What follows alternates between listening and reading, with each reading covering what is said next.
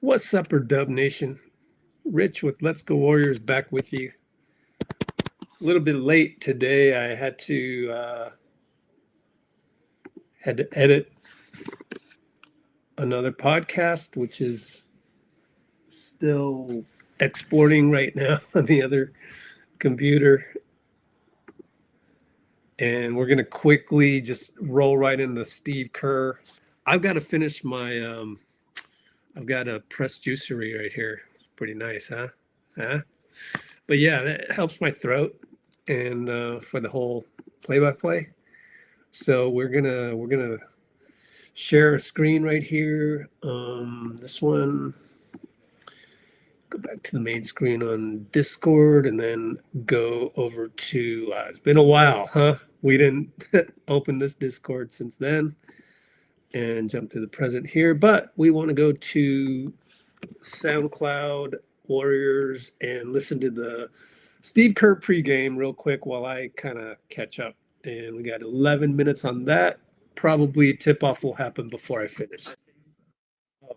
And you can't hear that. I forgot. I know why, but I didn't have time to fix the situation. So let's just utilize my mobile phone. And I think we'll utilize this one because I might go live on TikTok on the other one. So I hope you're all doing well. And yeah, I'm a little behind right now. But here's Steve. Whoops, that's Chris Finch. Here's Steve pregame. And there will be no minutes restriction for Steph. So good news on that front. Here we go.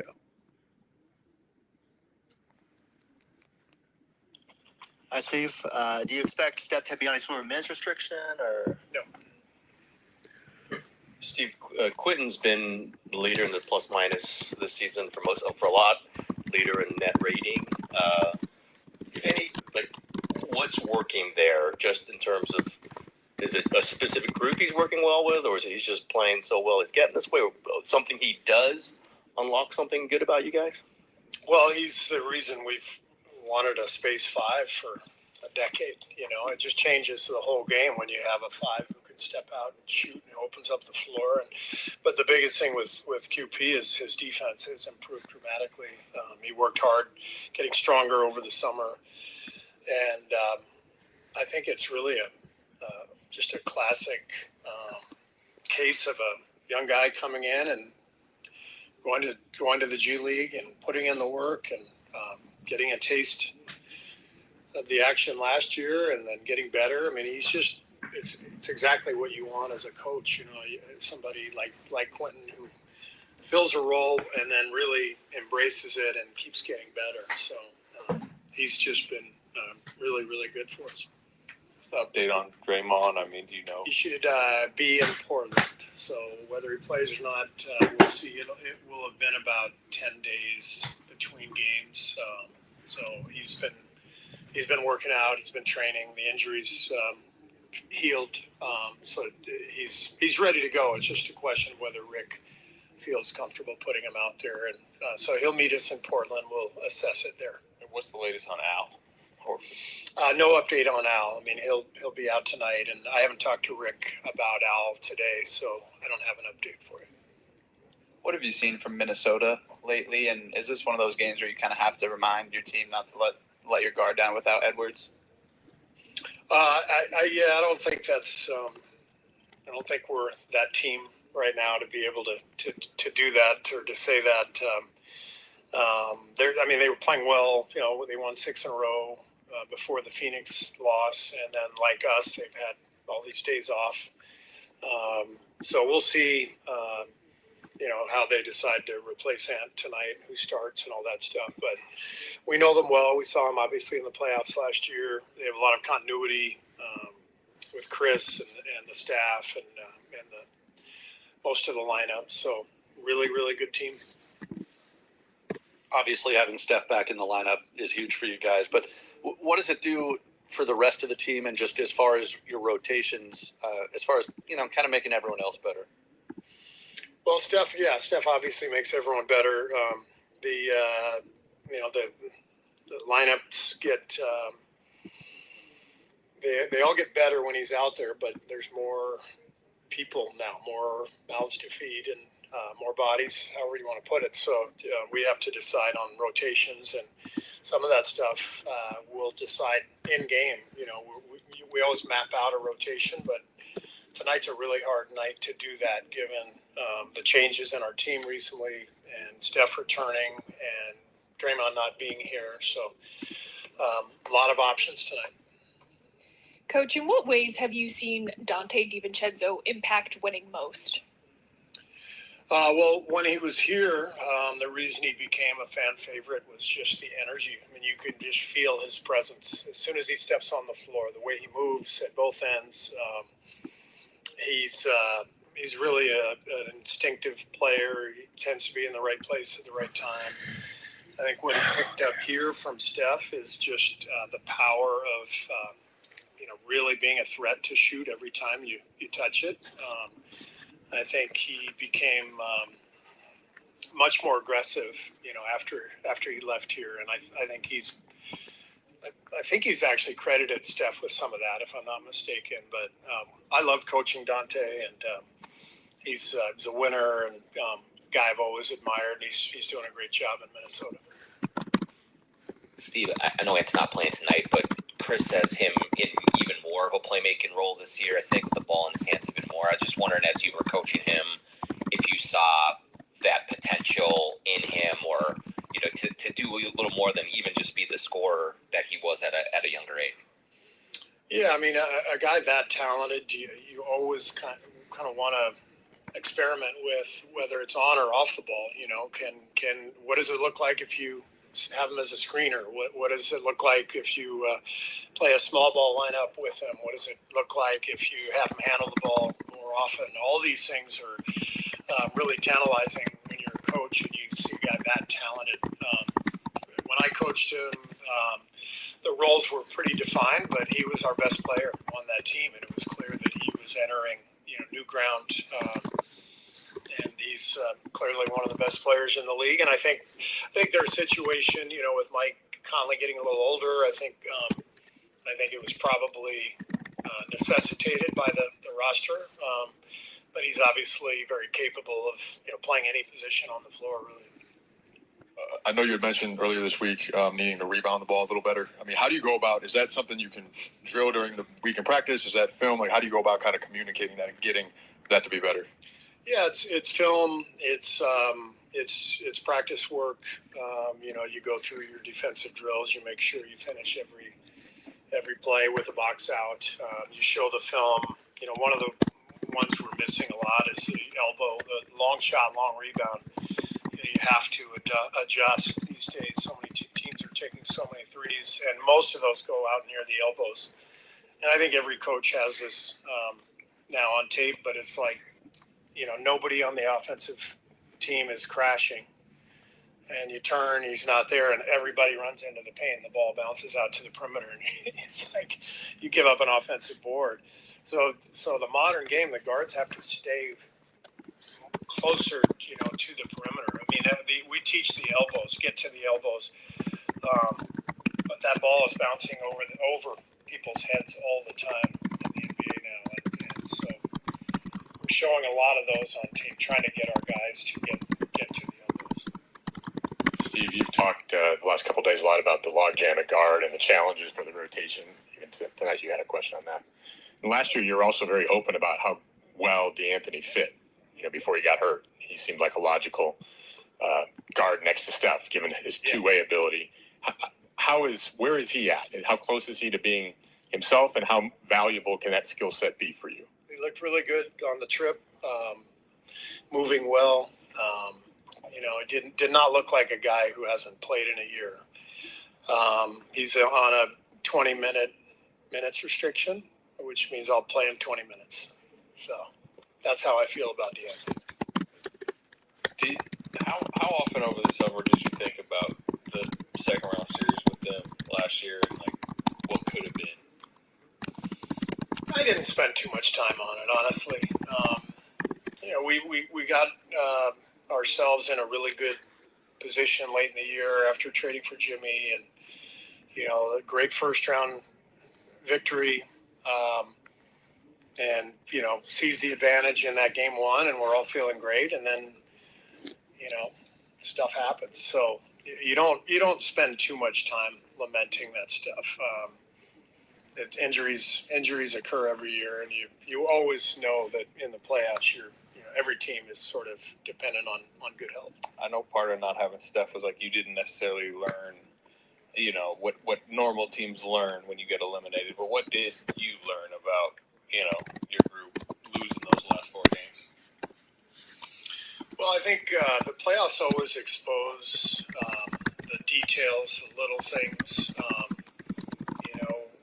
One of the things that we tried to do in that series was put QP on McDaniels, and just figured, let's see if Quinten can, if we can jumble up the matchups and have Quinten guard a wing, and his instinct immediately took him into the middle of the paint. I think it was the beginning of game 2, McDaniels. Okay, I almost got that done, but I didn't. I think Draymond has 3 kids with Hazel. Jump ball, Quinten! Quinten won the post. Oh, not the post. Quinten won the tip. I didn't finish my, oh, great. I didn't finish my thingy. My pressed juicery, my yogurt. We work it around a million times, and it's a turnover. Oh, was that on Buddy? Oh, man, I'm sorry. I didn't have my back screen up. I'm going to log in right now and see who that turnover's on. Man, right away, turnover? Really? Left side, Donte shoots a crazy one. Missed it. 3 ball. Jimmy.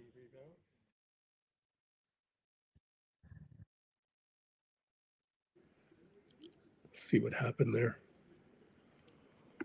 All right, Quinten gets fouled. Let me see what happened on the first one. Oh, stepped on the line. That's horrible.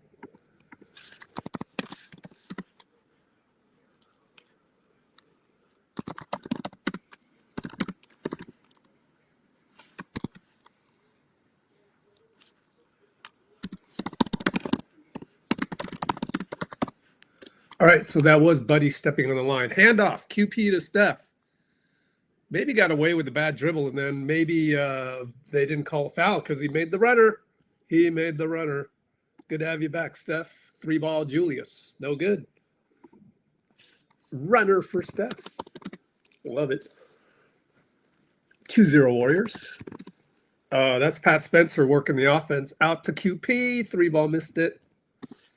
And they couldn't corral the rebound. Good job by Buddy to be in the vicinity.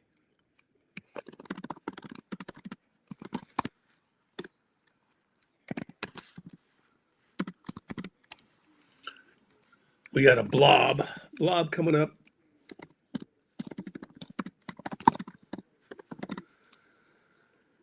And Jimmy goes baseline, catch, jumper, good. Who's number 8? Number 8 on Minnesota, as they slowly bring it up, is Bones. Oh, they got Bones? Wow.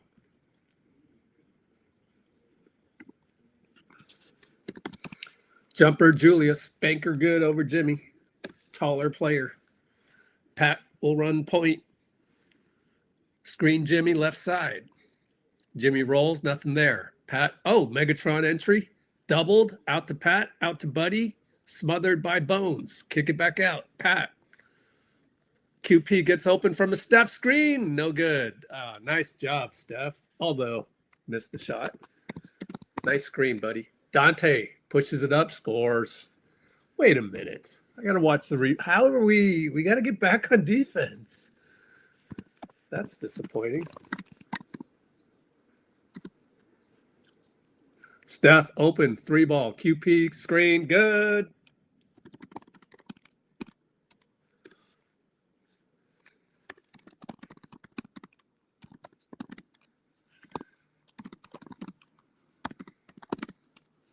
And they work it around. Julius in the paint. Download to Rudy. Pat goes in and reaches in. Foul. And we will reset to 14.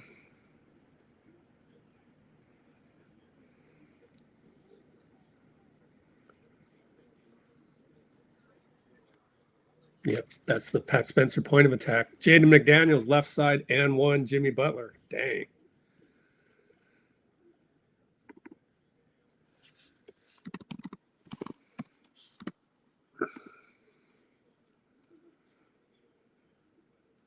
And so Jaden McDaniels has a chance to, I believe, tie it up. Yes, he has 1 free throw coming up.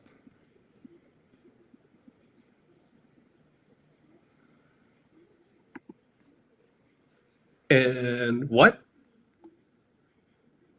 Wait a minute. Missed free throw. They got the rebound. Come on. 3-ball, Jaden. Come on. Come on, guys. Steph down the lane, out to QP. 3-ball. No good again. Oh, man.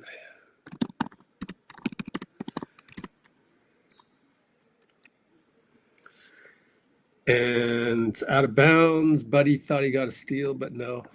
Let me rewatch the free throw.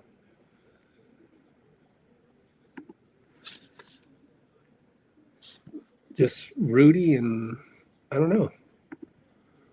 They got a 3 out of it. And Jaden takes Steph.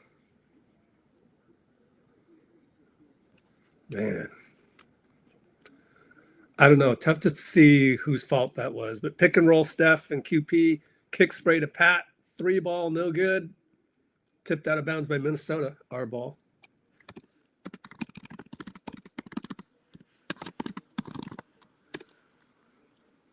And I think, do you think QP should have shot that? I think QP should have shot that.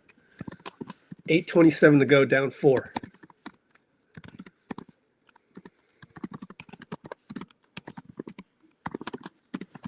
Pat goes around, runner good. So never mind, it didn't matter.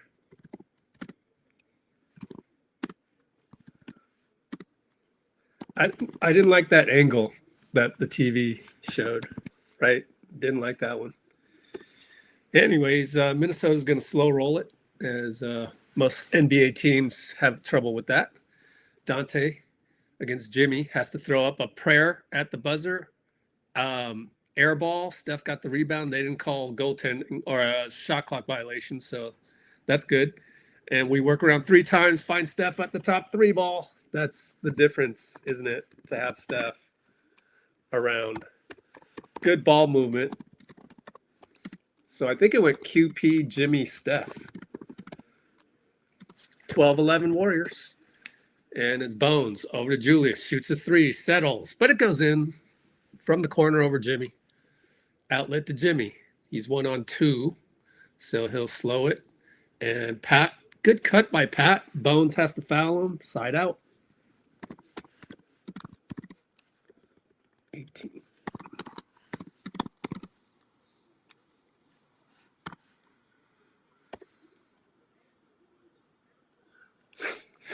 Minnesota just kind of, that's what ball movement does, right? Minnesota kind of just stuck.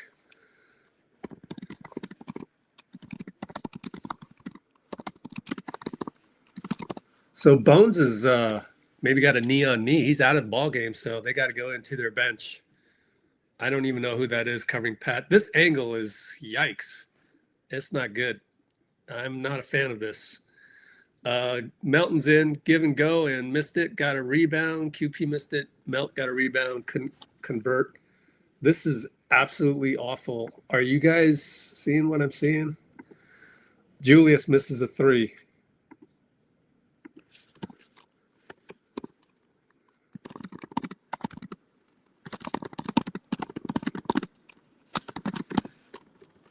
Steph works it around, fake a 3. Jaden's all over him, back up to Pat. Pat, shoot it. No good.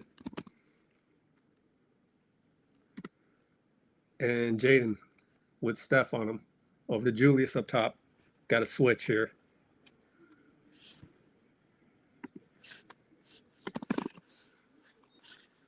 And Julius is going to draw a foul on Quinten post, make a move.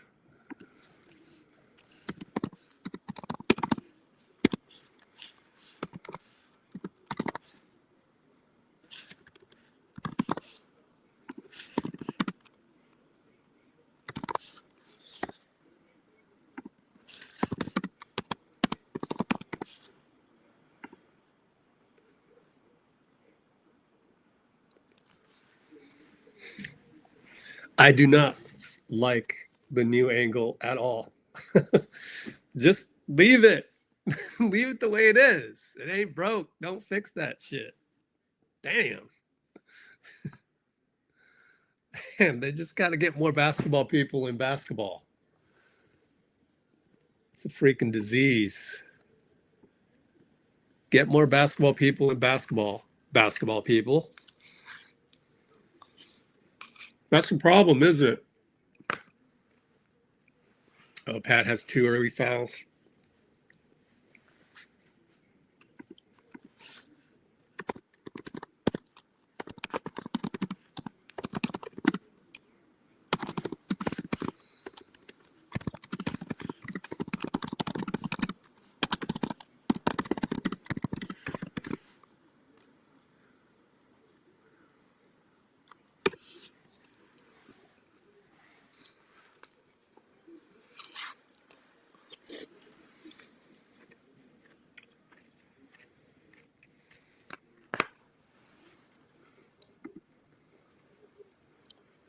Man, I only got the 1 vote of trash from Shavanch. Me and Shavanch, man, do not like that angle. Like, I get it. Like, it's more like clipboardy. It's more clipboardy, but I don't want it to be clipboardy. I want to at least have some semblance of a guy's height relative to other people's height. I don't want it to be a clipboard.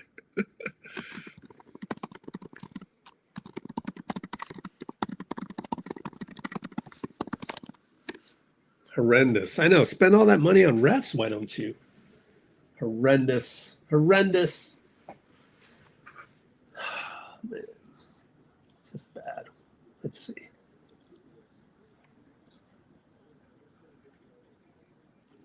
Okay, never got around to doing that. That's okay.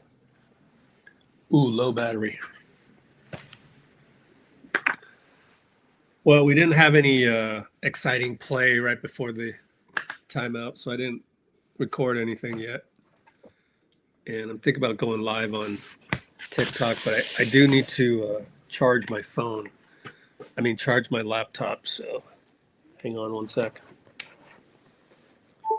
There we go. Charging. Steph stays in the game. Pretty nice seats right there, right next to Raymond Ritter. Y'all rich people. Billionaire CEO right there. I forgot his name. I think it's Anand. I don't know. I'm not quite sure. Indian dude. Got his son sitting right next to Raymond. Julius hits the free throw. And let me see how long I can go live on TikTok.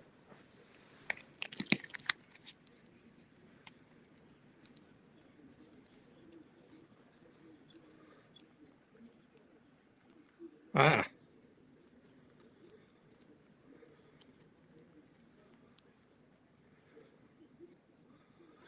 All right, left side, trayce, Jackson Davis. Post up, Pat against, Steph comes around, trayce, 3-ball in and out.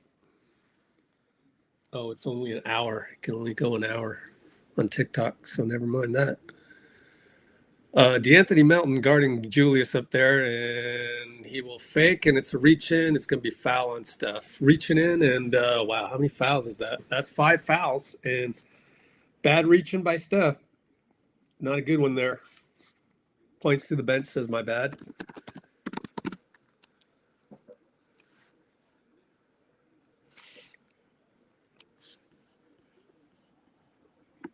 So they'll go to line. You got to know these things.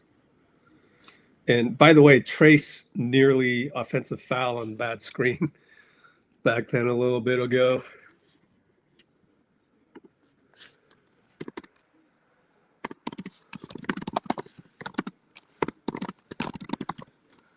So we will go down 12 to 18.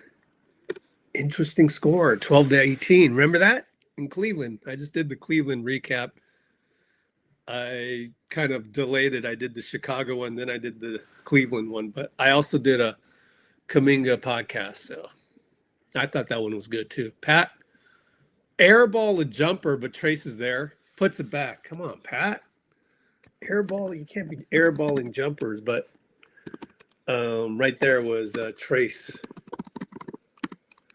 3 ball as Pat kind of fell asleep. I can't remember who that was from up top. Steph doing all kinds of dancing against Julius Randle. Goes right side, scores. Steph with the GOAT move against Julius.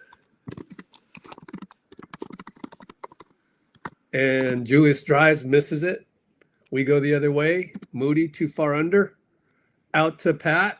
3 ball good. So good job by Pat. He always comes back with a good play. Yeah, we left Reid open. Wow. Before that, man. And balls goes out of bounds.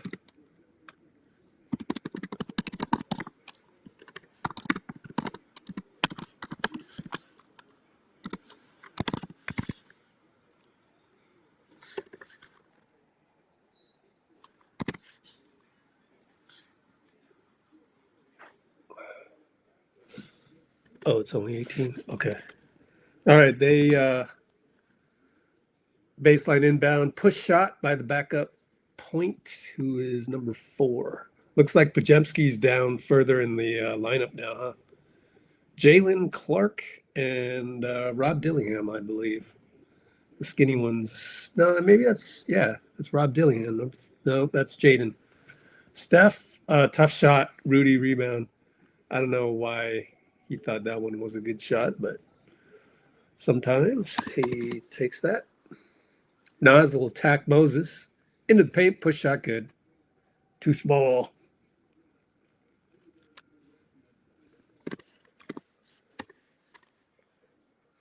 Down the lane, Melton alley-oop to Trayce. It's behind him, but he got fouled. Good call by Jason Goebel.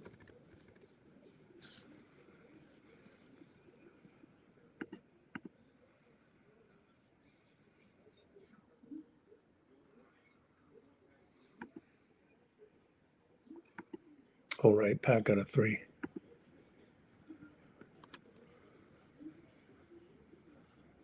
Free throws for Trayce. Hey, he made one. And Melton got another deflection earlier. My fault. I forgot to report that.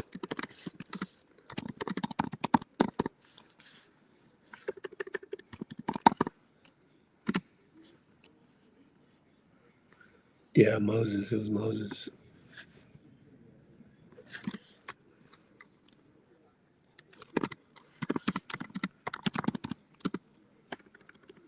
All right, Minnesota working it out. Podz is in the game finally. We're in zone with Gary. And they throw it away. It worked. The zone worked. Podz subbed in at about the 4-minute mark.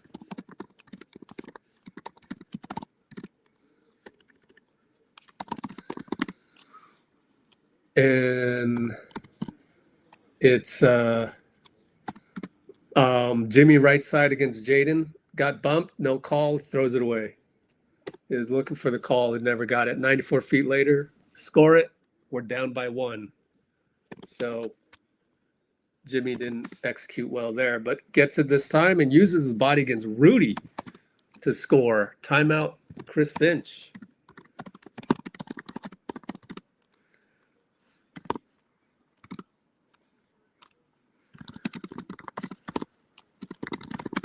Timeout Finch, and it is, what is it? 23-22, 3:13.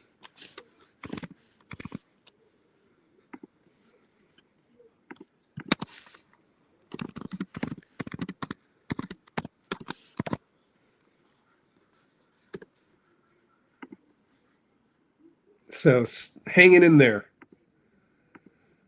Hanging in there. Nobody loves the overhead angle. Yeah, trayce made free throws. That's nice as well.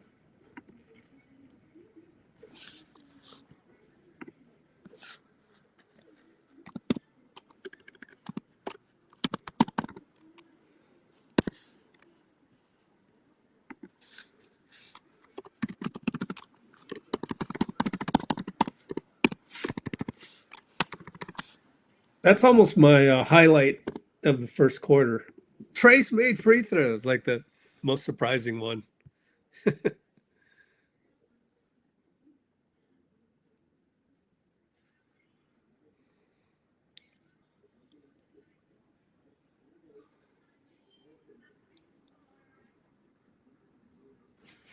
So good job by Podz on the delivery on the transition right back in Minnesota, which caused Chris Finch to call timeout.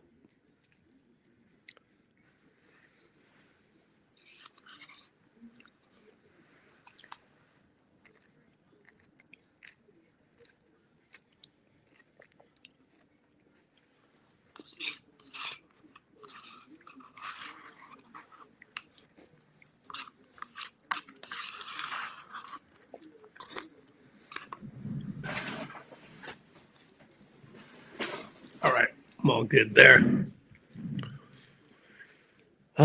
Time to catch up. Oh, Ant-Man's doing the Dylan the villain.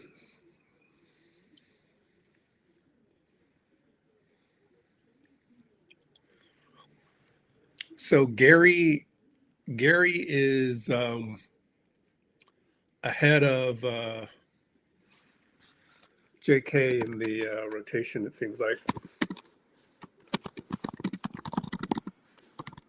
And Gee.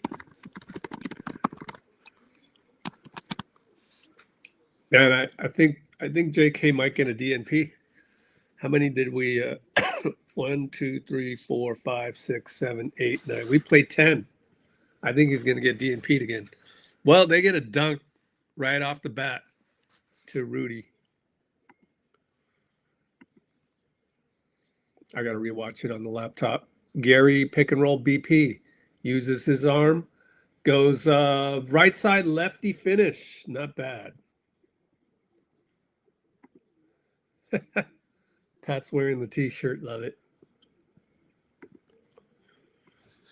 And it's I forgot his name already. Backup point guard for Minnesota missed. And Jimmy goes backdoor, let go of the ball as it's a block shot, but then Moses misses a three, and Trayce pounds the ball. Great offensive rebound. Reload for Podz, no good. Too bad. Too bad. That was great sequence by Trayce. And Rudy gets another dunk. Man.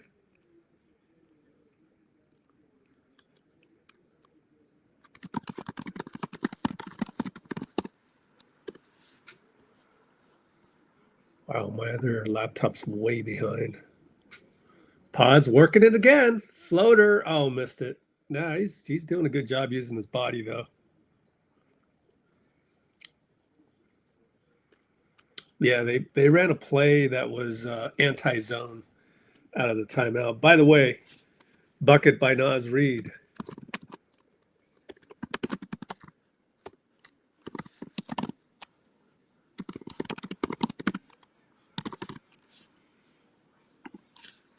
Podz again uses his body. Alley-oop. He's working number 4. He's winning that battle. Good to see, man.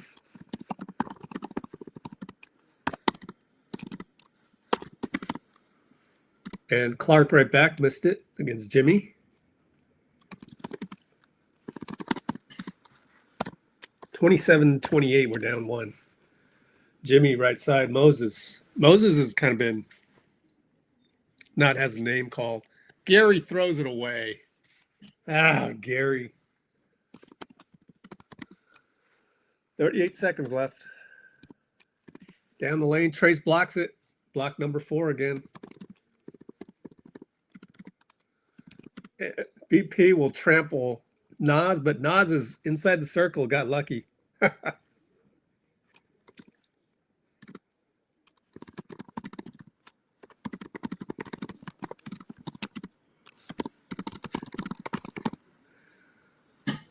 Yep, he's in the restricted circle, luckily.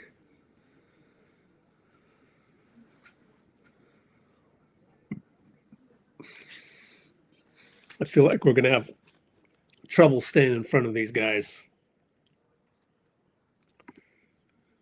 As I'm looking at the play way a minute ago that has Nas Reid hitting over Podz. Yeah, Rob Dillingham, number 4, right? Yeah, Rob Dillingham, my fault. High draft pick. What was he, 7th or something? 8th pick. Up top, Mo and Julius. Podz sets a pick. Quinn doesn't even look at a 3 handoff. Moses got nothing. Man, Podz, I mean, QP needs to be a little more aggressive. They leave you, and you didn't read that. Jimmy has to force up a shot at the buzzer. No good. We got 6 seconds for Julius. Can't foul him. Julius sidestep, 3 ball, missed it. Pretty good move.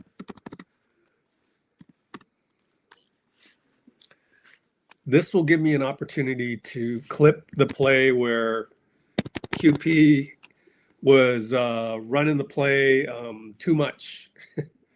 Look at where you are, brother. Look at where you are and just take the 3. You're wide open. So we can take another look at that. I think.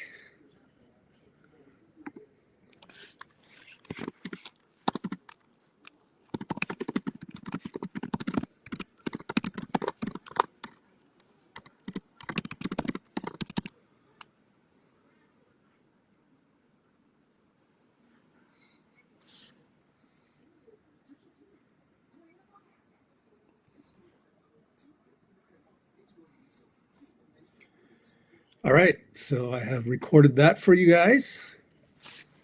And let's take a look at it. And some things that QP can work on. I mean, if they're going to just let you shoot, come on, man. It's hard enough to get open.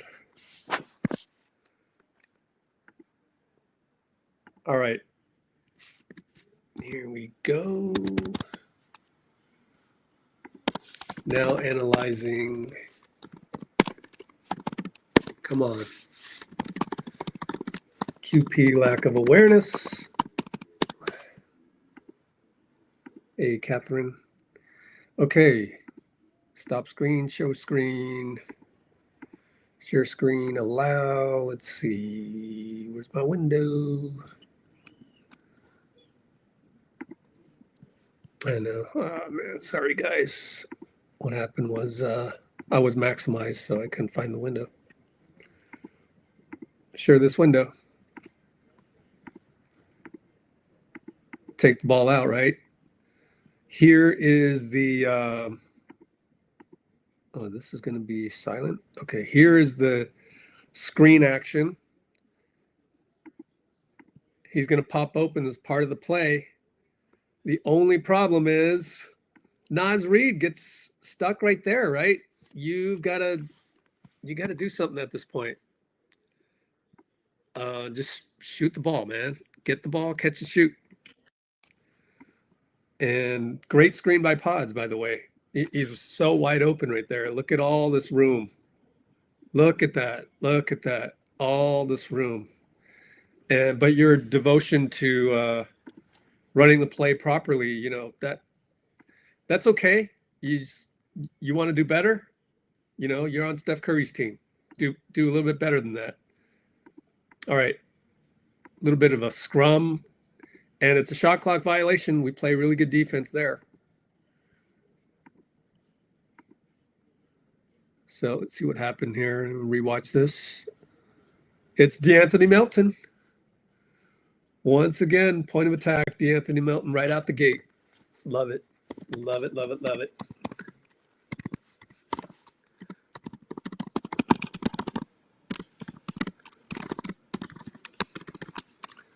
Jimmy says, bye-bye.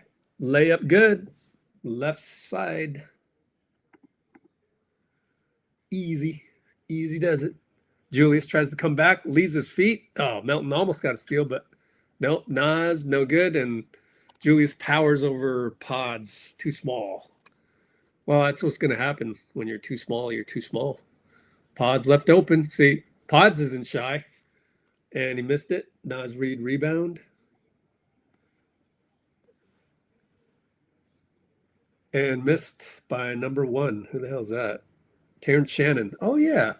Melton, 94 feet. Oh, nice, Melt. He's so good. He's so smooth. So, Shannon. Melt 94. Ooh, 3-ball Nas Reid. He could do that. And we were up by 1. Now we're down by 2. Down by 2, 10:22 to go. BP setting the table. Good screen by QP. Podz takes Nas. Kick it to Melton. 3-ball. No good. Quinten gets entangled by Clark. So good job by Quinten. And by the way, good take.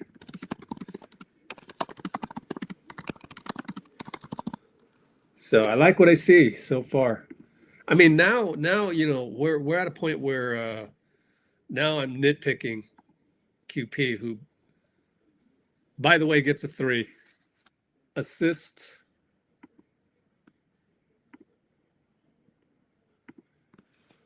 Oh, Donte comes right back, and no good. Twitch says title is invalid. Edit.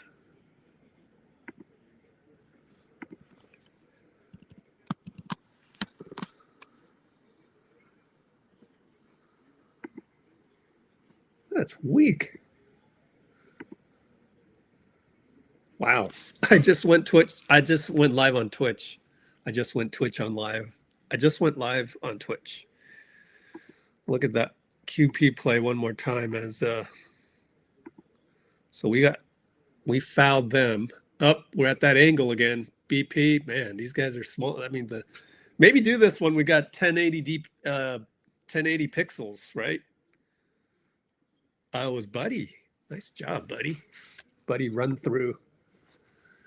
Jimmy for 3. Missed it.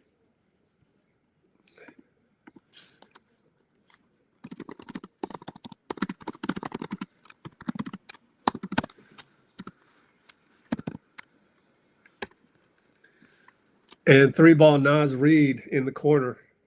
I was not looking at how that developed, but we got a timeout, so I will get to see how that developed. And in fact, let's screenshot or screen record this. If I have time, I do not. You can't slide your feet like that when Nas Reid has already hit a couple, right? Like, come on now. So what I see is I see a little not understanding time and score, not being aware.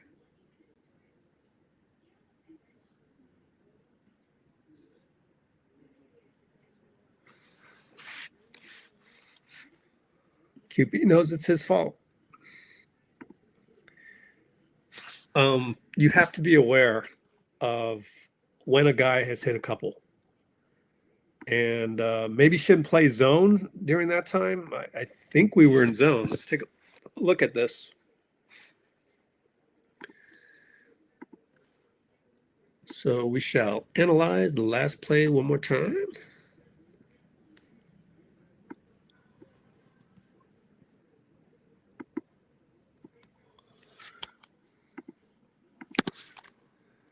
Now analyzing the last, no, it's 3. Well, he doesn't have to be faster. He's got to recognize that Nas just hit one. So close out entirely. Don't short close it. Don't shuffle your feet. Just go all out on it. You got to understand the situation. Like Nas has just hit a 3 before that, and now he has 2 threes. So at the 45 mark.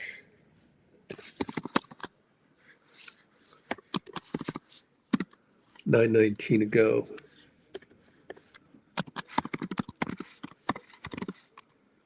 QP slow to close, Nas 3. Second 3. And what was it? What was the score? It was, I'll figure that out later. But so I believe we're in zone here. Maybe we're in man. Let me see. Looks like BP. Okay, we're in man. Yeah, we're in man. Although Buddy is not playing man, is he? Strange. Yeah, I think we're in man. It would be rare to see Jimmy at the top of the of a zone. So we're in man. Just goes there, and it's just like, man, he just hit one. Like, close out harder than that. It's simple. There's no real strategy behind that. You just kind of know. And we work it around. Oh, Jimmy down the lane scores. Good play call. Let me rewatch that ATO one more time. It's a buddy screen for Jimmy. Inverted screen. Nice little ATO.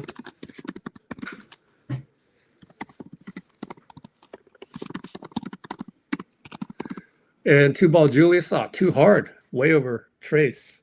Bricked it. Podz rebound over to Melt. Probing. And gets a rip through foul on Shannon. So we are now down by 1, 36-37.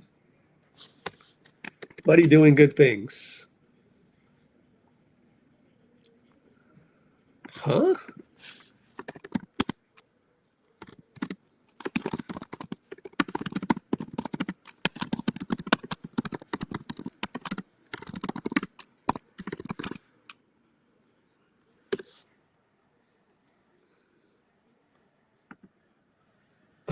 That's a bad take, brother.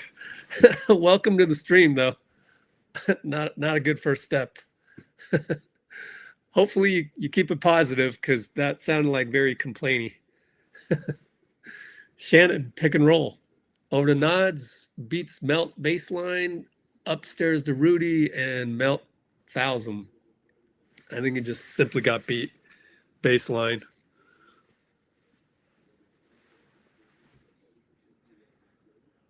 Yeah, that's a rare mistake on Melt. Oh, actually, I want to keep this up. Now that we're shooting free throws, let me do a screenshot of this one. Oh, where did it go? Dang it. So much for that. Oh, I deleted it? Shit. Clearly, I need to do better on these. Well, luckily, we're doing 1 million subs, so go here.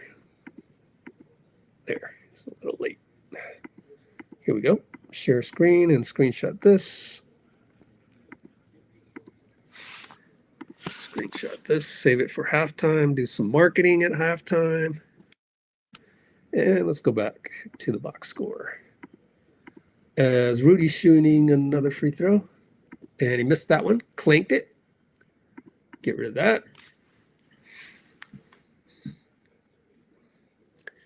Pick and roll, Pat and QP. Doesn't really execute that well. It goes to Gee. So JK in line for a DMP. Gee is the 11th player. QP 3. Gee tips it out. Out to Steph. Steph finds QP. Reload. Oh, it's good. I thought that was off.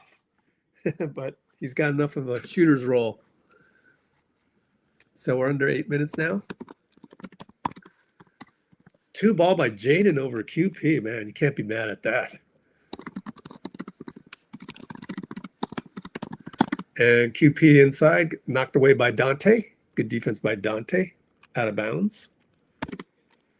So we're up 40 to 40. It's tied. It's tied. 40 apiece as the Jaden unlikely. Oh, Peter Chung music is sitting in the first row as he usually likes to do. Spend a couple grand. QP and Pat on the handoff. Pat finds QP, 3-ball. Why is Rudy not going out on him? Oh, he missed it. But Pat got a rebound. This is a horrible angle. Buddy for 3, thanks to Steph. 3-ball good. I so do not like this angle. The guy's already so small. And Julius is going to draw a foul. I mean, we're already like, you can't get better than 720 pixels on your TV, and we're gonna zoom out. That makes no sense. But okay. Pat steal on the dreb. Steph to Buddy reload. So that's twice we had a guy that missed a 3 and then we got a reload.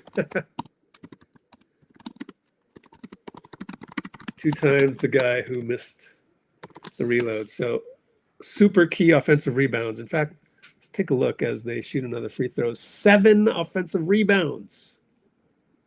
7. We got 7 offensive rebounds. That's tremendous.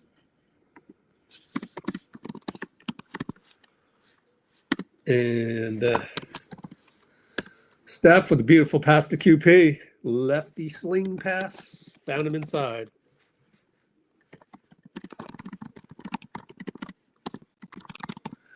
And work it back out. They find Shannon over to Donte. Catch and shoot 3. No good. Pat looked up for a moment, but Donte had Steph covered. And Buddy gets a 3 off. Oh, beautiful. Rudy bit on the fake.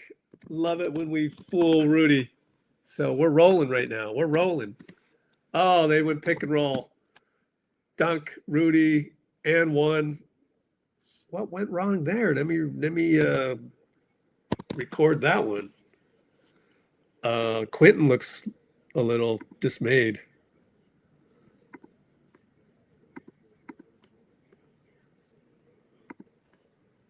Let me see. So Buddy just made a 3.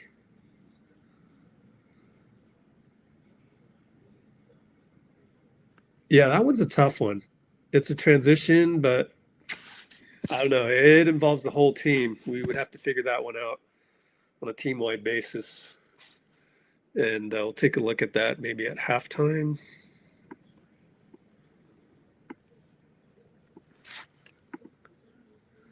All right. We're up by 3. Steph, razzle-dazzle 3. No good. 6:20 to go. Rebound Jaden. Brings it up on Buddy. Fires it to Nas in the corner. And he drives and scores on QP. And QP's got a little too much body language right now.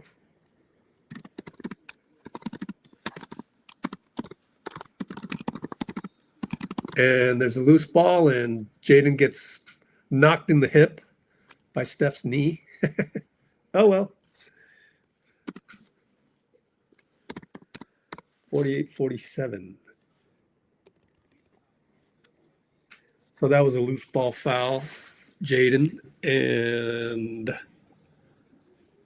that's 3 team fouls. Side inbound to Steph. Screen QP. Crossover. Back out to QP. Over to Gee. And over to Steph. Steph and Rudy. Dancing with Gobert. He goes right side. It's a foul and misses the layup. Rudy acting like he didn't foul him. Come on, bro. All right, Buddy got a 3. I need to find the score on that one. Buddy got a 3. 3, which made it 48-42. And then Nas beat QP. 48-42. And then Nas beat QP to make it 48-47.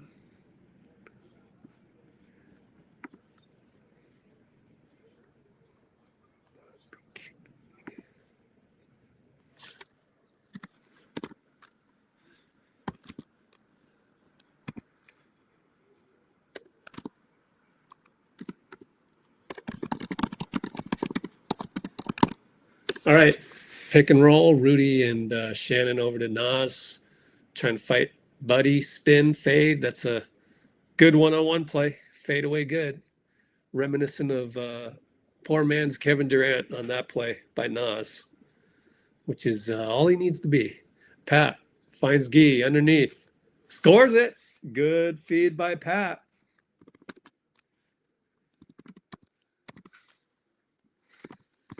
Donte downhill out to Nas.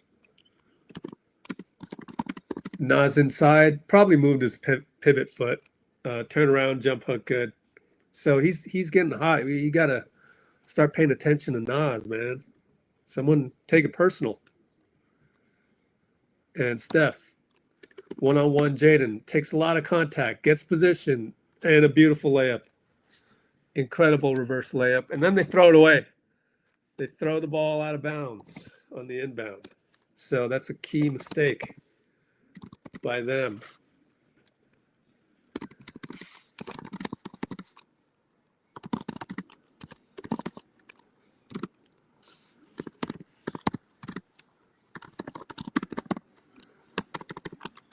Gee up top, spins around, loses the ball. It's going to be a turnover. Oh, they're going to call jump ball. We got lucky. I thought that was off of Gee.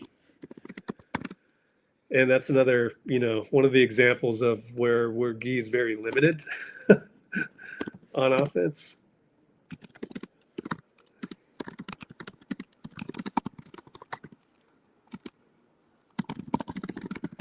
So what is it going to be? Is QP still in there? QP probably jumping this one, getting tons of minutes tonight. QP 12 minutes, Jimmy 13, Buddy 12, and Steph 11 and a half. So we're just going to jump this. We're going to go Gee and Nas Reid. Nas should win this one. Unless Gee can steal it. Nope, Nas won the tip. So that goes down as a turnover on Gee. And he does one more of those. I don't know. He decided not to go with JK. He went with Gary. And Steph saves the defensive rebound with his dexterity. Beautiful job by Steph as that ball was pinballing around. Pat behind the back to Steph, and Steph steps on the line. Sideline. A little bit of rust.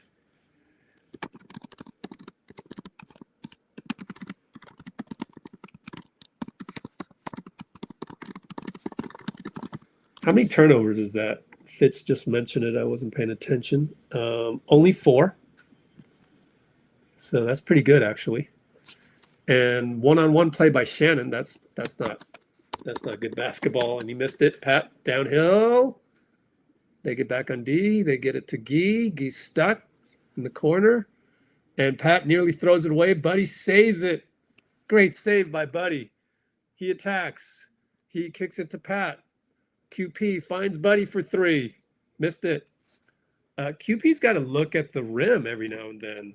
Another example of him just getting the ball, not understanding the spatial awareness at the time. I don't know. We got time to clip this one as we go into another timeout.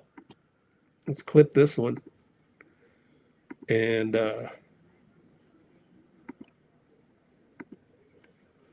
let me know what you think. First of all, Buddy, a great save, right? Have him on the run.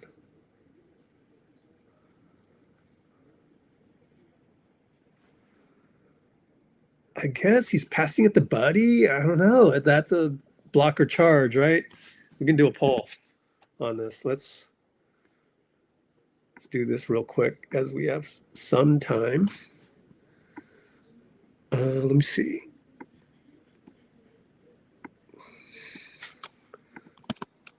Analyzing whether QP should have shot the 3. StreamYard lost access to Twitch? No, we're good. Okay, so this was 2 clip plays ago, so I actually skipped 1 clip. So later on, if you want to remind me to go back to the other clip. But so great save by Buddy, and we've got 3:28 to go. Shit. Okay. Let's see. Buddy save. Bad pass, Pat. QP passes up 3. Buddy missed 3. Timeout, Finch. And it is, what are we? 54-51. We're up, luckily. So let's take a look at this, and then we will see where we're at. Okay, so it's careless pass. Buddy retrieves it. Good job by Buddy. And it's chaos. It's not even organized chaos. It's chaos because we got the ball on a loose ball. And right here, he's wide open. Like, I don't know. Is Rudy going to block you? Okay. Yeah, he's way open here. All right. I'll say that's a good play. Okay. Then again, it's Jaden McDaniels. Missed it. So what do you think? But I don't even bring it up because I just think last time QP also had a situation where he passed up a shot. So I don't want him passing up shots. Should QP have shot that? Yes, no. Just go ahead and we got to move on because ball's in play. Share screen, this one. Allow. Godly. Inside, Julius posts up, foul, Jimmy. Oh, and I forgot to. Let's do that one more time. Damn it. All right, so I'm thinking that was good. Nope, did the wrong one. Stop screen. Did I get rid of that? Yeah, I got rid of it. Shit. I'm not manning the controls to my usual liking.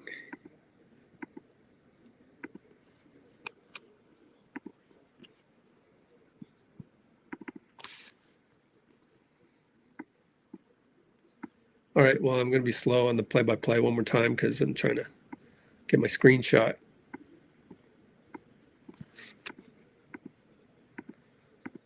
All right, Pat and Steph. Ooh, interesting. Pat uses his body, scores on Dillingham. So a Pat Steph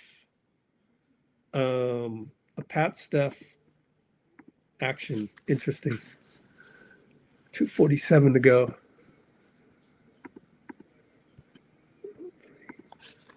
McDaniels miss. Got his own rebound on the tip.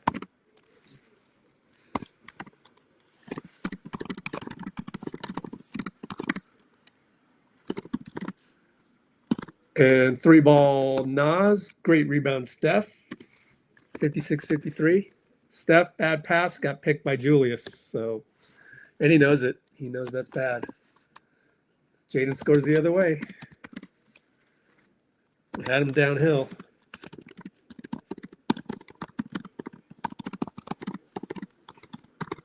So,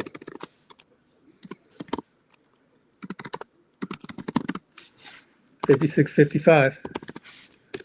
Pat loses it. Oh man, now you got to call timeout. No, it's 2 in a row. Oh, BP. Oh, it's not a charge. You can see Eric Hausen wanted the charge. I thought BP took a charge. I don't know, but so you can't stack the turnovers. Anytime we stack the turnovers, bad news. Bakery's open. I think you got to challenge that, no? They're taking their time to challenge this.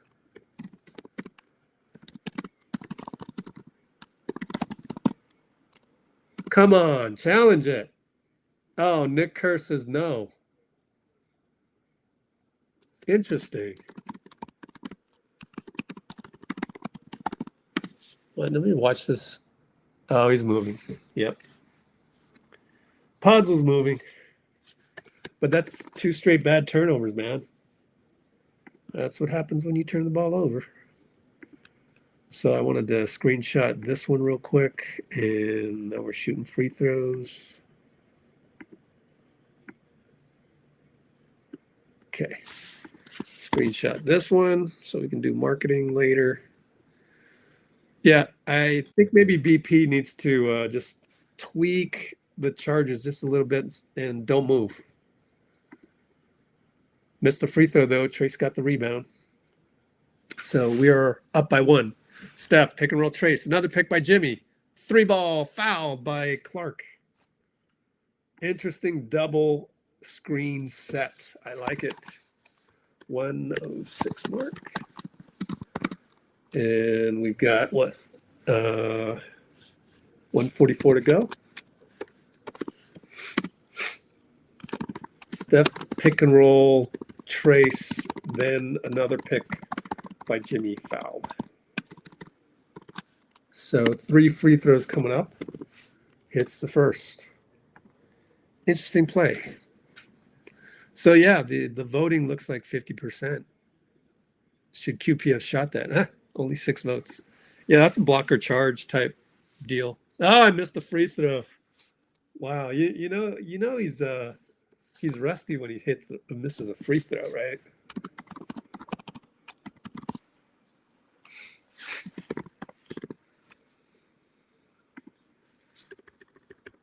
Man, is he down to 91%?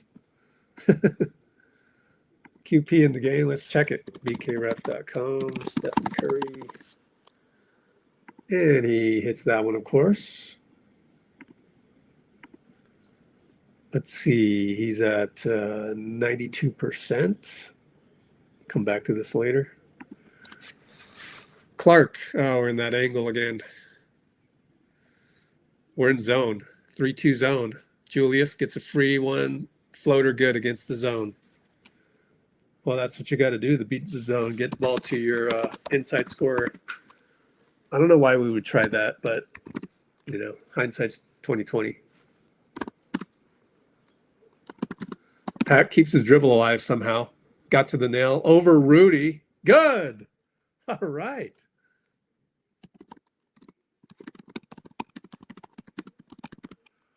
And they come back.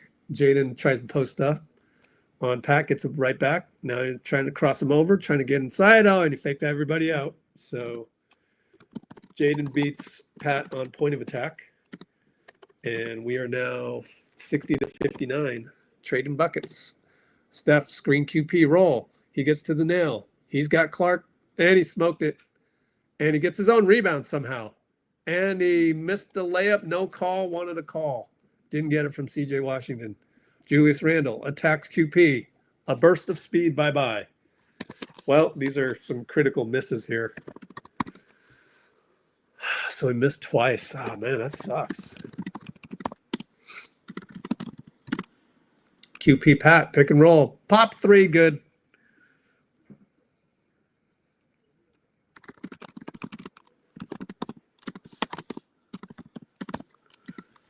(63-61) Warriors. We just can't get any stops.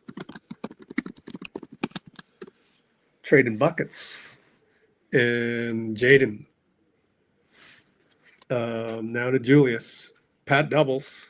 They kick it all the way to Clark. Corner 3, no good at the buzzer. And the buzzer sounds. So we finally got a stop at the end. Took us long enough. And Steph's going to have a talk with CJ Washington.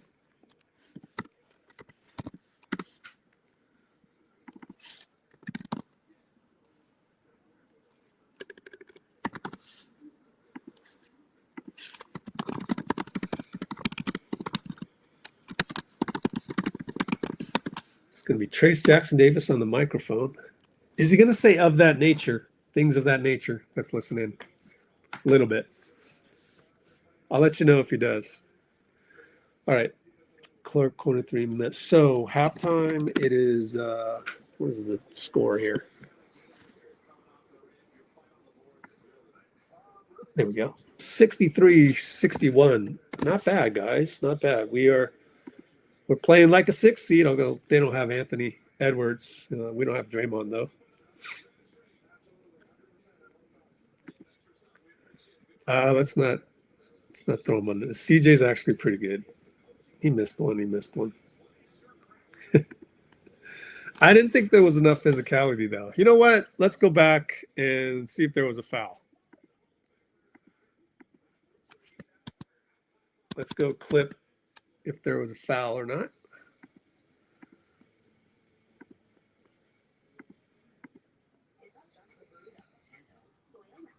Let's see.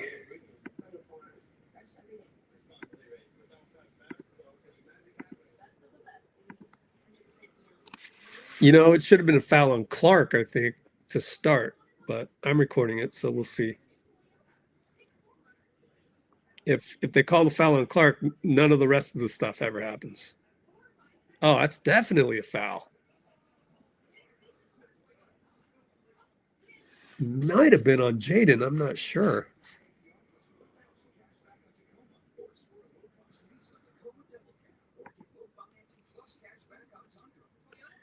And really, QP could not foul. We were in the penalty already. That's an issue. We got to stop fouling. Let's see.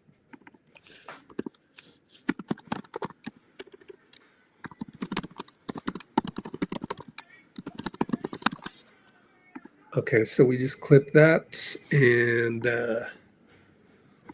look at 2 more plays. However, let's take a break right now because I do want to take a look at that, but I do need to do some marketing. And also, we were going to try and get someone at halftime, but I don't think it'll work out.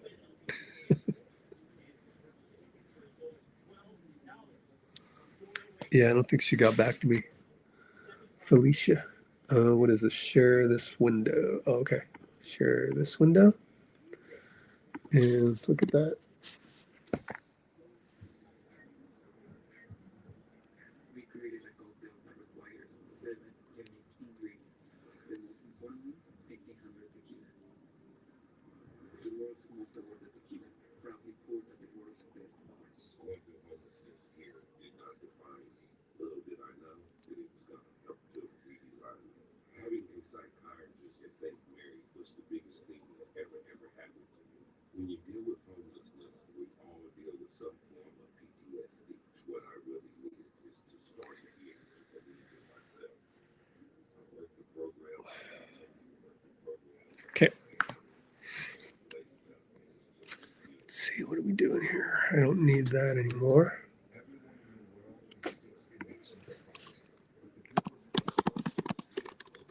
Analyzing if Steph got fouled. So let's do this.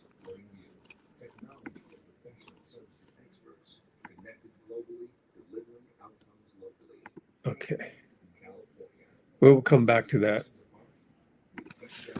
We will analyze the play where Steph got fouled near end of halftime.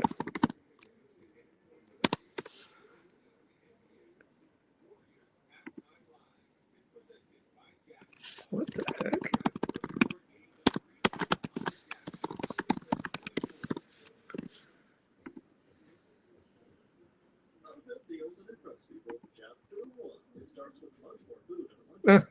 I'm suspended on Twitch? Okay. Apparently I'm suspended on Twitch. I don't know. Let me check my email. Copyright takedown. For what?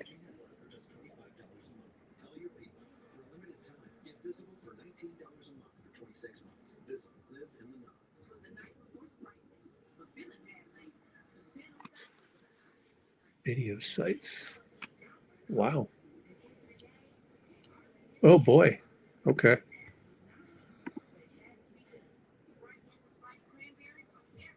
Well, we got to be careful then. Oh man.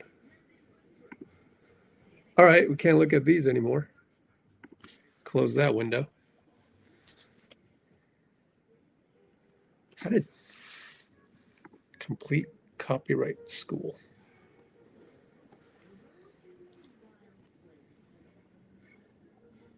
Well, I don't know what to do.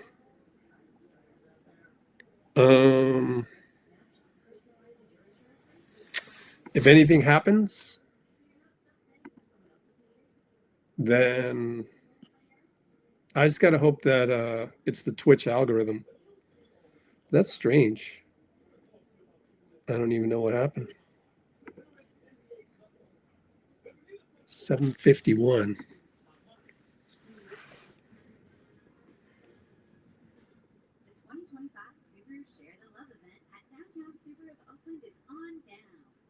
Your account has been suspended for 48 hours on Twitch. Strange. So,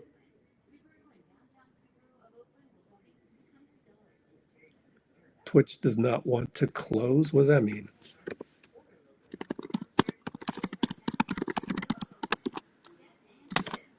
Just curious. Or what happened to playback? Anyways, I better. Oh man, I better hurry up and tell you what to do if anything happens. Where's my thing?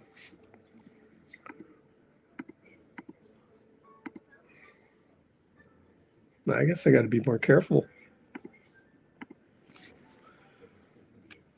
All right, we're not going to analyze if Steph got fouled.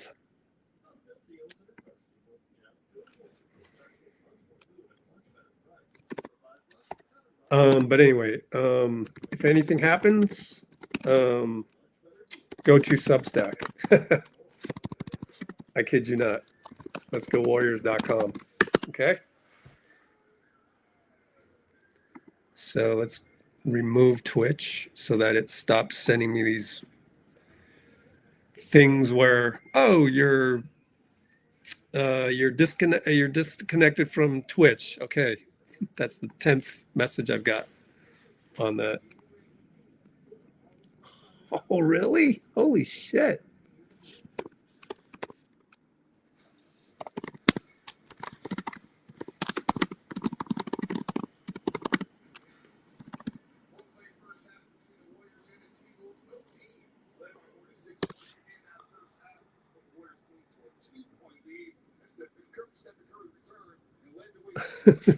Well, let's go check that stuff since I guess I shouldn't advertise the fact that we look at X's and O's, should we? So let's look at playback shutdown.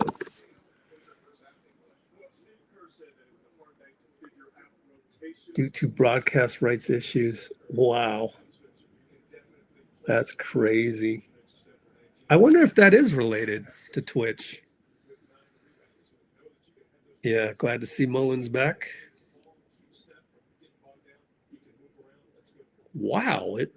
Wow. Well, I'm looking at let's go to the news because, AI is like a little kid trying to tell you what happened. Awful Announcing is a great site. So let's read this real quick. Thanks, Bruce, for the FYI.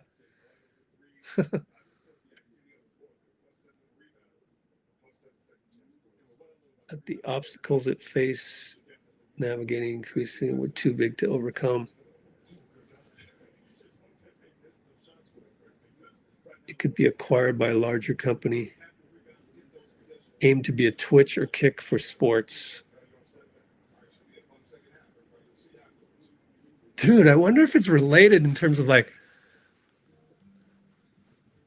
I don't know, maybe Twitch is like, okay, we better tune up our algorithm because playback just got shuttered. I don't know. Strange.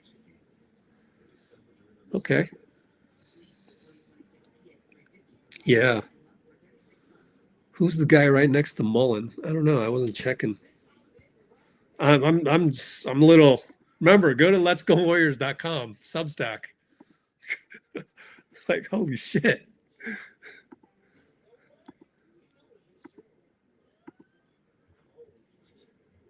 Oh, Rod Brooks. Donte Hill or Rod Brooks, yeah. Rod Brooks is pretty good, actually. YouTube make, oh, wow. Sources? Let's see. They call me Bloomer. Bonte Hill and Rod Brooks.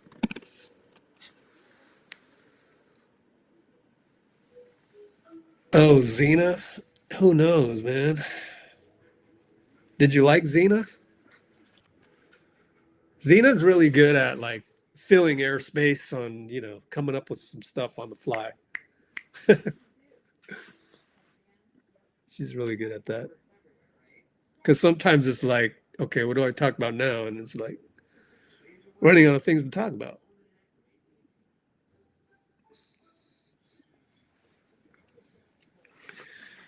That's the difference between us. 19-6 games, really? Well, it's good to finally, like, instead of focusing on X's and O's, like talking to you guys. So I can count 4 games. 4 games we gave away. Did you actually count 6?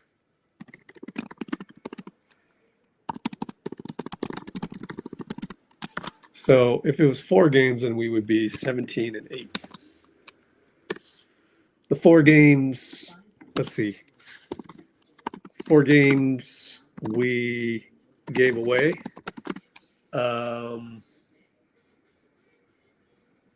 Milwaukee, Indiana, Orlando, and Portland. Last 2 were at home. I can't count Philadelphia because we didn't have Steph. If we don't have Steph, I don't count that. But anyway, oh man.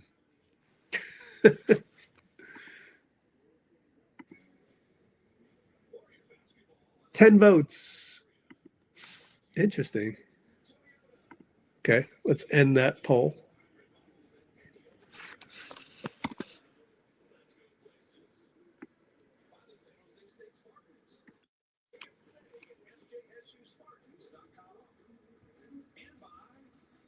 Two Blazers games. No, I don't count that first one. Can't count the first one because it was a back-to-back.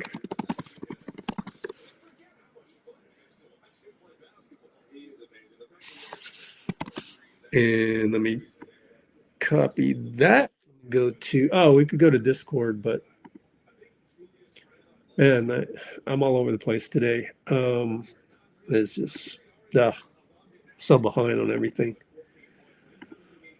Direct message myself. Let's see what screenshots do I have here. 12. Oh, cool. 1,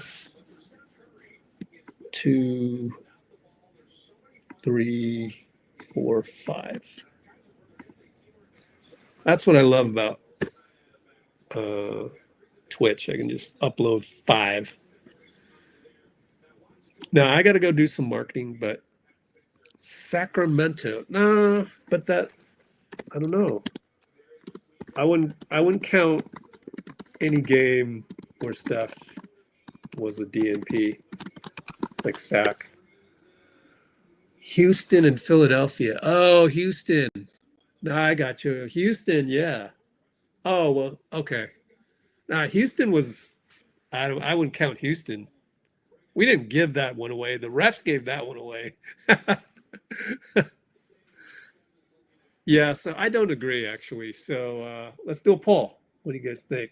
I mean, I think a lot of people aren't going to remember all these. So how many games have we given away? But then that's 7 for you, Kimbo. If you're including Sac, Houston, and Philly, that's 7 have we given away. Definition of given away, somewhat nebulous.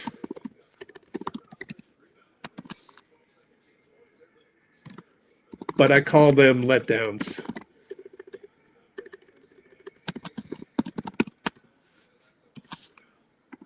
Four. I mean, definitely Milwaukee, Indiana. the Portland game at home in Orlando. Let me do this. Milwaukee. Shit. Come on. I forgot if Orlando was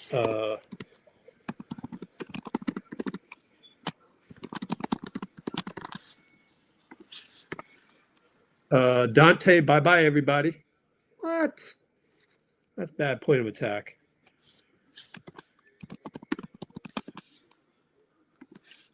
Let me see. Oh, that's a good. Oh, another turnover? Oh, man, guys. 4-0 run to by Minnesota to start this quarter. And Pat's going to shoot a 2? Missed it. Oh, man.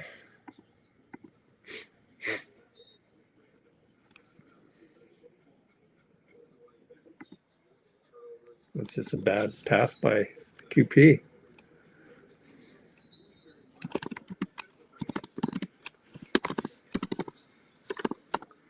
Donte, runner, no good.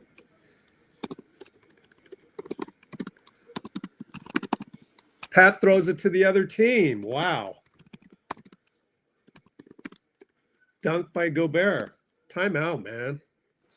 Kerr calls a timeout. Golly, guys. 63-65, just like that. No, 63-67. Horrendous start.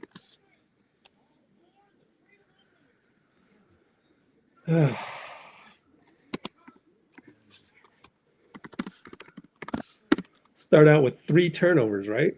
No, we got burned 2 turnovers. No, 1, yeah. 2 turnovers.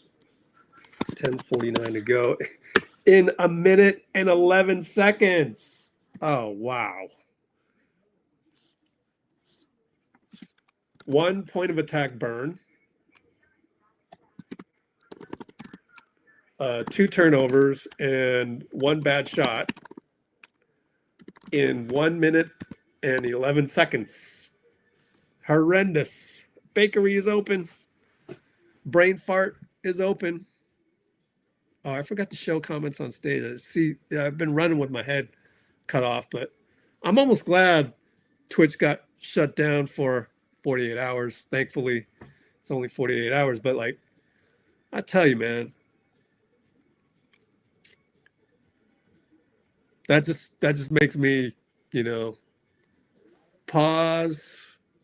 Let's just take a moment to enjoy ourselves and enjoy the company of fellow high vibrationals like yourself.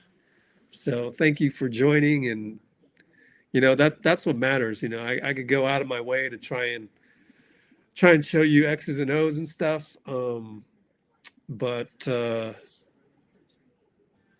I think also I think the Twitch algorithm doesn't have the ability to transfer the monetization to the NBA. So, oh, Bruce, Cholo.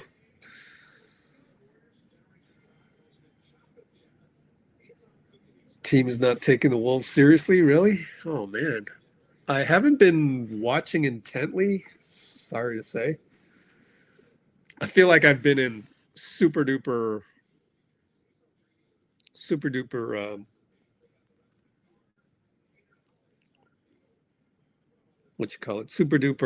X's and O's mode. I just thought of an idea. I'm going to do all the recaps on Substack. Major announcement. Oh, my light is just, I didn't realize my light was shining right back in your face. All right, Steph up top, screen Jimmy. Pop a 3, hero ball? We're going to go hero ball. Buddy tips it to QP. Reload Steph. Missed it. Well, we got the reload. Thanks to Buddy. And Julius, missed it. QP got back. Good job by QP and good hustle by Pat. Finds Buddy in the corner. Pat does. Missed it.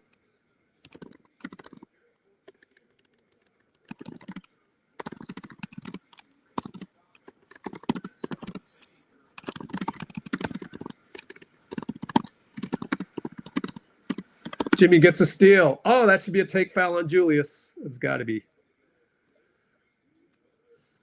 That's huge. That's huge. Why did Steph do a hero ball right there? I guess, all right. That's fine. You know, we're going to do hindsight is 2020. We're going to say, that's bad. That's not a take foul? Come on. That makes no sense. What? No take foul. Why is it in the rule book? That's horrendous. Steph, right side, Rudy. Dancing with Gobert. Fake a step back. Drive in, scoop, beautiful. Goat, Olympic style. We're down by 2.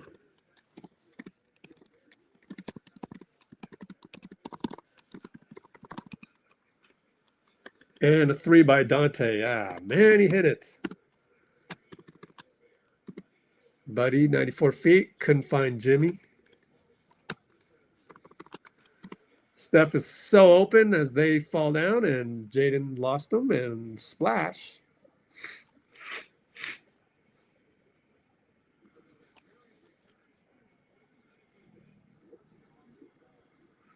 Steph, 21 points, just like that. And Julius over to Donte. Catch and shoot, miss. QP rebound. Steph. Half court met by Rudy. Doubled. And he used Rudy against them. Found Pat in the corner. 3 ball good. Way to go, Pat. Way to go. He's back. He's that MFer again. See, I thought the whole Twitch thing was, I wrote down he's that MFer in the title. Rudy push shot. No good, brick.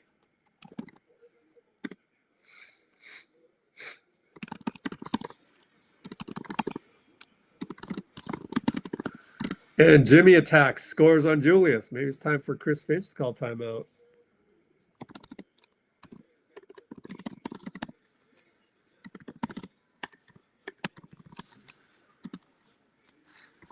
(73-70) Warriors. Julius kick spray. Donte missed another one. QP another rebound. Great rebound, QP. Great rebound. Foul. Nope. Buddy stepped on the line again.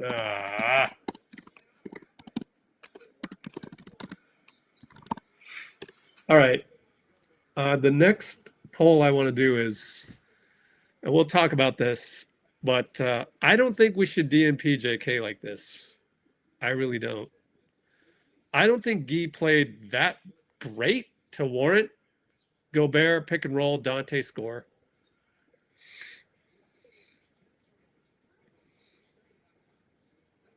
Wow, we have 3 step out of bounds turnovers, man. Steph working on Shannon. Fadeaway 2. Oh, good. Yeah, I don't think we should have DNP'd JK. That part, I don't know. Did he do something in practice? Because, like Steve said, he did great in practice. QP fouls Rudy on the alley-oop.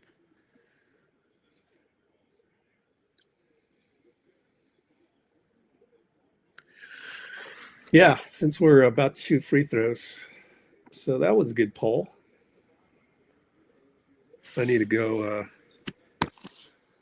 Only got 5 votes in on that one. Oh, it's going to be side out? Okay.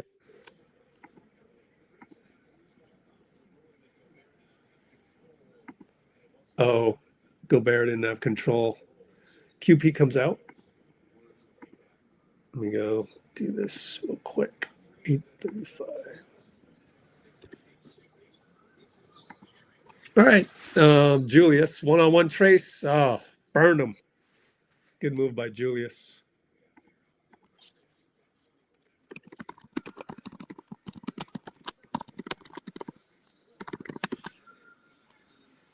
And it's a right side foul on Jaden McDaniels. Let's check his fouls. 2 fouls.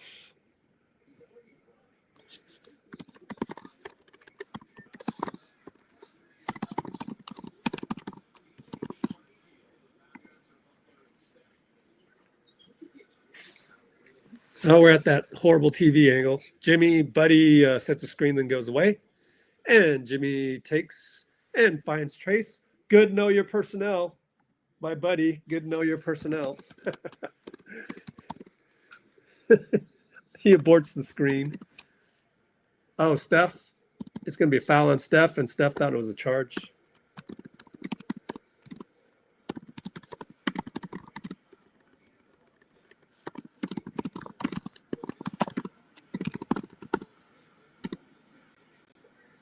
Jaden's like, yeah, review it. And the replay showed that he got pulled down.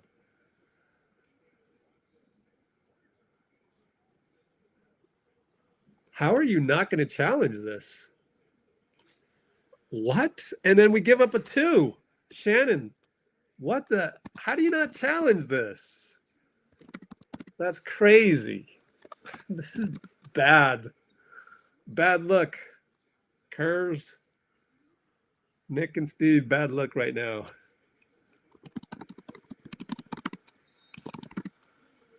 And they go, ref, you suck.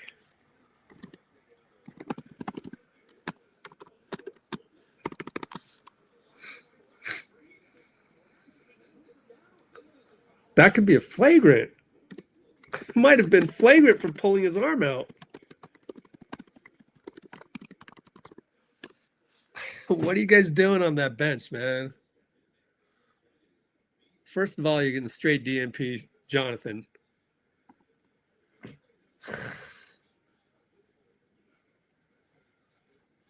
Steph, layup, good. And they didn't call any foul on Steph against Jaden, who does a stop Euro, missed it. And then he pushes Melton, no call. And Melton throws it away. But Melton's not complaining.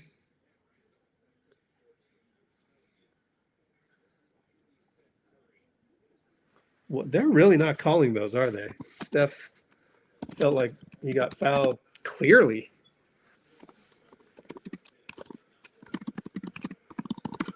Julius gets a 3.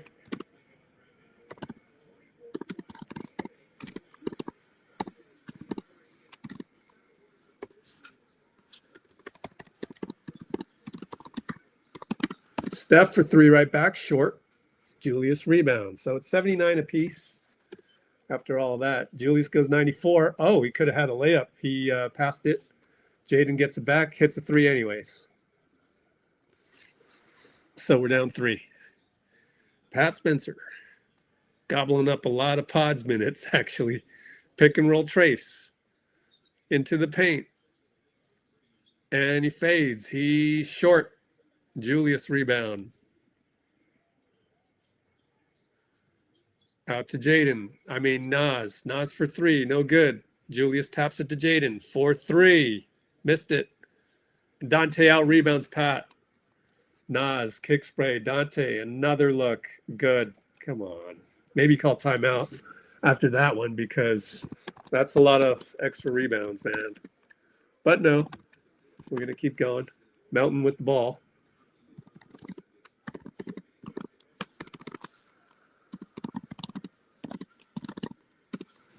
Down by 6. And trayce, right side, knocked out of bounds. Our ball.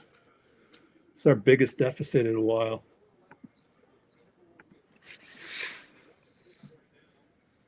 Yeah, JK's not coming in.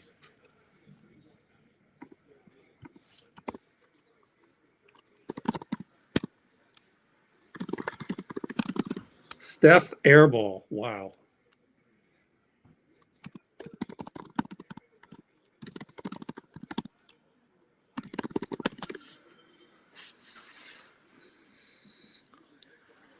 Right side, Jaden. Steph beats the pick and roll, and good job by trayce. That's excellent defense. But Donte beats Melton on the dribble. Out to Jaden. 3 ball, no good. Donte puts it back, no good. Rudy, no good. Moody's there for the rebound. Wow.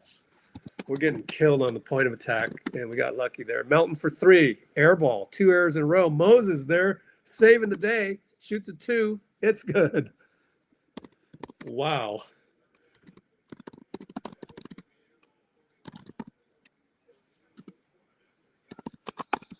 And it's a travel on Jaden. Great point of attack by Steph.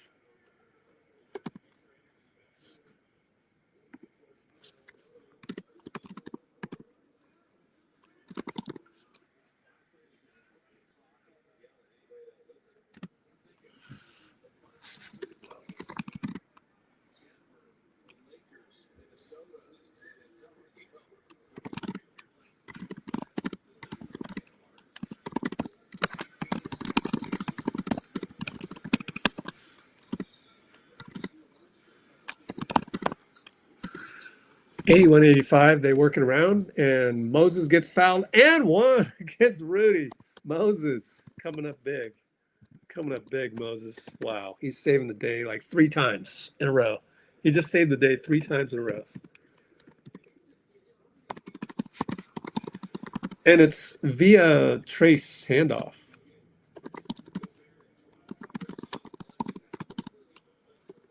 What?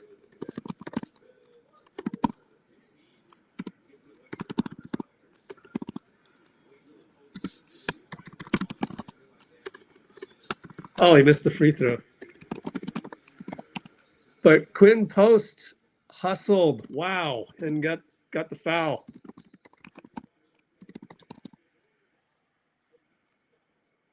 Not a foul? Okay. Well, he hustled regardless. Yeah, I just stripped it from Rudy. How's that not a foul?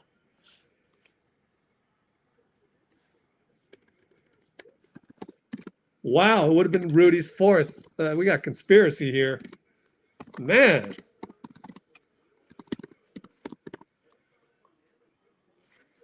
Okay, it is a foul. Come on, guys. Fitz, make up your damn mind. Okay, I'm not listening to Fitz no more. I'll just call my own game.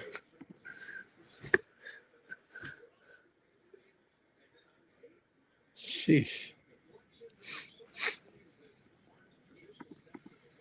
Hits the free throws.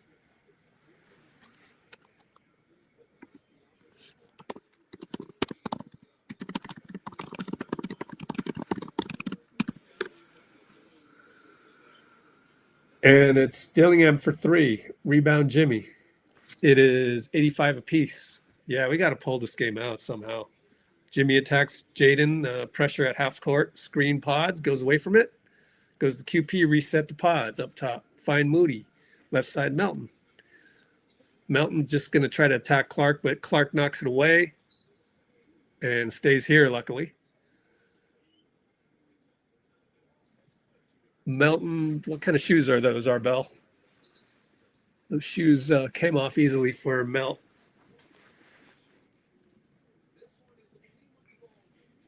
Oh, it's a timeout. So tied 85 apiece. Q3 under 3 minutes. 4.1 shot clock.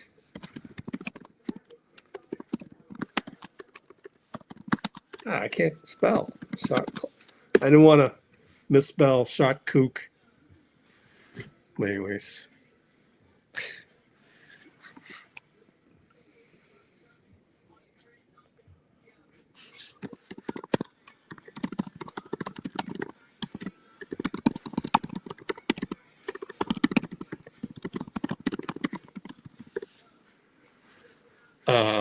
Bruce calling him glass man.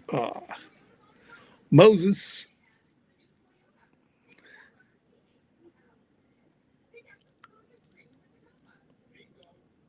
By the way, you know, the what?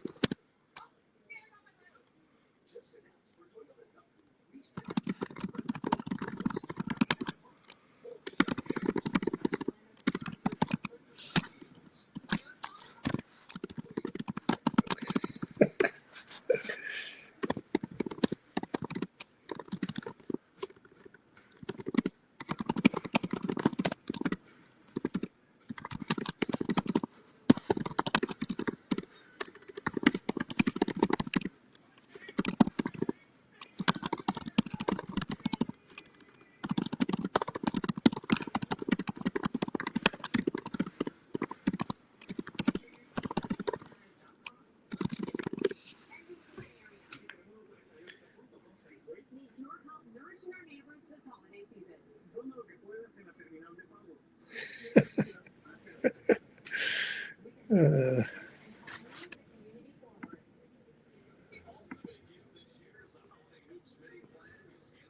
I think that's enough votes. We gotta vote on the next one.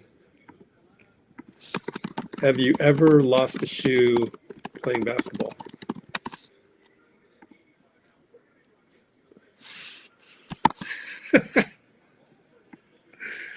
Man, bogus mad at Melton for losing a shoe. Dang. Bogus got a huge hurdle to reach to impress Bogus.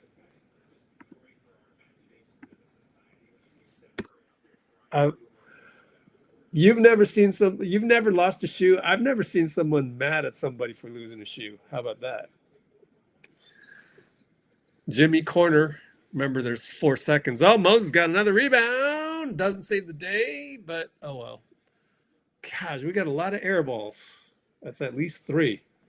Now, I think Pat had one too, so that's 4. Pat had a 2-ball air ball. Man, it's horrendous. Nas, short. Good defense, QP.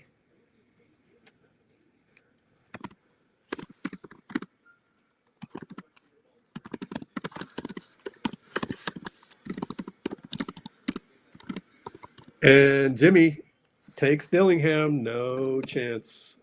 2 small.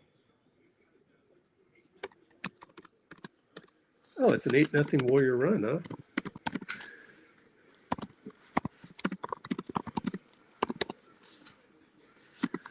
$87.85 only. Julius, post up.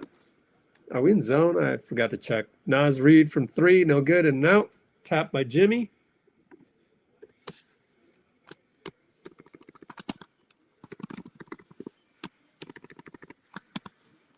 And it's Moses trying to go make a move on Shannon, but he doesn't have that. Shannon is a little longer. Jimmy, take, no call, late call. Bail out. Who bailed him out? Was it CJ or John Goebel? Was it John or Jason? John. It is CJ Washington, huh?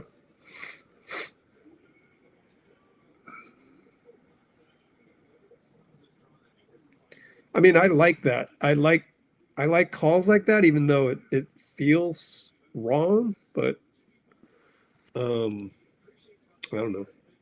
I don't mind that as much, honestly. But just don't make those too random. That's the you want to develop some consistency. So free throw's good. We're up by 4. And Dillingham, good take. And QP couldn't get there in time. And we got 108 to go. Melton, Jimmy screen. Now it's 1-on-1. Melton and Dillingham. In and out dribble. Lefty. Take. Oh, fade away good. That's what you got to do when the guy pressures you too much. That's Melton's so awesome at that. He's really awesome at that. And QP steals. Rob, amazing.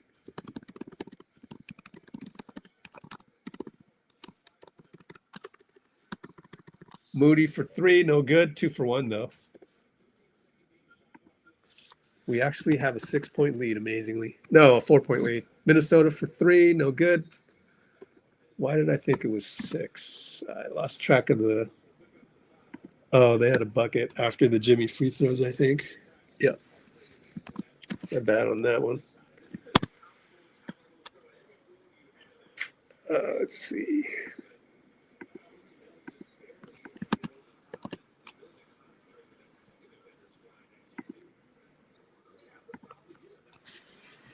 All right, we had a foul to give. Okay. Julius. Again, trayce. Good defense by trayce. Stays in front. Oh, goes strong left and fouls him. Trayce doesn't like the call, but it's, I believe it's 5 team fouls anyways. Yep, 5 team fouls anyways.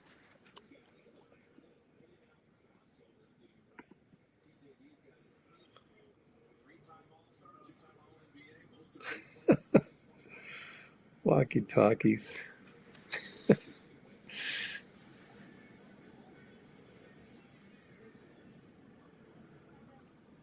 Uh-oh. Put your sword away, bro.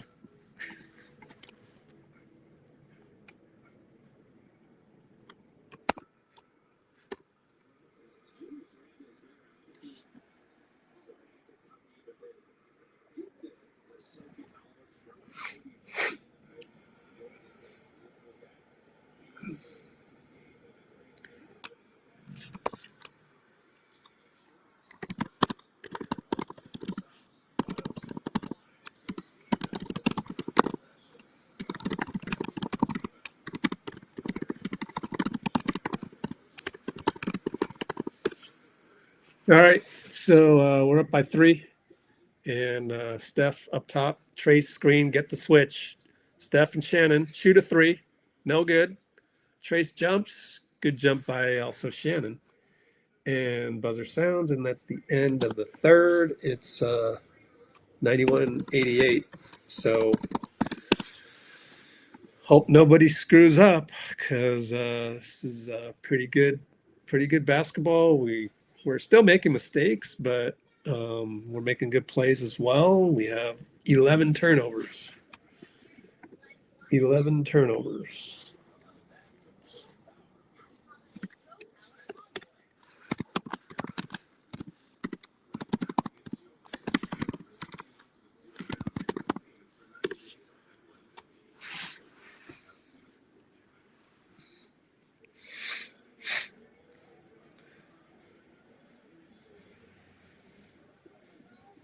Well, I don't know. I don't know about blaming the refs. I think the Houston game definitely was some BS.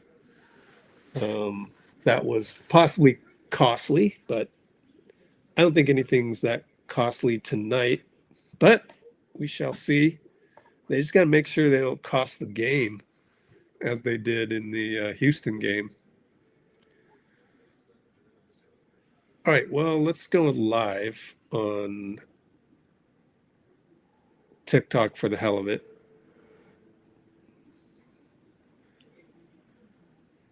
How do I do that? Go here. Yeah, I'm still a little stuck on the giving JK another DNP. I don't think I'm with that. I think I'm a little. I don't think he played like so bad that you need to DNP him tonight. Like, how many minutes does Guy have? 4 minutes. So really, we're playing. And Gary only played 3 minutes. 6, 7, 8, 9. It's a 9-man rotation. Okay, so 9-man rotation. Let's go live here.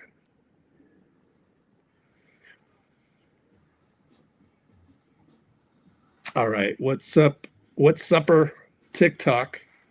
We're live on TikTok as well as we go to the last quarter of the Warriors game. I'm gonna do play-by-play right here, and hope you can stay with us for the hour that will be on. So yeah, one more time. We really have a 9-man rotation tonight. What you call it? JK with the scheduled DNP. We really have a 9-man rotation. So Gary only 4 minutes, Guy only 4 minutes, and I don't see that changing. We'll see, but I don't see that changing too much. Jimmy, Steph is on the bench, starting the 4th. Pat for 3, missed it. Donte rebound. Dillingham brings it up. Nas out to Rob. Nice move. Spins on Moody. Fade away good at the nail. See, I wish we had a guy that could do that. Technically, it's Pat, but now it's Pat. I mean, technically, it's Moody. I mean, not Moody. Technically, it's Melton. Melton can do that play. But, I mean, Dillingham's a number 6 pick, so it's not like we got number 6 picks left and right either. Podz and Rob, screen QP. Good job not moving. BP, great find. QP for 3. Uses his arm to ward off Dillingham. Love it. Love it, love it, love it. 11:06 to go. And we are up by 4. Up. Shannon drives and draws a foul. Let's see what happened there. Was that Moody again?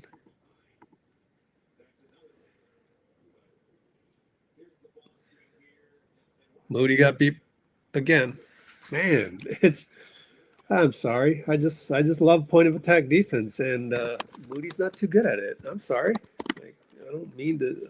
I'm not here to throw him under the bus. It's just I see what I see, and it's upsetting to me as a former coach that the guy can just anybody can just drive on you like that. I mean, Shannon's pretty good, but he's not great.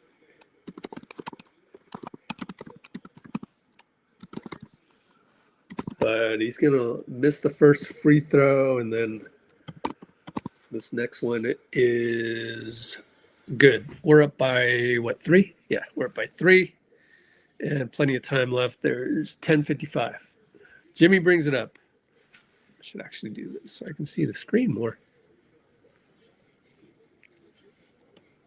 All right, Jimmy attacks. Rudy's on him, out to BP.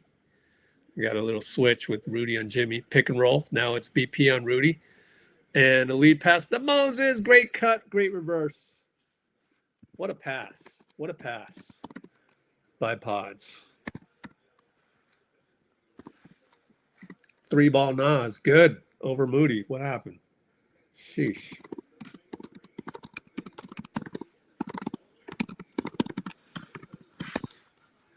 Post up QP, mid post.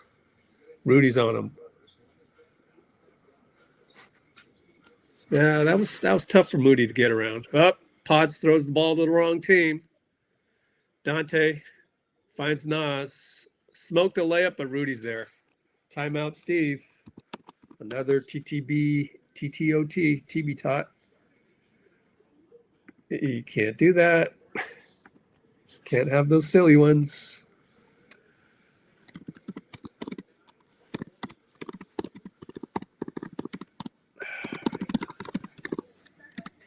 $96-93, timeout. 96 apiece, my fault. I don't know what I was thinking there. Because right before that, hold on.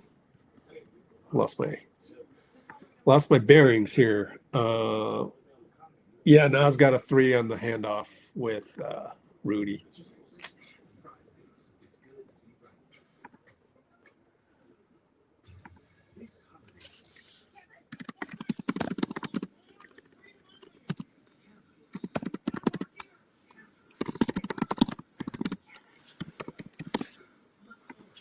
So 96-96. And there is 9:58 to go. Plenty of time.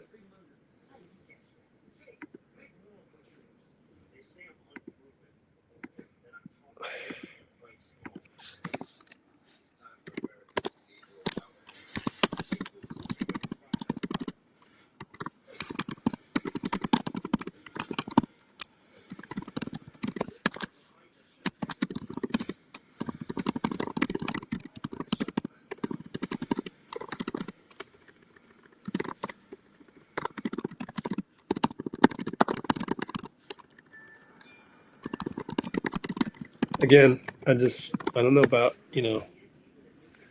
let me be the one that throws everybody under the bus if there needs to be. Because there's too much complaining. Like, we can tell. Blue wrenches can tell.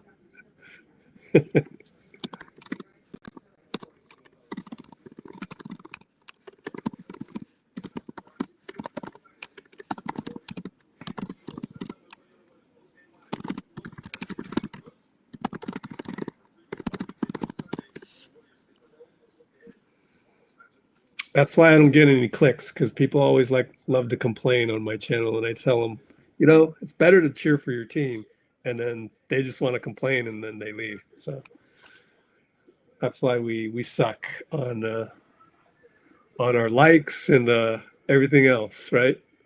How many likes we got so far? Refresh. Oh, it's gonna be bad, isn't it? 20 likes, 42 concurrence, because everybody's, negative out there. Only 20 likes.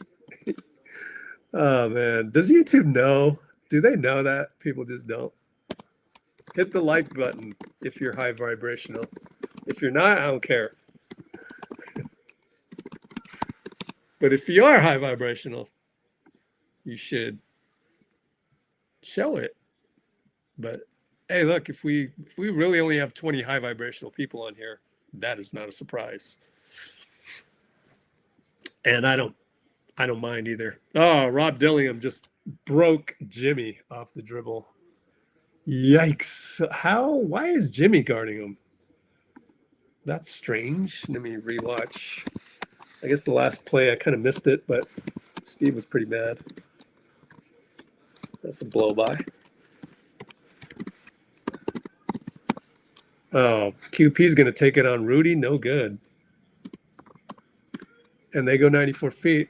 Man, they only got so many timeouts.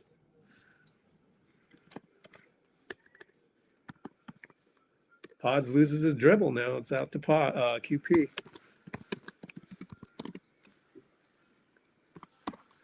And we go, Podz, another turnover. Tried to lob it and hit the rim. And go upstairs with Donte. That's a bad play by Rob Dillingham. So we got lucky. QP3, no good. I don't mind it, though. Keep launching those.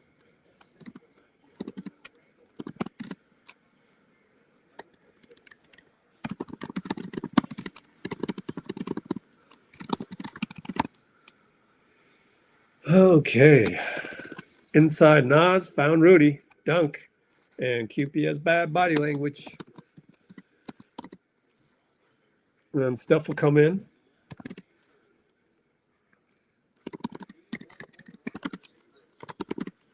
And Megatron, but good job by Donte to squeeze Jimmy to the corner. Jimmy trying to move. Donte, great defense. Jimmy finally posts up. He'll go in and he gets it to QP. Push shot, missed it. And he just lost the handle on the push shot. So Donte hits this three, then you got to call timeout. He missed it. Ball goes to Jimmy, but out hustled by Shannon. So, yeah, everything looking slow for the Warriors right now. And out to Nas for three, missed it. Rudy, another rebound, but can't hold on to it. Lost the ball. Got lucky.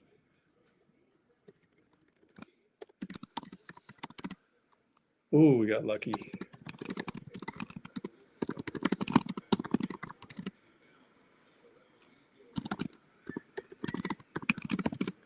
And we had Nas miss a three.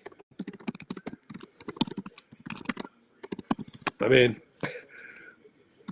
that is a lucky sequence for the Warriors. Up top QP, left side Gee. Nas on him. Steph coming around QP, but Jaden beats him there and he goes left and he finds Pat. Barely. Pat misses a three in the corner. Tap out, goes right to QP. Pat right hash mark. Screen QP. Holding on Donte, not called. Over to Gee. Gee throws it away. No, Steph got it. Lucky. Now we're out of shot clock. Steph behind the back to Pat. Missed the three, though, at the buzzer. Rudy snares it. Outlet to Donte. And over to Shannon. Foul by BP. So Gee comes in with 6 something to go.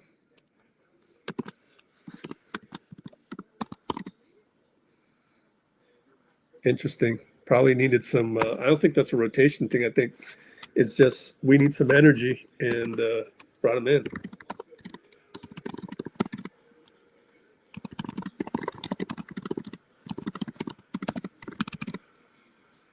Shannon fouled the other way and makes a free throw.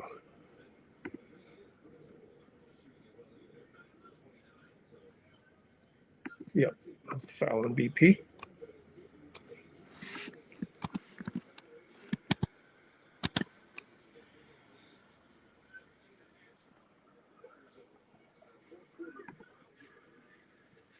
Oops, on the wrong screen. There we go. All right, right side QP. Nas all over him, and they foul Steph on the motion with Melton, on the action with Melton. It's going to be foul on Shannon.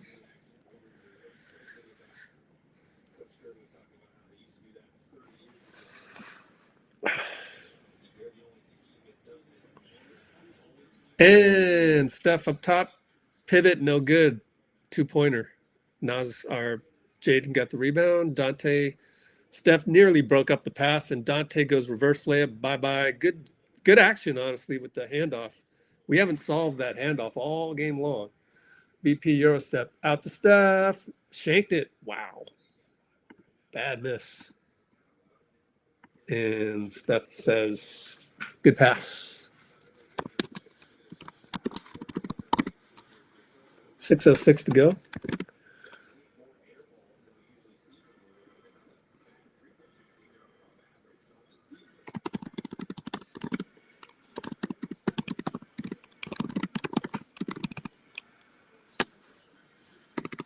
Shannon attack, kick spray. Wow, he beats Melton again. Scores. Timeout, Steve.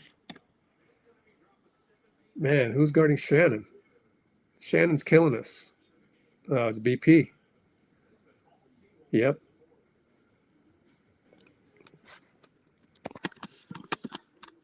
Not good point of attack tonight, but oh, I don't know.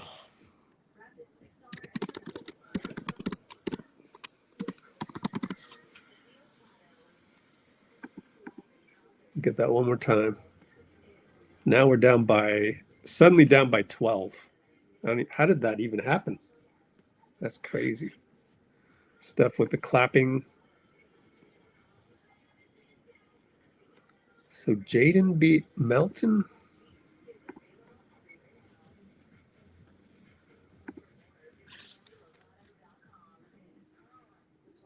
Yeah.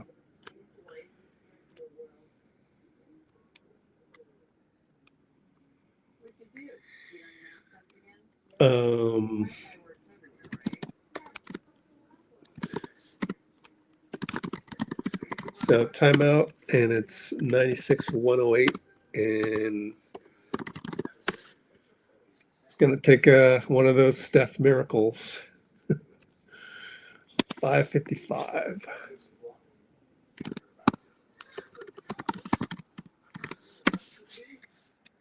Q4 5:48.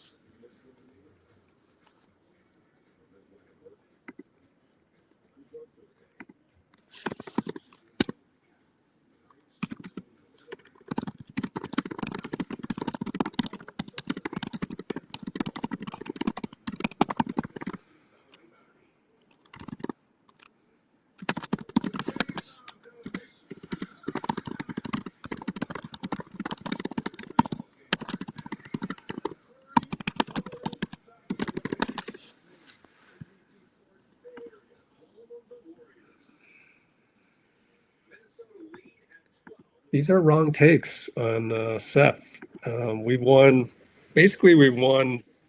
a number of games without him, and no one's played bad, and it's just a lot of guys. So you can't go to that. Like, you're wrong about the wrong thing. It's like when you just suddenly go, oh, what about Seth? Like, it's like your thesis is the reason why we're losing is we're not playing Seth. Well, that's the problem with commenting, right? So it's lack of context, but like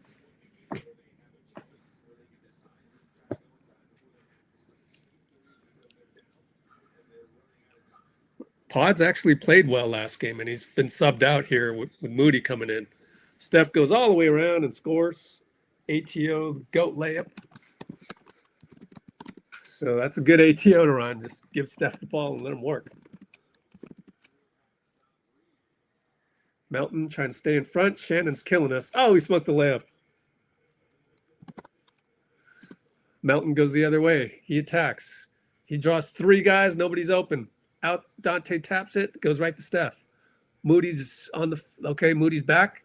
Steph has to get rid of it to Melt. Over to Moody. 2 ball. Missed it. Jimmy rebound. Out to Steph. Got to hit this. He hit it. Thank you.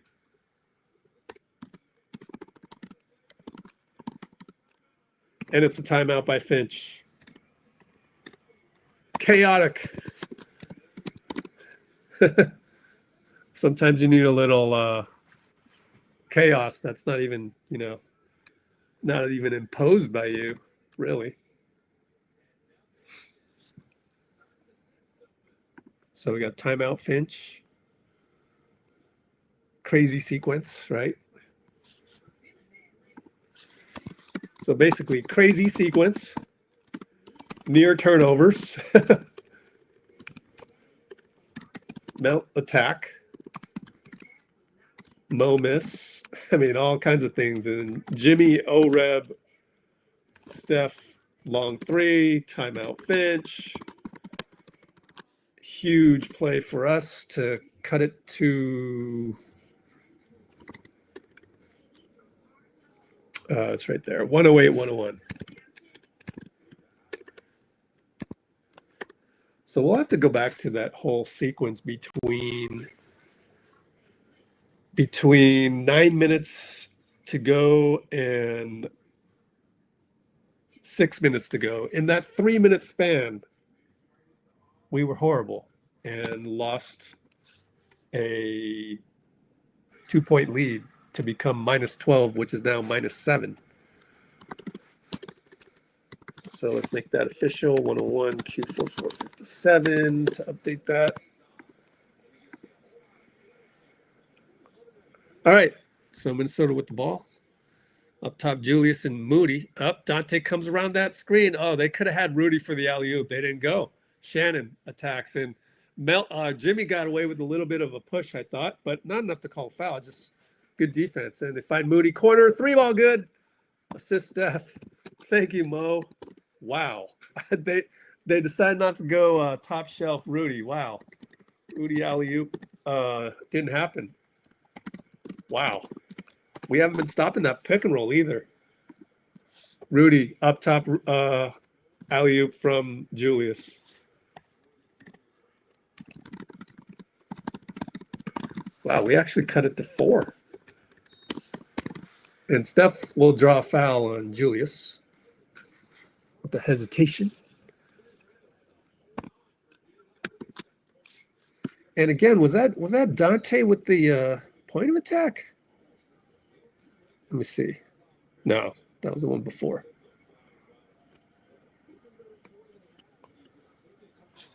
Well, Melton has it up top.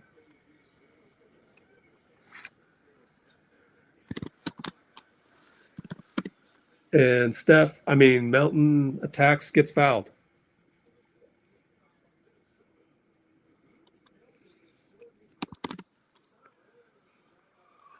So that last play where, what's his name? Julius. He just took Jimmy. So we're still down by that score, 110-104, but Melton got fouled, so he's at the line. I'm going to have to do a restroom break next time out. Hits free throw. We're down to 3:53 to go.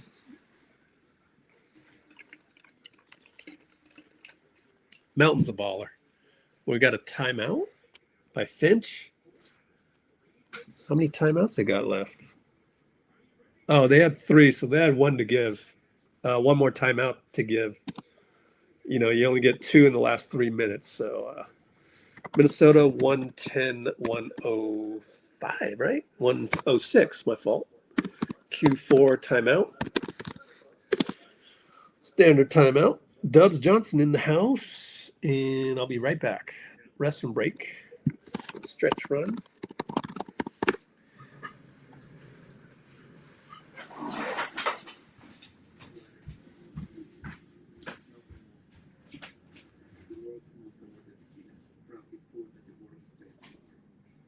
Morning, Pete. Coffee's on and your Uber's on its way. You know, I've been thinking, maybe I should just go by Peter now? Peter Davidson. Not bad. Sounds like I'm going to try and sell you an extended warranty. How about Petey? I know a dog named Petey. Little P or Big D? Oh, what about Double P? You want to go by PP? You know what? I think I'm just going to stick with Pete. Pete, I like it. I like you too. So it's the latest stat, okay, that a clutch game, plus or minus 5 points, inside the final 5 minutes. The Dubs and T-Wolves play a lot of clutch games. And for the Warriors, it's kind of a mixed bag. When things tighten up down the stretch, can you stay decisive? Can you be aggressive? He almost got one. That nearly got it. He lost it out of bounds. Look at Steph Curry talking that talk. Get the crowd into it. He wants to hear from him. Pick it up full court. It's a one-man press. Steph Curry pounding DiVincenzo in his jersey. Scream. That guy's going to be 38 years old. The rest of the team is feeding up very good.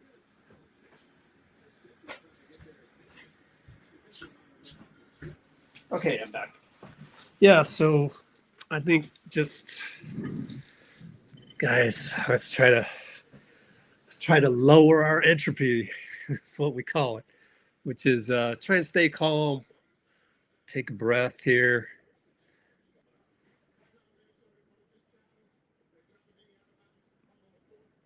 Oh, Minnesota challenged the out of bounds? Oh, my fault. I got back late. So Steph got a steal. Whoops. Sorry, guys. Well, Steph isn't rusty anymore on that defense, but sometimes oh, yeah, that's way out on Donte.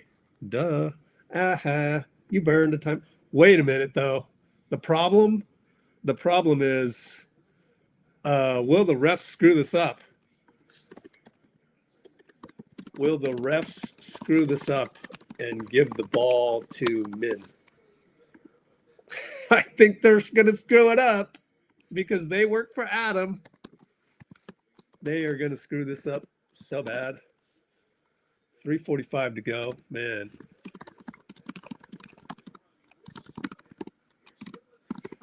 Challenge time. They're going to screw this up, huh? Yeah, vibrations. Yeah, man, that's my first, what do you call it? Screenshot. I do not trust the refs one bit. They're going to screw this up. Actually, I'm just having fun. I'm already determined not to get pissed if they screw this up. And it's just going to be Adam's fault because this whole system of referees is all screwed up. And every time we do this, it's a coin flip where this is so obvious on any pickup court that it's out on Donte.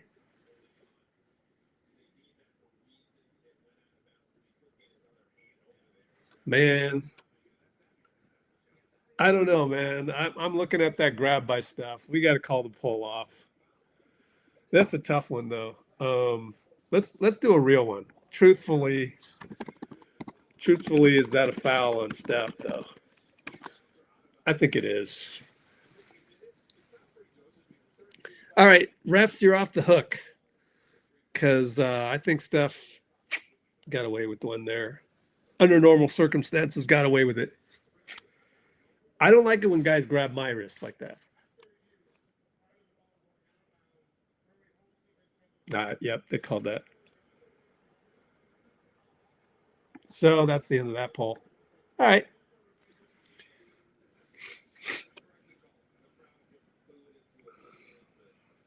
Oh, well. Hey, Noberto. I mean, that's worth it. It's worth it.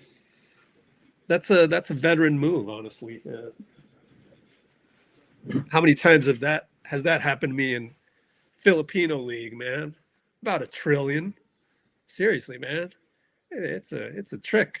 Ooh, Melton, good pressure. And good job by Jaden to push the ball, got it to Gobert dunk. That's good offense by Jaden McDaniels, man. Against the pressure. Good pressure too. Man.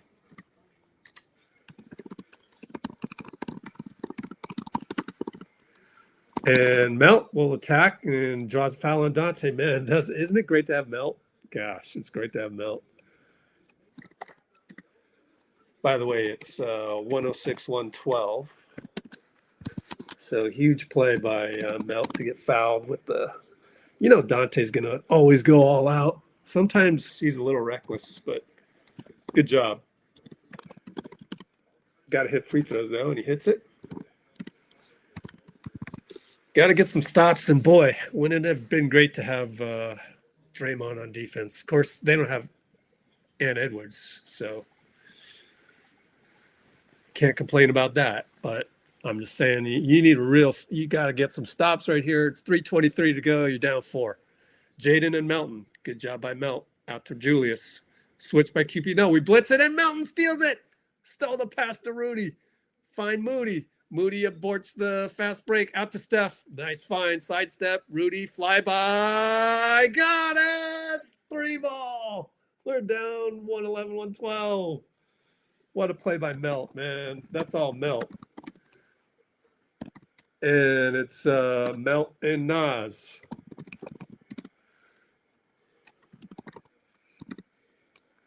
And Julius against Jimmy. Jimmy's on his own. Baseline. Rudy taps it in. Might have been goaltending. They didn't call anything. That's what Moses wanted.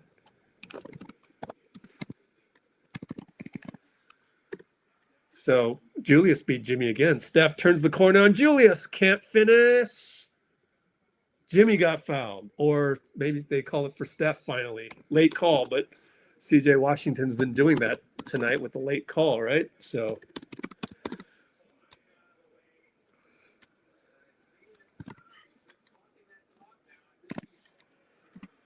yeah, it's kind of cool to see Ant Edwards having some fun there. So it'll be Jimmy at the line. Missed the free throw? He missed the free throw. Wow.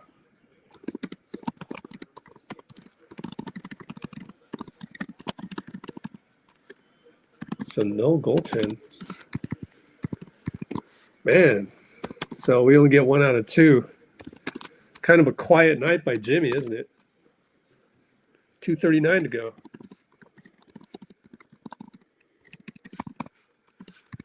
And Moses fouls Nas down low on the post.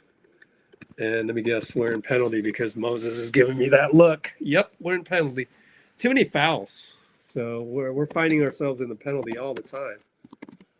Oh, we're not. It's not bonus. We just got bonus. So good job by NBC. Update that foul count real quick. So thankfully, Julius. And he travels. Julius travels. I want to rewatch that sequence because were we in zone? Let me check. No, we're in man. Well, anyways, Mel brings it up. I got to double check that next time. Jimmy and Julius. Over to Steph. Screen by Steph. Jimmy. Steph for 3. Over Julius. Sidestepped it. Man, does he not make a humongous difference for us? It's nuts. And good pressure by Moses out of bounds. Their ball. We're up by 1 just because Steph can score by 3s. Steph, Jimmy action.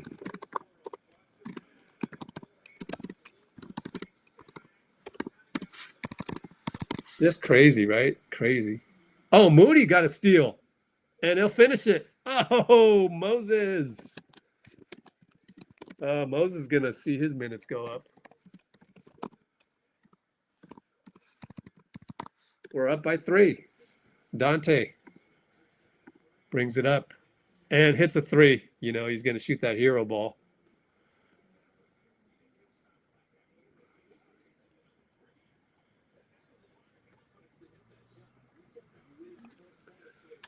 And it's Steph against Donte. Ooh, they finally call a foul on Donte, and he's not objecting it.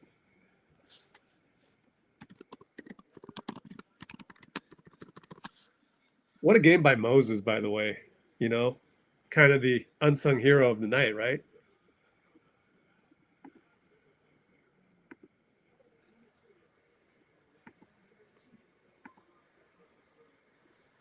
So Steph at the line due to the blocking foul penalty.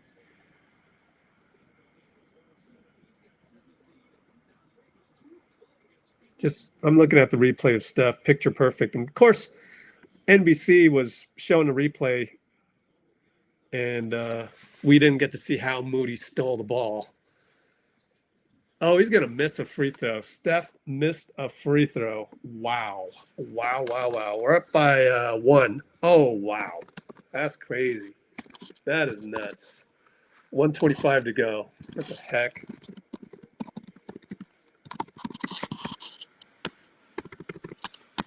And Jaden finds Rudy for another dunk. Man, that hurts. We're down by 1. Steph, Julius finds Jimmy down low. QP, wide open's got to hit this. He took forever and he missed it. What are you doing? Are you kidding me? You're not Klay Thompson. You don't get to do that. Bro. What? I just, what the hell just happened? That's crazy. You should never wait that long. I don't even know what just happened. So what happened after that? Is there a foul or is it a dead ball? So I don't know what's going on. Yeah, we fouled Naz Reid.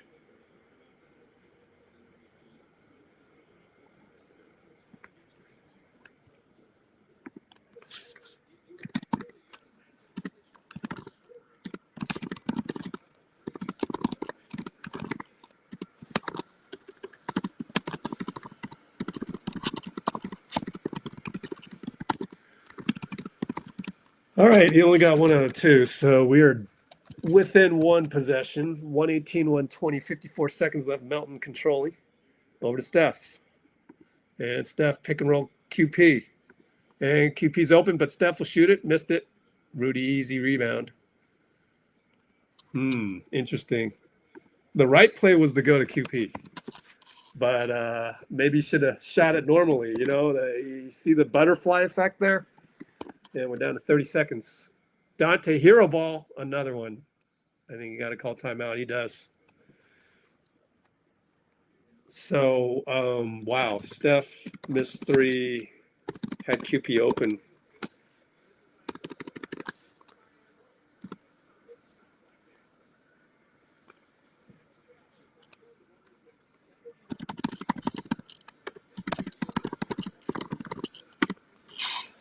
$118, $123, I believe.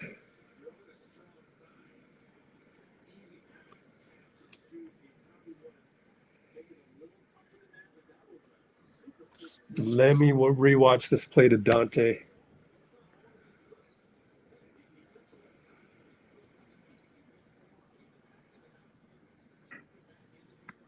Yeah, I don't know. I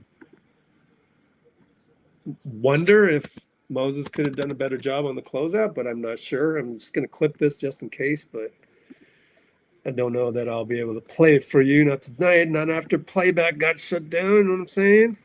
I want to take those risks. But, sheesh.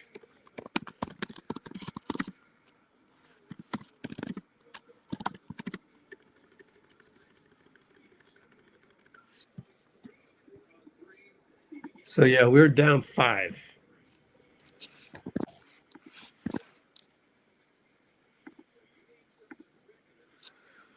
$27.4. Side inbound Melton.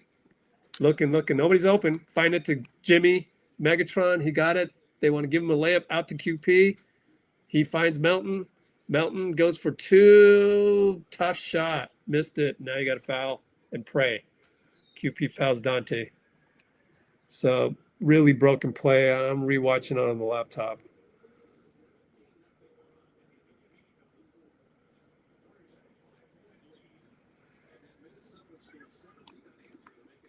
$15 on the clock. Melton could have gone to Jimmy. So bad decision by Melton on that one, quite honestly.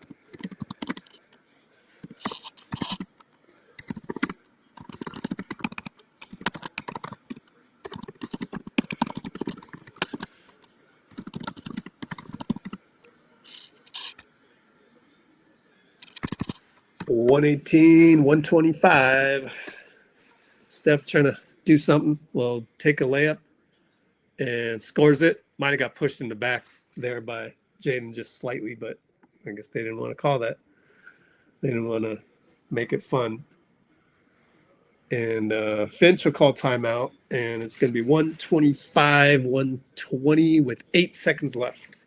So Finch not taking any chances.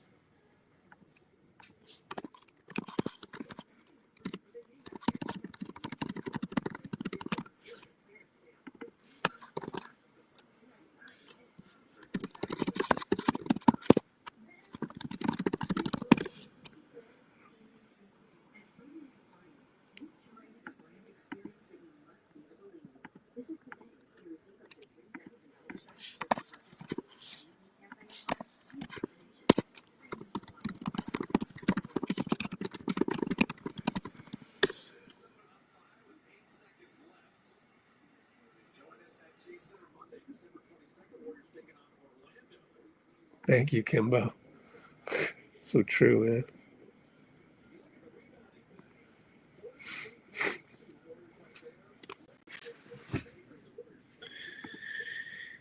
Okay. Yeah, really though. I mean, let some things go. You don't have to complain every single time. It does get to be much. Like, you ever been in a family where there's the one person complaining all the time?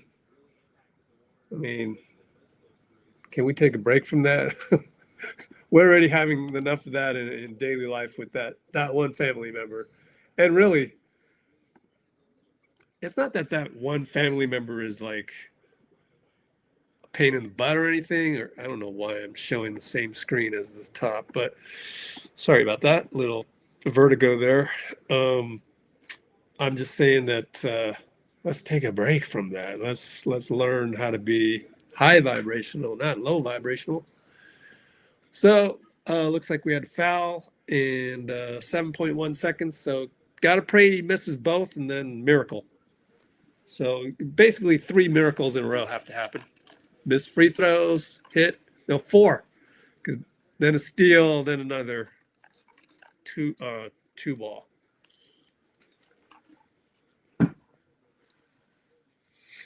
We'll look at it. We'll look at that little stretch. I think it was this quarter, 9 minutes to 6 minutes. Moses gets shot off, missed it, and buzzers are going to sound, and we'll lose by 6. 126, 120.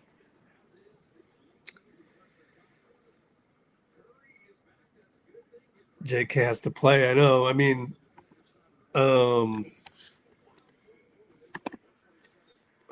he didn't even watch the game.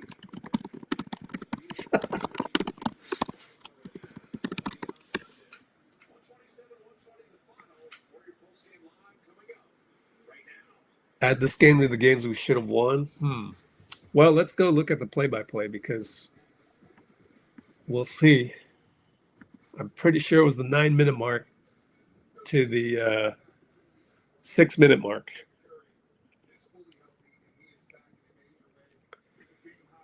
The only thing is I wasn't keeping very good notes during that time.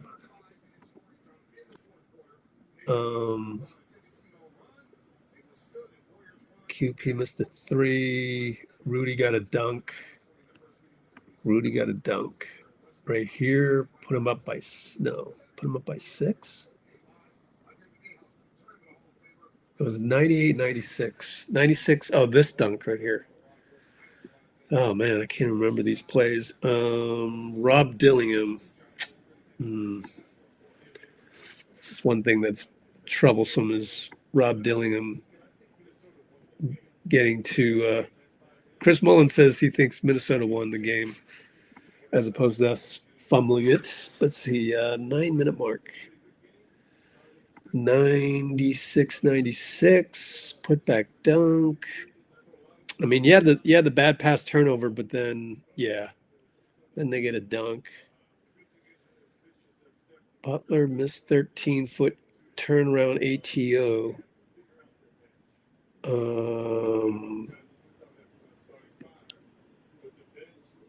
Turnover.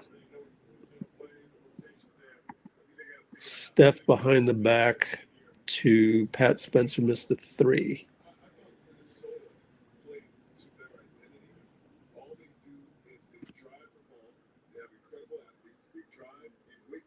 Where's the QP missed three? Shit. Or Pat Spencer missed three. Spencer missed three, and we're down by 7. 8. By 10 right there, and then by 12, McDaniels. I think it was the point of attack. Drive, reverse layup. The handoff, we could not figure out the handoffs. So that's what we're doing right now. It's, whoops, we are at the 2-hour mark, 37 minutes. Analyzing some play-by-play. Analyzing play-by-play for the Q4, 9 minutes to 6 minutes possessions. Couldn't figure out Rudy on the wing handoffs. Point of attack, also an issue.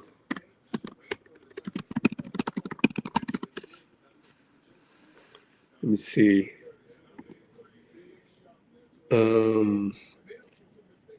Yeah, Donte had a couple clutch threes that were daggers. So you could point to that as well. 108, 196. Let me see. Jaden.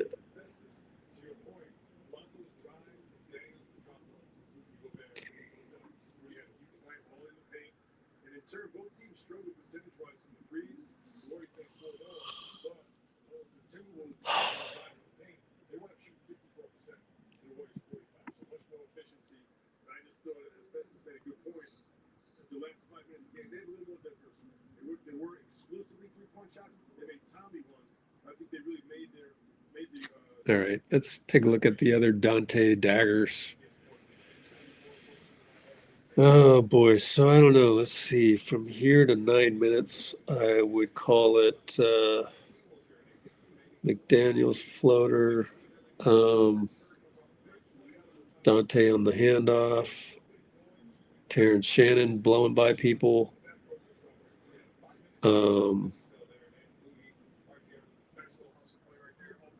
Got 1 turnover. Man, Pajemski 2 turnovers in that stretch, although this one didn't hurt us because Rob threw the ball away right after that.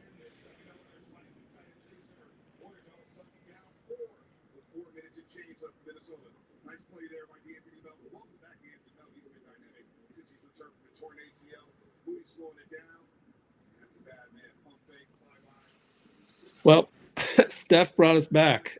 He brought us back from 12 down, man, which is incredible. With 5 minutes to go. It's crazy. It's absolutely crazy. Steph brought us back from 12 down with 5 minutes to go.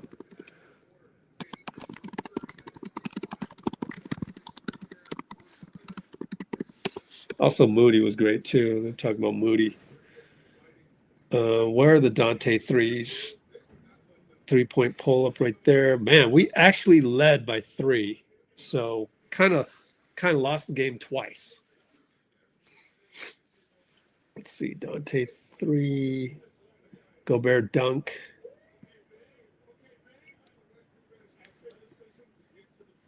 QP with the ridiculous, let me just wait till the guy closes out on me shot. That made no sense. Like, that's out of rhythm. Just shoot the ball in rhythm. What are you doing? No time to be fancy about that. It's probably a good thing that I accidentally forgot to get back to the Dutch writer, because he was supposed to come on tonight, and I screwed that up, the scheduling. So he'll come on either Monday or Friday, but like, a little ticked off at QP, man, right now. But it's for offense. And by then we had to foul him. So let's see. Now we're down by 5. Yeah. See, this one right here, this is another thing. You had the wide open three. You broke your rhythm by not shooting it in rhythm. And then guess what? Next time down, Steph is going to take a tougher shot. He doesn't trust you. You were open at the top. Steph should have passed it to you, but Steph's gonna shoot the ball himself because right here he doesn't trust you. So I think it's our defense around Rudy tonight. The defense at the point of attack, whether it was pick and roll or handoffs by them. Man, dude, I hate DDV. Don't do that. You should never hate a guy that did a lot for us. Man, why are you so angry, bro? We need to talk. Let's talk, man.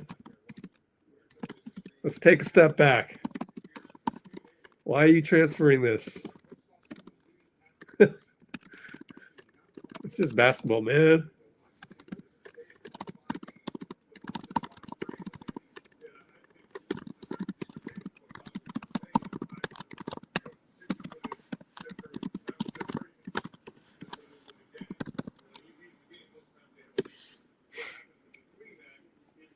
I'm not here to make you feel bad or nothing, but if you say, I'm sorry, but I hate Donte, like that kind of ruins our experience of Donte. Look, we know Dante's a baller. He's a former Warrior. We know he can hit daggers. Like, why are you trying to spread your hate to Donte? Nah, not having that. We don't hate Donte. Nah, we don't. I mean, he hit a dagger on us. He hit a dagger on us. I mean, that was a straight up dagger. And by the way, you could ask Moody why are you in between two guys, and you got to know Donte wants to hit the dagger. You got to stay on him, and that's another thing. I think that we get back into that thing where we don't know how to take things like serious on defense, like really buckle down and stop a guy like Melton clearly does. You can tell that. I just don't think.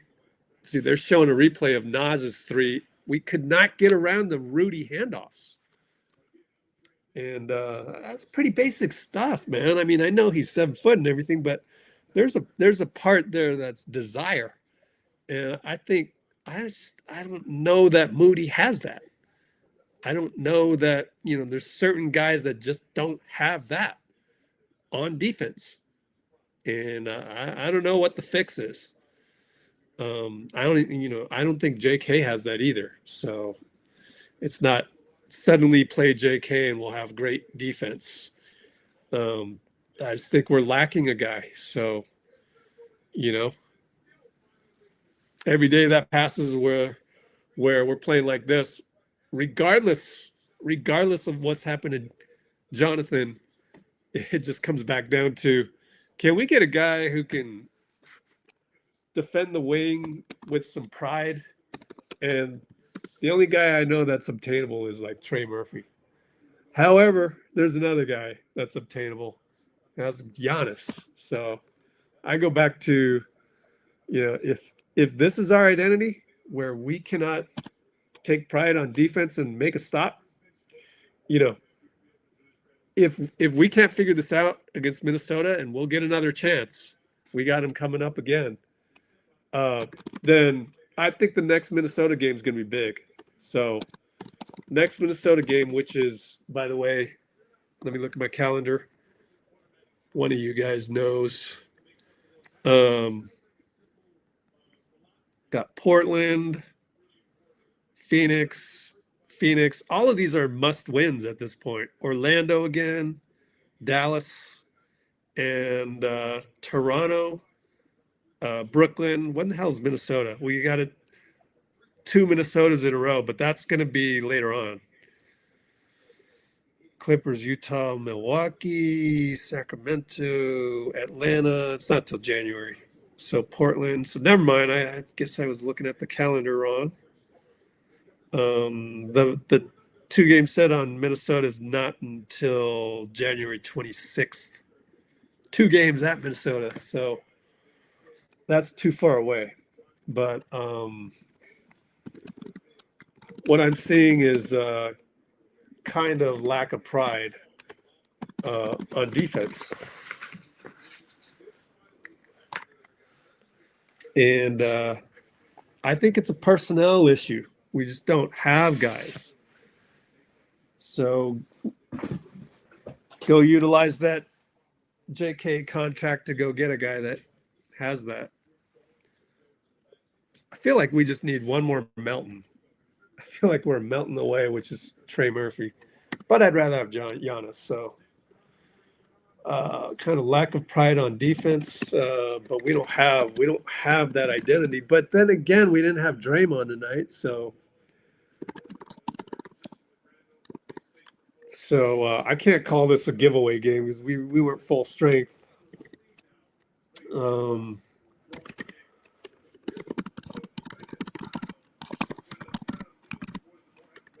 Also, we don't have Al. This identity, which might not be the same identity as, a week from now or the next day, the next game. We've got who we got coming up? We got Phoenix, Portland. We got to go to Portland in 2 nights, and then we get 3 days off. So this identity would need a Trey Murphy type, really a Melton type, another Melton type for defense, or Trey Murphy. And then one more caveat to that, one more time. TikTok's going to end soon. Oh, we actually got 2 lives on TikTok, huh?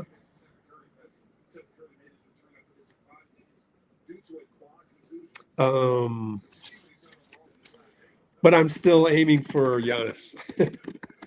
I think this is the last chance to get a Jimmy Butler type. I think now that we're talking about other stuff, I think Jimmy's somewhat untradeable. Like, someone tell me what team out there would want Jimmy. So without many teams wanting Jimmy, this may be the last chance to get a $50 million player.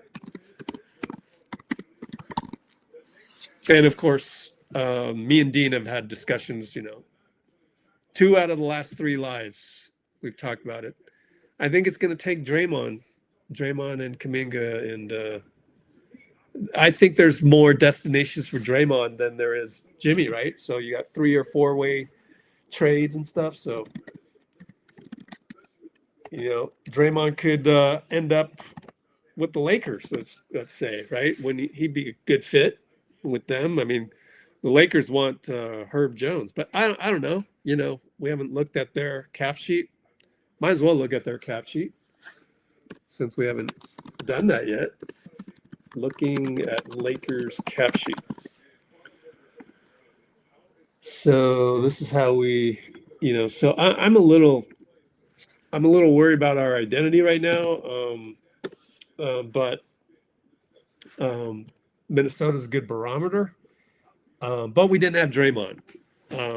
But still, so a lot of moving parts, but yeah, gotta be careful here. I mean, Rui, you could put Rui and, they got a number of contracts. So, you know what? I look at this cap sheet and going, Lakers are in a good spot because this guy's expendable, that guy's expendable, that guy's expendable. Jake LaRavia probably not expendable, but we could probably get him back no, we wouldn't get him back because we're getting Giannis in a scenario like that. But I mean, the Lakers are in a much better position than we are because just looking at the cap sheet, they've got so many expendable guys that's like with hefty enough contracts. And mainly that's because Austin Reeves is only getting paid $14 million, but they're sitting pretty at whatever standings they are. ESPN.com NBA standings. The Lakers are 17-7, so they're the 4th seed right now. San Antonio's right there, and then the next level is kind of Minnesota, which we're trying to get, which we're having trouble reaching. And so if our identity still languishes after a bit, I would definitely consider Draymond and try to get Giannis, and I would go all out for Giannis because I did a video on this. You guys should check it out. It's on here called it's in the Kuminga video. So right here, keep calm and Kuminga on. So where I talked Giannis then Trey Murphy scenarios. We should go all out for Giannis. That's the video that I did. And that's where I talked about we should go all out for Giannis, because if you look at the players' salaries, there's just like nobody else at that level that's desirable right now, which is rare. I mean, of course, Shea is going to vault up this ladder. Austin Reeves could vault up this ladder. Donovan Mitchell will vault up this ladder. The list goes on. But like to obtain one of these guys, the likelihood, the opportunity isn't going to present themselves for a while. Like, unless you think Jokic is, who thinks Jokic isn't going to stay with Denver, right? I mean, things can happen later, but like, just here's the problem with Anthony Davis. He's always injured. I would stay away from that. He just injured too much. Same thing with Zion, and Zion's, way down here at 39 million, but even all of these guys, a lot of these guys aren't going anywhere. We're not going to go get Trae Young. Donovan Mitchell, maybe down the line, but hey, I'd still rather have Donovan. I'd still rather have Giannis rather than a younger Donovan. I would. Evan Mobley doesn't jump off the page for me. And Steph's on the podium, so we'll check that out real quick.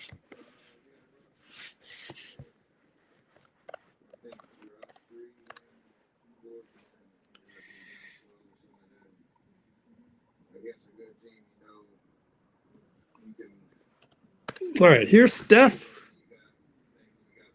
and he's first on the podium, I believe. Just a rough. All right, let's go to the beginning of this. Turn up. I felt pretty good to start in normal, middle of the game, trying to get your second win. And then once you get into the rhythm of the game, things started to feel normal again. So individually, it was a good first game back just to get my lungs back and feel like myself. Once you guys rally back to get the lead late, what happened at the end there to let us slip away? We had a rough, start to the fourth. Or I think we were up 3 going in fourth, and then ended up being down 12 or something like that. And against a good team, you can, give it everything you got. Thankfully, we got back in the game to the lead for a certain point, but then you're at the mercy of a couple makes here, a couple misses here, the challenge call, stuff like that. So it was just a rough start to the fourth, but we did battle. That group that was out there the last 6 minutes, gave ourselves a chance, and Donte hits a big 3 in the corner. We kind of seal it for him. Rudy made a lot of plays, finishing scramble possessions. And even without Ant, you understand they know who they are, and they have a certain look that we struggle with. Just a tough way to end. No Draymond, no Al. How big a problem was the interior tonight? I mean, you mentioned it, but Gobert and Randall had big numbers. Yeah, it's 51 combined, and with Rudy,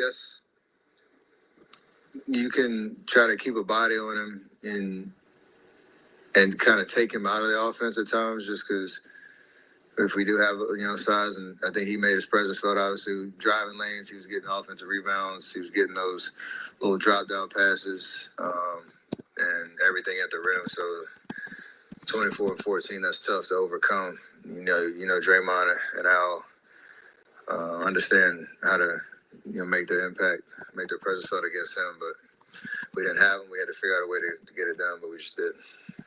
All right, Steph, you had half your team's points in the fourth quarter, 14 of them.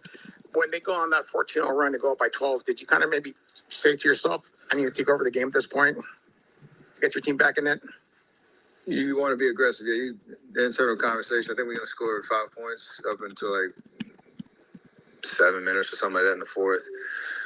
And then, you shoot the shots that you think you can make. We got the ball moving in transition a little bit more, which helps, not playing against a set defense. And it just wasn't enough, obviously. So there's a lot of good out there tonight, but obviously not enough to win. Steph, your 2-point shooting percentage this year has gone up significantly from last year, 8 for 13 tonight. You've also gotten on the line a lot more this year. Why do you think that is? I think over the course of my career, I try to have a good balance of allowing the three to be a threat so I can get into the paint. It's not like I'm jumping over anybody, so you got to be crafty and all that, but just trying to see lanes to drive, get it on the rim with some touch and hope it goes in. But you have to use your three-point as a threat, and the ball screens and people closing out to you and all that type of stuff to get in the paint. Something I like to do. Steph, what does a night where you take 28 field goal attempts feel like on your body, especially as you're coming back from injury? The attempts aren't really a thing that wears you out. It's more if you're on ball a lot and pick and roll and stuff like that, how much you're running off ball as well. And so like that middle of the game was, when you're doing rehab and all that, it's usually a sustained kind of session, how long you're out there on the court. Then you got, long timeouts, halftime and all that. So you're kind of coming up and down your rest periods during the game. So I was just trying to get back to the rhythm of that. So the shots aren't necessarily a thing that, again, creates fatigue. It's more the style of play. Say what? Should also note that Steph Curry only had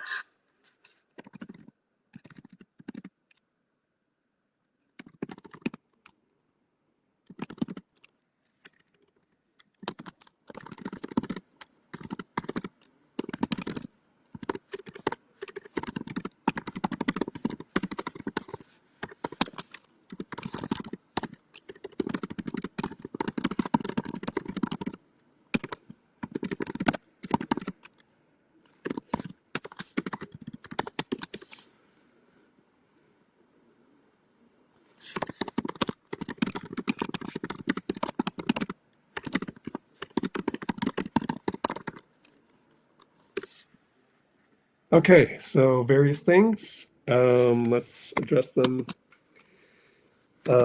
in the audio of this so that gets addressed. But let's see. First off, Melton should start. The problem is he's in the Rick Celebrini recovery program. So if you want him in the fourth quarter like that and in rhythm, then that's how it goes.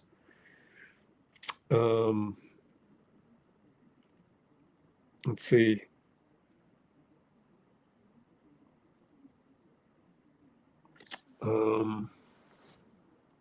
Again, on the, Miles Turner, like you should go watch my video, my friend. Like, I'll teach you how to deal with trade stuff.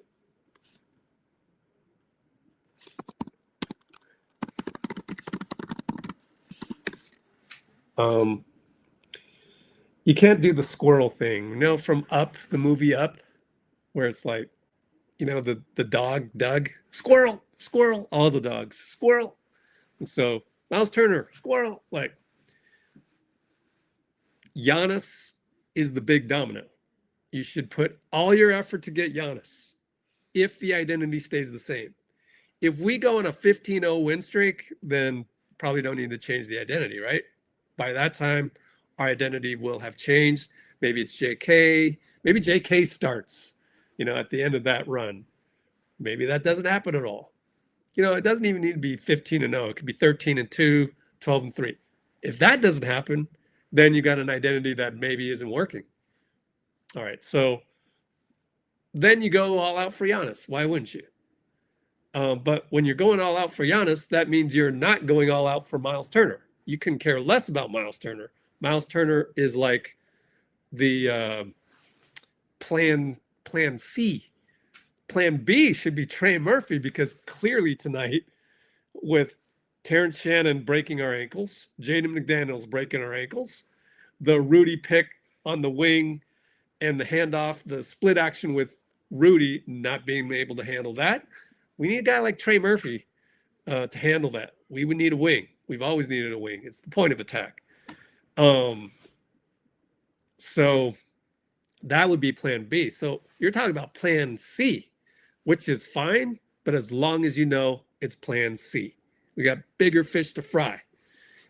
So always start at the top when you're thinking trades, and you scroll and you look at Twitter and, here's a trade rumor, or trade opinion, trade speculation.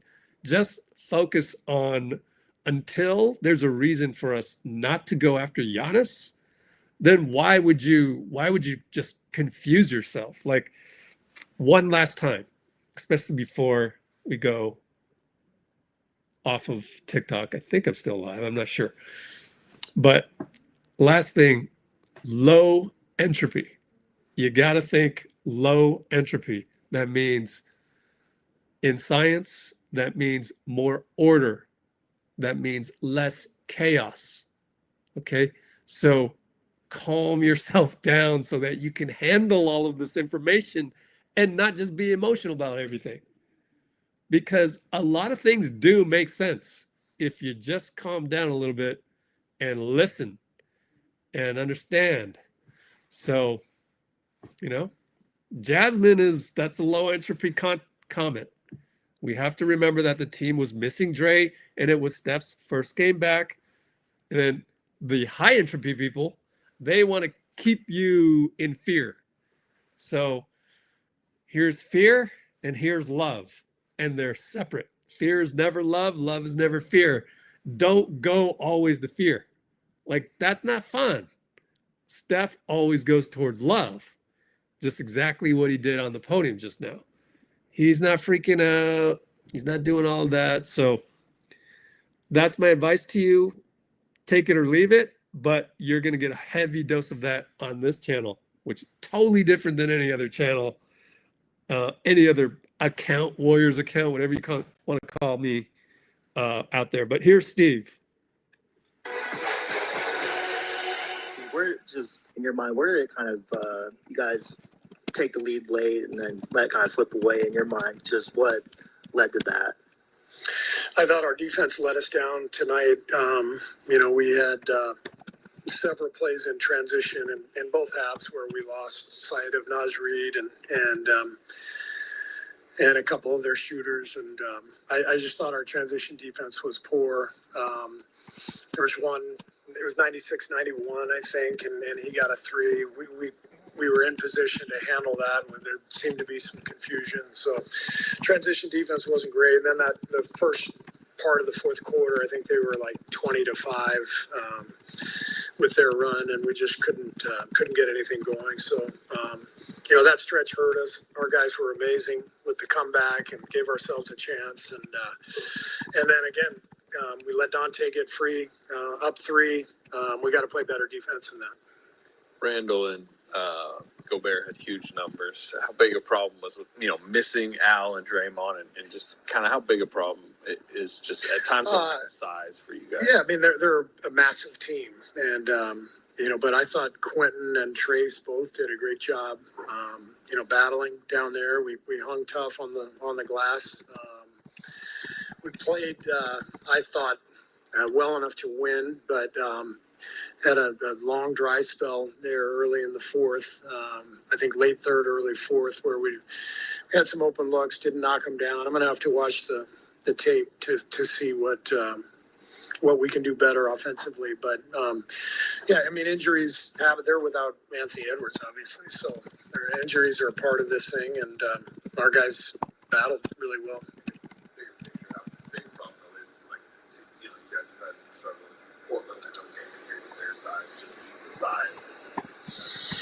Yeah. I mean, we're not a big team, but we're going to get Draymond and Al back soon, and we believe in Trayce and Quinten. So I think we've got enough. Steve, obviously the numbers are the numbers. And as the chef makes his return after a 5. Oh boy. Well, I get it. People love to comment the complainy parts. I get it. I'm trying to change mentality out there, but it's definitely swimming upstream, but one at a time. But when you put in capitalized letters, they're missing Ant and Conley, like, it doesn't matter who they're missing. It's our identity. What was our identity? So I'll repeat it again. Our identity was, just like Steve said, we couldn't stay in front of people. They're a very athletic team, one of the most athletic teams out there, even without Ant. They're athletic. Why? Because the replacement for Ant, Terrence Shannon. His first name's Terrence, right? I've been calling him Terrence all night. Hope that's his name. Let me double check that. Yeah, Terrence Shannon. This guy, he's fast. And we just don't have guys fast enough. Now, I'm not here going to throw Mike Dunleavy under the bus. It's very tough to construct a roster that is so top heavy with the guys that we have. And the guys that we have, Jimmy, Steph, Draymond, and then Jonathan making 22.5, even though now there's one thing that, for better or for worse, Steve will roll with something and try to catch a win streak if something's working. And the thing that was working was that JK wasn't playing, which, it's the result. The bottom of the result is that JK didn't play, but there's more things on top of that. Like Guy didn't mess up in the last game. He was good. But today Guy was had one tip, Guy's going to pretty much stay within a certain range of performance, right? But JK has a higher ceiling than that. And I think you better start playing JK or Draymond comes back and you better win that game. And there's another athletic team coming up, and that's Portland. So that is the one thing that I will disagree with Steve on. And I understand why he did it. But now that you lost, okay, now you got to change one more time, but we'll see. So my only disagreement with Steve is that JK should play, and he definitely should play now that we lost. So the identity got a little changed up. So it's really about just us. Like you gotta just don't worry about who they're missing.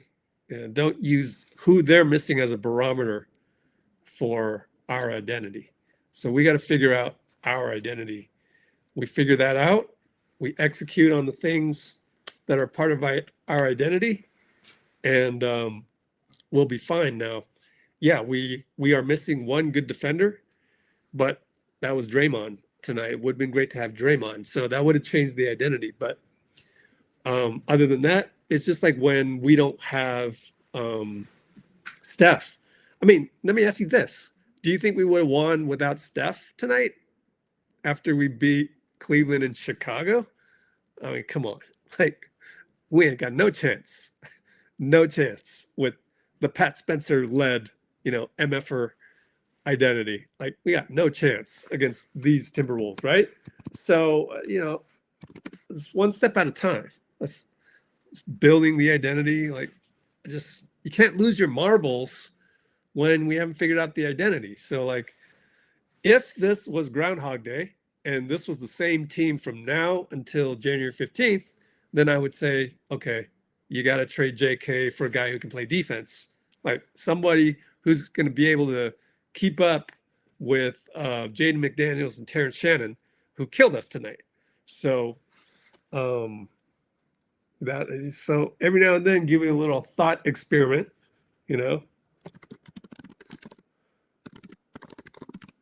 So the identity changes, right? It's all about identity and not about, oh, they didn't have this or that. All right, just taking some notes. In fact, if we want to go there, I would have preferred them having Conley, because Conley is way slower than Dillingham. So I'm worried about our point of attack. You don't really have to worry about that as much when you got Draymond, but we'll see. And JK's force mostly on offense, so.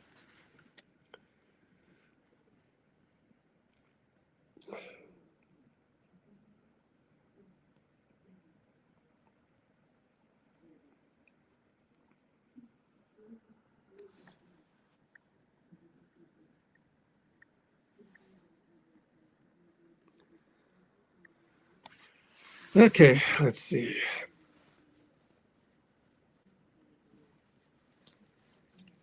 Oh, you don't think Kuminga will ever play again for the Warriors? Well, JK has every right. I will say this. JK has every right to have his agent shut him down if he wanted to.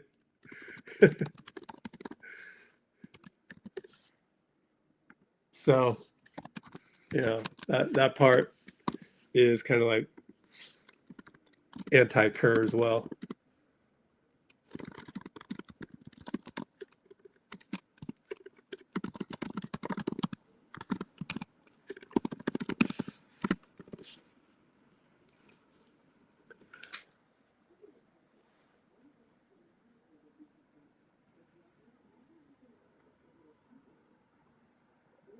I doubt it, Robbie. So Robbie taking it basically to the next step.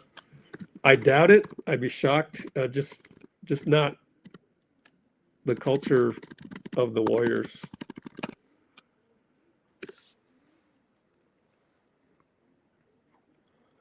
I'd be shocked because that never happens to the Warriors. But you never know. Could be wrong.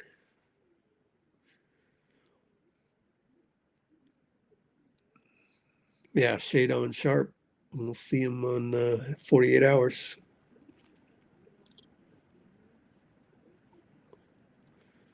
Yeah. All good, man. Ooh, Will got her DMP too. Good notice, Pinky. Good notice. Yeah, we totally forgot about Will, huh?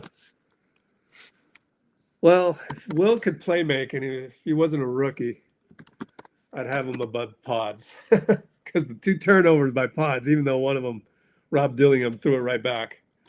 A little still ticked off by. You can't be doing those, man. Will Richard DNP. I think they mentioned that on the podium, didn't they? Go Burr, bullied QP? Nah. That's all the point of attack, man. Oh, man. Can I delete that for your own, for your own reputation, bro? I'm going to delete that for you. Because I literally just told you why.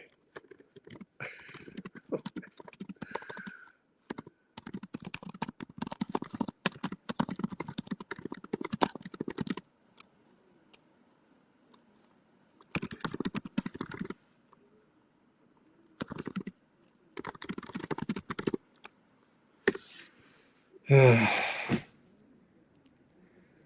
you don't have a wing to handle the split action on the wing, that's why we call them wings, right? Then you're going to get downhill. Then Rudy's going to have the head start to get a dunk. Like that's not QP's fault.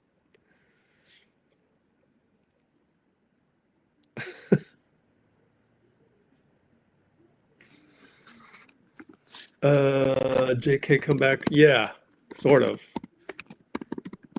But that was against Philly, I think. No, New Orleans, I think. Against NOP at home, then the recent road trip. Yeah.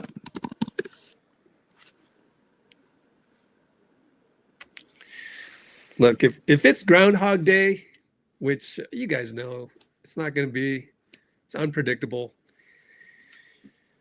But if it is Groundhog Day, then I would be very concerned about our defense. But it's not going to be Groundhog Day.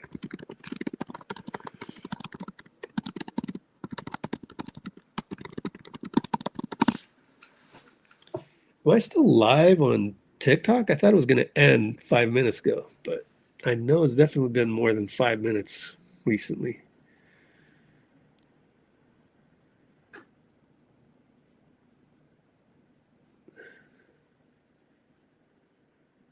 Yeah, Steve's in a tough spot. Yeah, I think he's got to play JK now, though. You kind of painted yourself into a corner there. I understand it, though. You won 2 games, nearly won 3 by actually the Philly game. Don't recall if Guy closed that one out or not. But now you have to, because you know if you're gonna ride win streaks, then you have to make adjustments when you lose too. So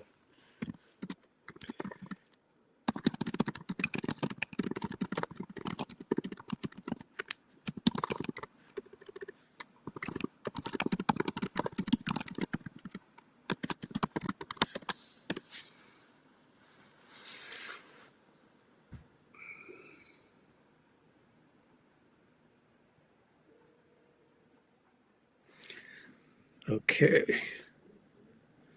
Yeah, I'm glad we're playing against a young Blazers team that we've now lost 2 straight to. I'm glad it's them. That's a huge test.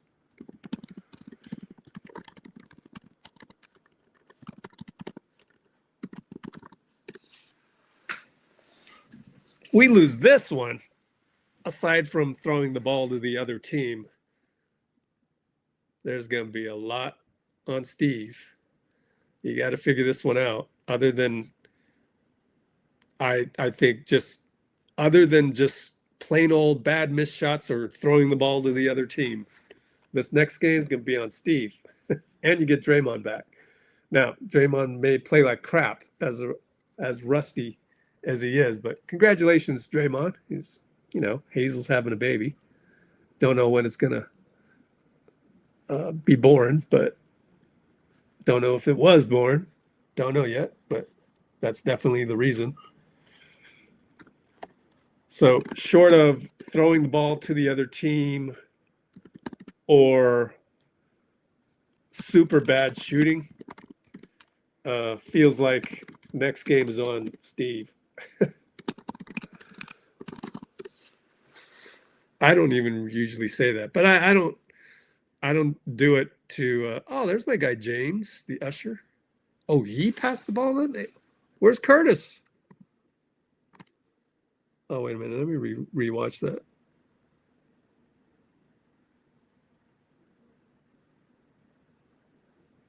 Oh, he let James touch it? Everybody touched it. Man. So Steph hit that full court heave. I think that's 3 that he's hit, which is amazing. All right, well, let's go to Discord. Ah, man, I forgot to do that. Discord time. Oh, I already had the window. My fault. keep thinking I've got the desktop app up. Jump to the present. Rudy 8 dunks. All right, Melton's at the podium. Saving the day for me here, Melt. So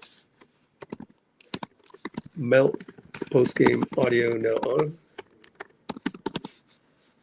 Anthony, you closed the game. I was wondering just how close do you feel like you're getting to getting your win back and being back to 100% in terms of stamina? I think today I felt a little bit better. With just getting out there from the jump, in terms of my win and everything like that. I mean, I just got to play better at this point. I feel like I played, whatever, but got to just do more to help my team out there. When you guys are playing lineups, often with 3 guards against a team like Minnesota, who has a huge front line, like what's required to win a game like that? Effort, hustle, physicality, and discipline. I think we just gotta, box out more. I feel like we did a pretty good job. I mean, it came down to wire. Ultimately came down to, 2 threes from Donte. That was big. Just telling him in the game, like, it was just ballsy shots, and he took them and he made them. If those go out, you never know what could happen. Your season ended here last year very early. You get traded and then you're able to come back. So does this kind of maybe feel like a little rebirth this season, and that you're being able to contribute now? Yeah, it's almost like a rebirth and at the same time as a continuation, because I wasn't in a part of the season last year around this time. So now that I'm able to, continue on, it feels good. But you just got to keep stacking days and keep stacking wins. Ultimately at this point, it's about wins and losses.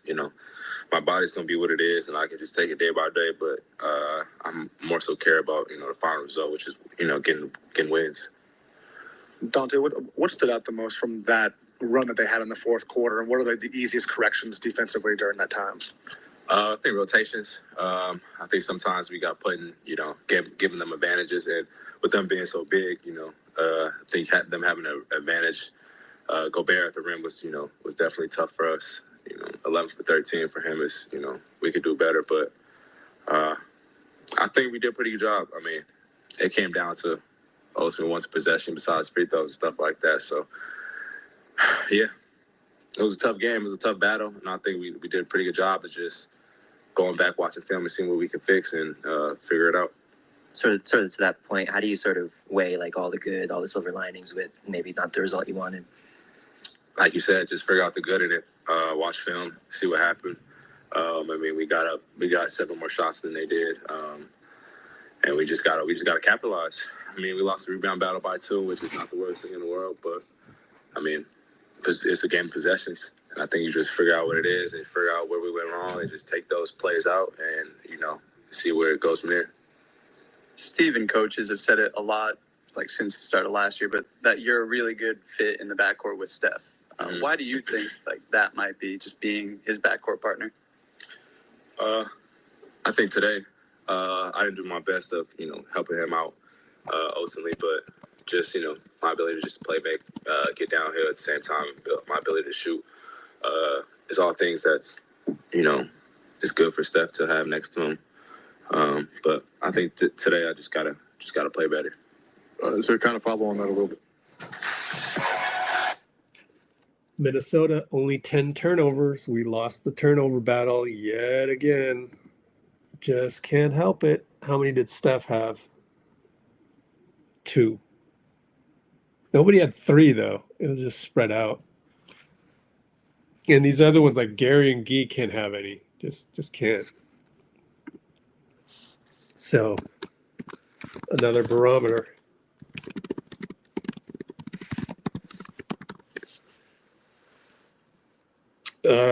Should I do a recap later? I'm going to do a recap regardless, but should I do it right after this? I think so, huh?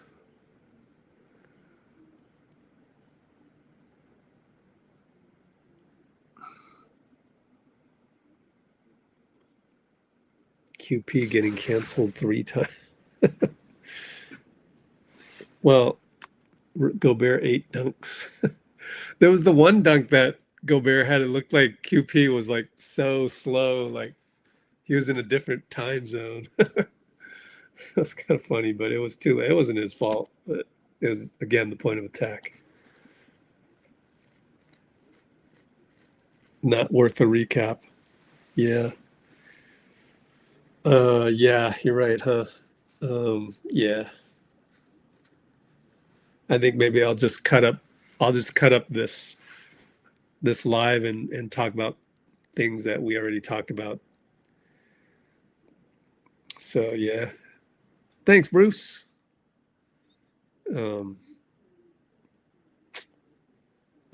We really still on TikTok? How's that even possible? I don't even know if it's working or not, to be honest with you. What does that do? What does this do? Oh, wow. The live is working. Well, we're on YouTube if you want to go comment. TikTok. Oh,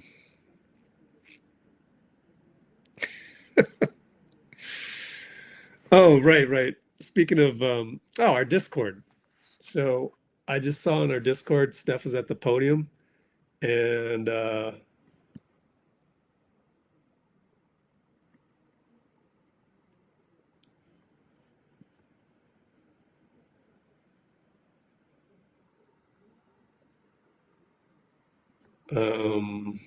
see. Steph didn't even know he grabbed Donte's arm. Said Pat Spencer was like playing next to Jarrett Jack. But let's listen to this. Does Steph throw QP under the bus or not here? I'm kidding. Let's see.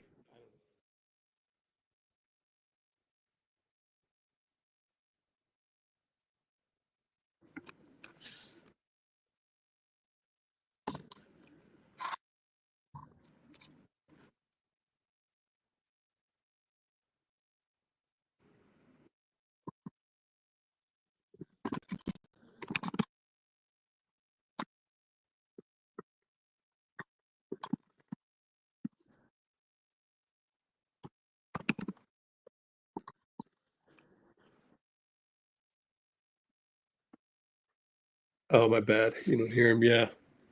Get my phone. Go to Discord on your mobile. And I forgot. I have to. I'm running this in Firefox because of the memory issues with Chrome, but I've learned that Chrome is better for listening to these things on StreamYard. So here we go, Steph. No Draymond, no Al. How big a problem was the interior tonight? I mean, oh shit. You mentioned it, but Gobert and Randall had big numbers. Yeah, it's 51 combined, and with Rudy, you can try to keep a body on him and kind of take him out of the offense at times, just because if we do have size, and I think he made his presence felt. Obviously, driving lanes, he was getting offensive rebounds, he was getting those little drop down passes, and everything at the rim. So 24 and 14, that's tough to overcome. Draymond and Al understand how to make their impact, make their presence felt against him, but we didn't have them. We had to figure out a way to get it done, but we just did. All right, that's Steph. And again, that's our Discord server. So to get free access to our Discord, which has limited capabilities, but still get on there and get used to how things are. Even the free version is pretty awesome as is. And go check that out. It's in the description. So go check that out. Free to hop on. Of course, these are the more premium channels on the server where you can get videos from, I mean, we should go in here and see if there's any videos from the Minnesota side. So I'm going to go to the NBA live feed channel and search on video. And we'll see where that lands us. Sam Gannon. Oh, he's at some concert.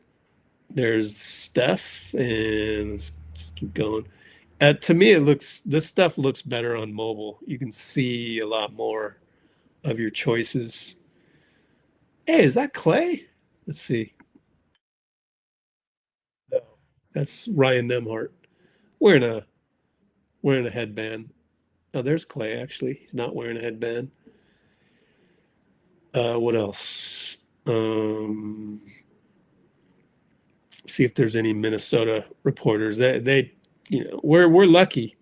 Warriors, there's tons of people throwing up videos, and not the case for the Timberwolves. You know, not a whole ton of people reporting on the Timberwolves like we have for the Warriors. So probably not going to get a whole bunch of stuff in the background. What's this? Oh, that's that Clarkson? Jordan Clarkson. Oh, Creator Cup is happening in Vegas for the NBA Cup. And whole bunch of X's and O's here. Let's see if there's anything else. No, because this is going back to X's and O's of our game. So there hasn't been really anything from Chase Center from a Timberwolves beat writer. In fact, I mean, there's what's his name, Sneaker Reporter, but he doesn't travel with the team anymore, or doesn't travel to catch up to the team anymore. Here's the Jared Jack reference. We might as well play this since we don't know who else is coming to the podium yet. Oh, I forgot. You can't hear that, so we'll play that right here on my phone. Again, Discord on the phone is actually pretty nicely organized. Better performances than across the over board. here. Is that something to take away from this one? I mean, we're playing a lot of guys, and you don't have Draymond, Al in that rotation. So who we play? 11 guys. Yeah. And whoever's out there, you just play with confidence, be aggressive, play with energy. I think we had some more defensive slip-ups than the offensive side of the ball, especially early in the game, and then it flipped late in the game. It was kind of a lack of rhythm offensively, but to your point, we had a lot of contributions. Melt was awesome off the bench, driving, getting to the foul line. QP, a great game. Mo in the fourth quarter was awesome. So we're going to need those contributions from everybody, no matter who's out there. All right. That's another one. And we'll wait around for the last podium guy. I just put the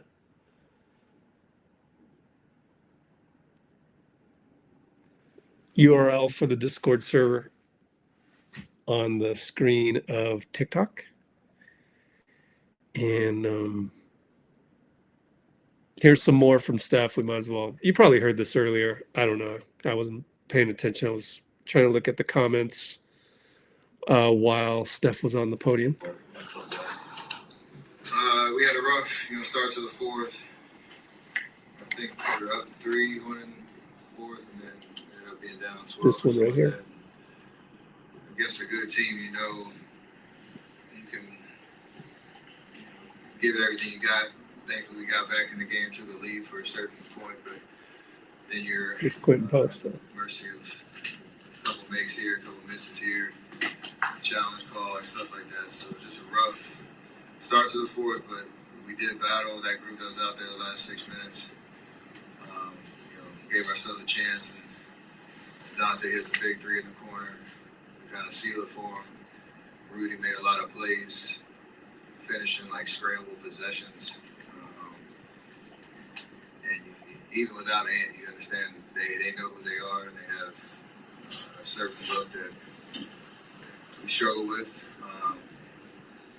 tough with him. Okay. Here's Quinten post. Ready? Who was Oh, my bad. That's Steph. That's Steph talking about Pat Spencer like Jared Jack. Here's Quinten post about him missing that 3 in the corner. What happened? Yeah, as a shooter, like when you get a wide open look like that, you sometimes take a breath to kind of, make it more like a rhythm shot. And looking back at it, I wish I would have just shot it. Yep. I learned from it, and it'll fall next time. Well, here we go again.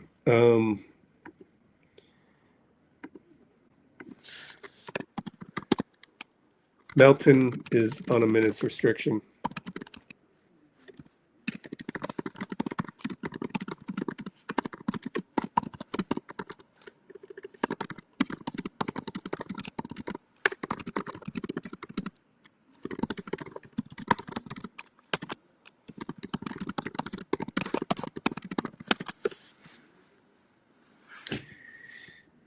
You know what would be, I know it's a lot to ask, but if you were to listen to every single video interview that's on our YouTube channel, Steve Kerr talked about Melton already. However, I know you're busy people, so that's kind of my job. But then if you jump on here and you comment about that, then I'm going to give you the answer that I got directly from Steve, which is Melton is on a minutes restriction. He is rehabbing still, basically. I guess that's not the right word. He is still on his getting back to 100%. Not quite there yet. So increasing Melton's minutes. I mean, the only reason why it wasn't increased right now is because is due to Rick Celebrini. So it's a medical issue.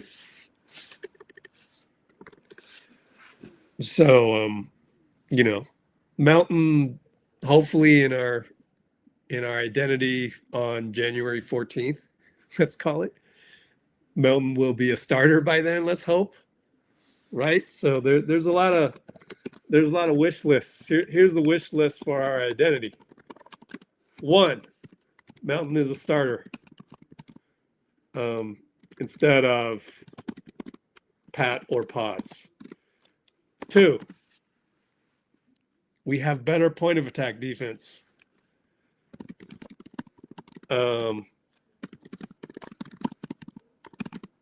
Which is somewhat dependent on Draymond. On Draymond playing, right? And 3, fewer turnovers, please. Got to win these battles. Got to win the turnover battle before we can do anything. Before anything else. BAE, turnovers. I would want that to be my identity. Now, whether or not JK is a part of that, like that would be icing on the cake if he were. And fewer turnovers that's one of his problems. Point of attack, he's just not going to be really great point of attack unless it's Luka, Ant Edwards. Who's another big? I mean, LeBron on the same team as Luka, though. Those kinds of athletes, JK can be effective against. But yeah, I just, that identity of the lack of point of attack, which has been an issue all season long. Maybe it's time to move JK to solve that problem, but we'll see. And of course, Melton can help out with that as well. He is a great point of attack defender. So him having more minutes, which is, down the line, that's the wish list for our identity by Jan 15th. Also, Horford, I put that as number 4, right? Fully healthy Horford. That'd be number 4 for me. So there's a lot of things about our identity that's not quite there yet. Work in progress. We'll see. See what happens.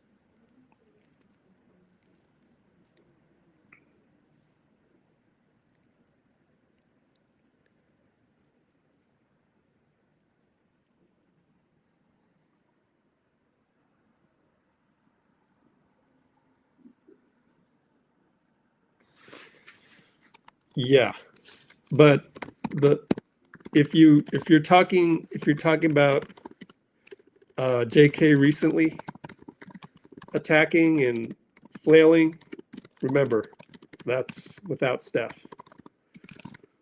So you got to get JK downhill using some kind of gravity, whether that's Steph or buddy heeled inverted screen, what have you. But we know how good JK is on the downhill. So hopefully it gets utilized. Yeah, the Podz obsession needs to be studied, huh? Am I going to the beach? Why do you say that? Definitely not going to no beaches here in Northern California.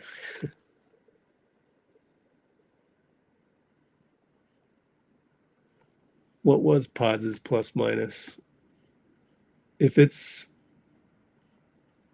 good, then you got to take that back. Spencer was minus 15. Wow. We already put Podz in there put Pat in there for Podz. So the 22 minutes. Pat Spencer minus 15. Explain that one.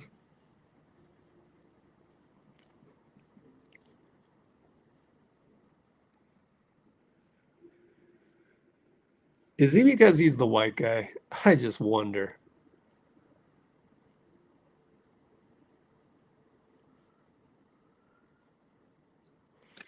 I think it's got to be his demeanor and what he told the media, but I don't know why people care. Is it due to lack of content? Because we got plenty of content on this Discord, so much that we don't even that barely registered a blip for us that's been busy with our Discord because Podz saying this or that to the media, okay, but what about all these other things happening?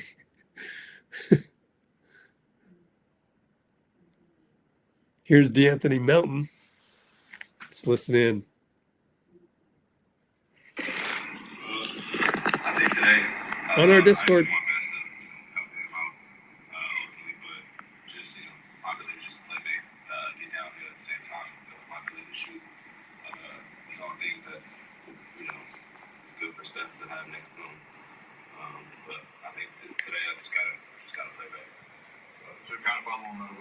First time playing next to him in over a year. What's unique about playing next to Steph? Man, just can't get caught watching. I think sometimes I got caught just, seeing what he wanted to do and seeing what he wanted. But like I said before, just aggressiveness helps Steph too. Get downhill, be a threat is the most important thing. So you gotta make sure, even with Jimmy too, a lot of guys, they got half the season with Jimmy. I've gotten 2.5 games with Jimmy, so seeing how he likes the ball, how he wants to be effective, and how he wants other people to be effective is important for me. Just on the fly to figure it out. But I think both of those guys, they just want you to be aggressive, play your game, and I think they'll figure it out within that too. Okay. Oh, more Melton. Oh, we just had that. Both Sam Gordon and Joseph Dykes did the same clip. Defense let us down tonight.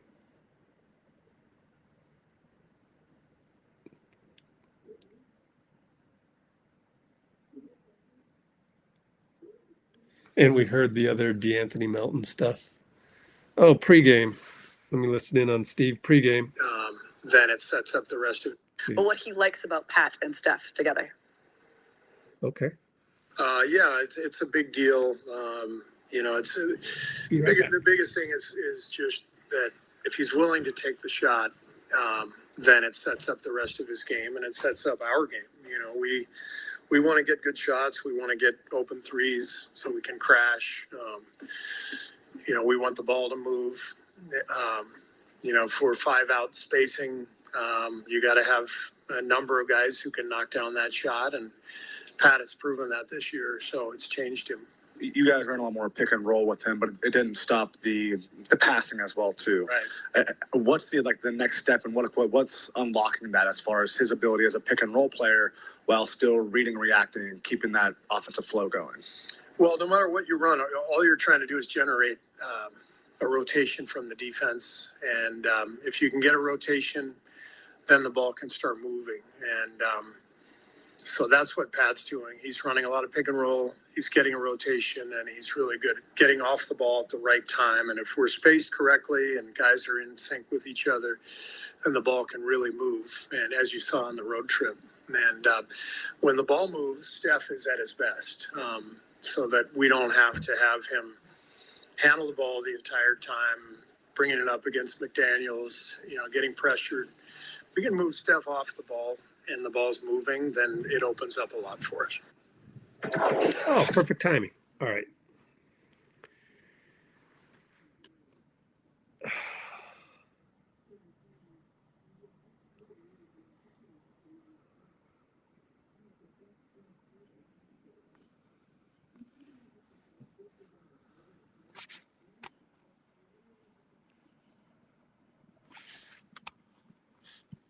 Moody?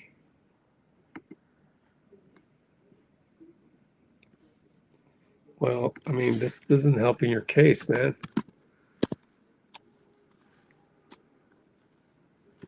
Podz over Moody. Wrong. Podz over Will. Yes. But do you know why?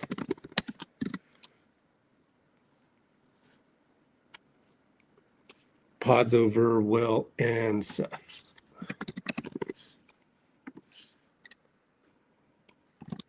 Podz over Melton. Melt is now 100% per Rick. Melt is on minutes restriction. Didn't I just say that 5 minutes ago? And then you come on here. Or did I say that before you came on here? Podz over Gee? Nope. Not the same position. Podz over Post? What? Man.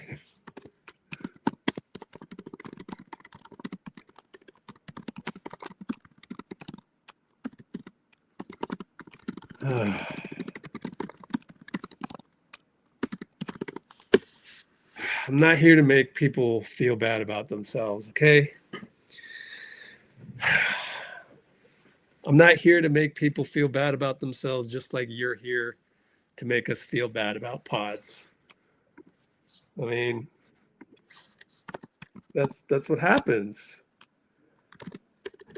On social media, there are certain types of people that either A, make people feel bad about themselves, or B,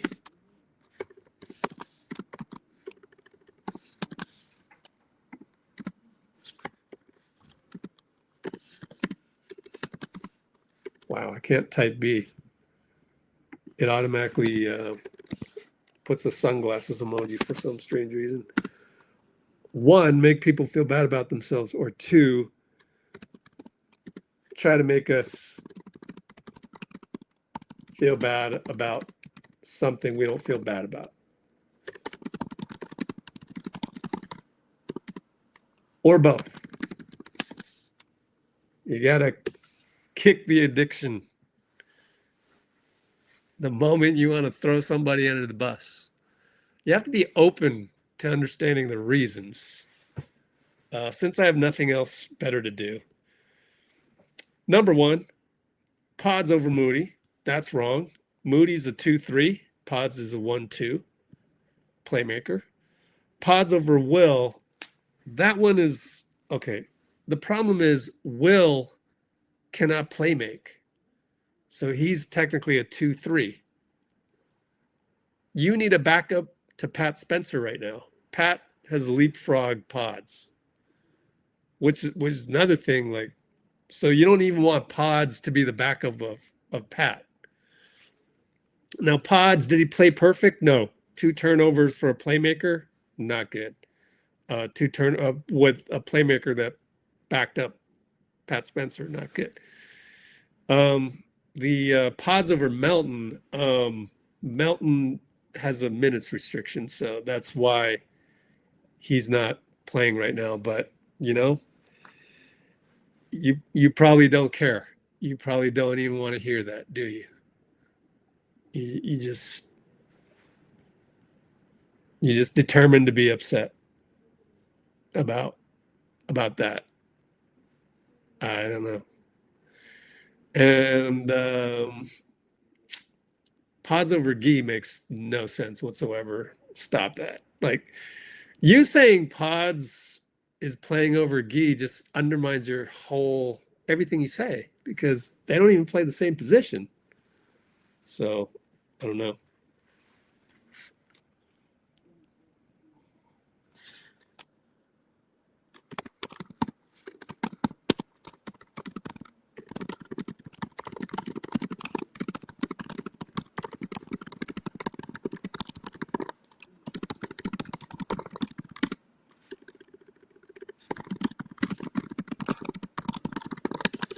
Oh man, you got a lot of negativity, man. You're low vibrational.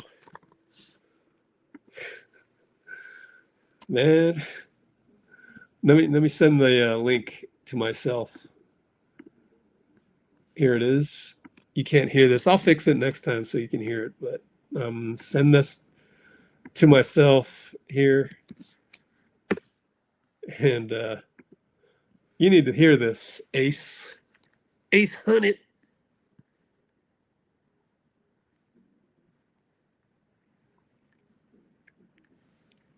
Here we go.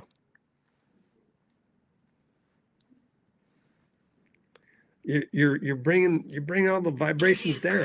You can sit down with somebody for 2 minutes and just exchange a few words and know where that person is vibrationally. If they talk about other people gossiping, hating, like, all right, this might not go that far. I remember one time I had a moment in the studio where J. Cole was there, and I was just having a bad day, and I started just talking trash. I was talking to my other friend, Teron, and Cole came in the room, and within 2 minutes, he heard what we was talking about, and he got up and left. And I just remember being like, damn. What we say? Why did he do that? Yeah. But then I realized we wasn't on the same frequency. He not on that. Complaining, that kind of conversation does not circulate in higher level rooms. He didn't judge me. He didn't say nothing bad. He sat there, he listened for like a minute, and then he got up and left. Because what happens is when you're high vibrational, most likely, those people are going to bring you down. You're not going to be able to bring them up. Energy is first. You can sit down with somebody for 2 minutes. The other thing is, well, we don't need to tell them to please seek help. That might be a little too mean. Now, the Draymond, Jimmy thing and the whole defense thing, that's the problem, right? Right? How are you gonna address this when Draymond isn't even playing?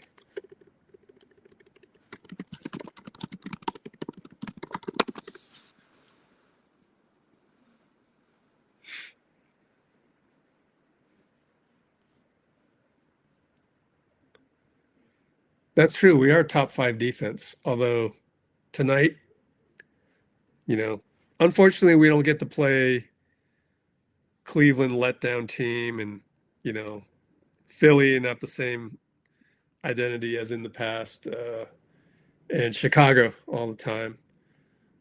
Boom, we face Minnesota and feels like, we have these tough tests every now and then. But our defense has been pretty good, but Draymond hasn't even been here, so I don't know what to do. Like it's an identity. I won't call it crisis, but it's an identity issue right now. But it's something we got to work through. Yep, Steve addressed the JK thing as you would expect him to address it.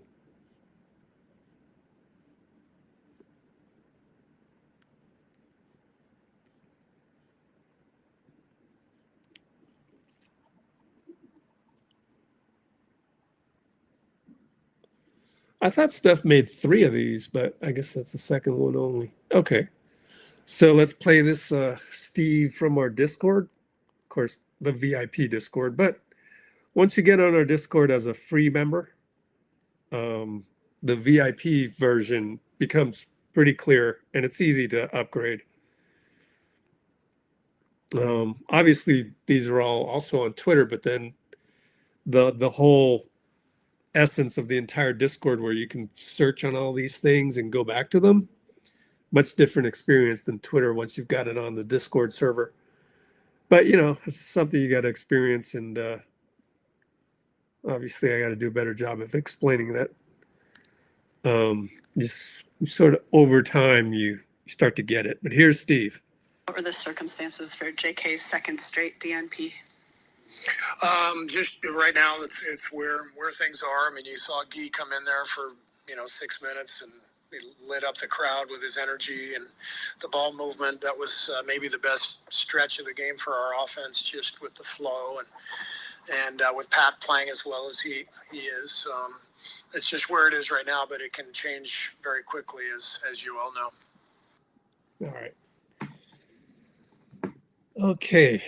Compare. Well, I mean, that's what I thought you'd right here.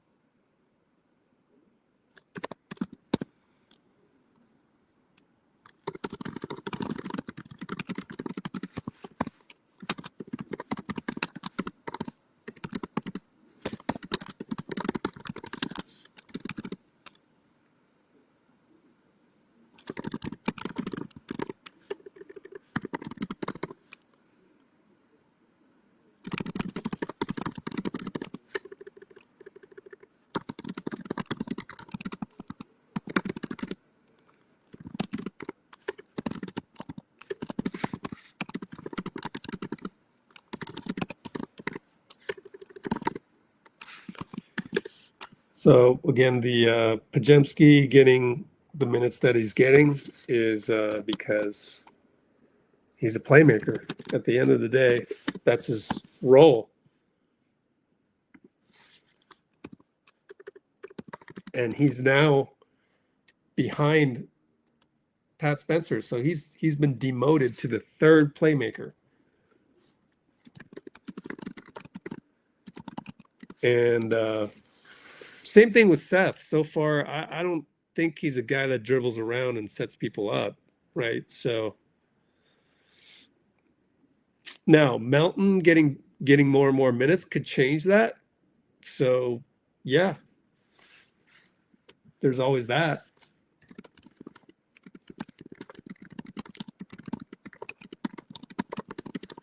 So we'll see. But the reasons why we lost Podz is 2 turnovers is, maybe 7th, 8th, 9th, or 10th on the list of things we could do better. So I mean, how many assists did he have? You're out there, you're a playmaker, better have a couple assists. 4 assists. Man.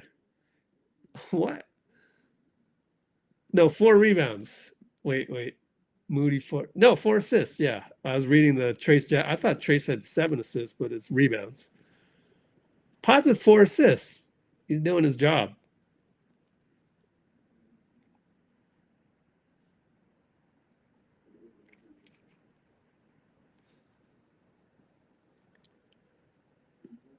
Missed 2 threes, and he could, hit a shot. So go to.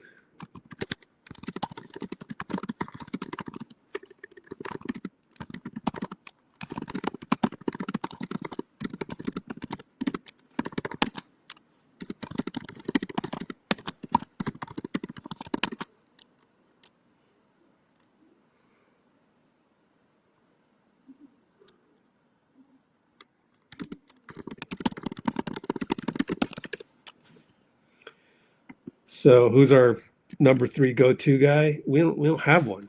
Like, that's not how the system works around Steph. Now, would have been nice to have it be like JK, but then Draymond has actually mentioned that we could feature JK. He's mentioned that. But you know, ever since we won, we had that good road trip in Philly, Cleveland, and Chicago. That road trip kind of proved that if you just do your job and run the ecosystem around Steph, and you just have that ecosystem going pretty much for the whole game, unless things get really bogged down, in which case you go to Jimmy, especially with Steph when Steph is resting. That's your two-headed monster, and our style just doesn't allow for the your turn, my turn. So, let me throw this back at you. Who's the number 3 option on OKC?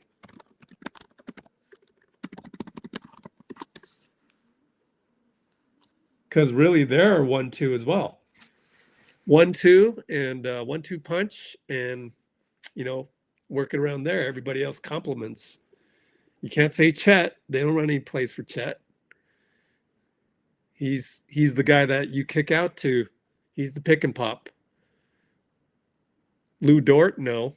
Lou's going to shoot a couple threes at the beginning of the game because he knows later in the game he damn well better get the ball to Jalen and Shea. So there's no number 3 on that team. So why should we have a number 3? But the other thing is that really everything revolves around the Steph ecosystem, which actually is on our website. It's on our channel. If you go to our posts, the last 2 posts I did was stuff talking about the gravity of Steph. So down here, right here, the organized chaos, Steph Curry, organized chaos. So I've put the information out there.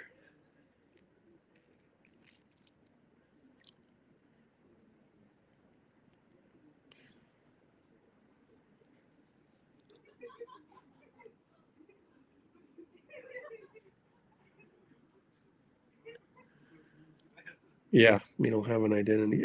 Most teams, I don't know about that.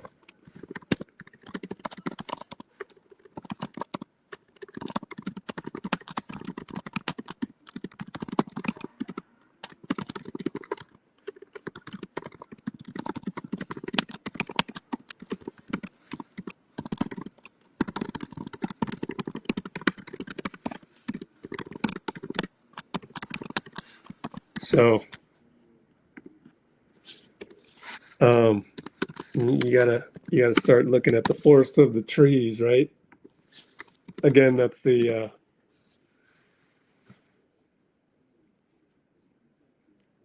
our struggles are no different than a lot of other team struggles. So, and there's really at any given point in time, there's only 8 teams that's really killing it, and that would be, you ask any 5th seed or 6th seed, they most definitely would say, yeah, we're not quite there yet.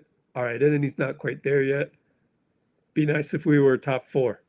So that's why I say at any given moment in time in the NBA, there's probably no more than 8 teams that are happy with where they are. And even then you could argue that the 4th seed is probably looking at the 3rd seed going, we could do a little bit better than that. Because then, if we played a little bit better, then we wouldn't have to face OKC in the first round, or likewise in the East, although the East is obviously way more open. In fact, who is in the lead in the East? Is it Detroit? It's Detroit. I'm sure you're okay. If you're the 4th seed in the East, you're looking at Detroit, you're thinking you can beat them, right?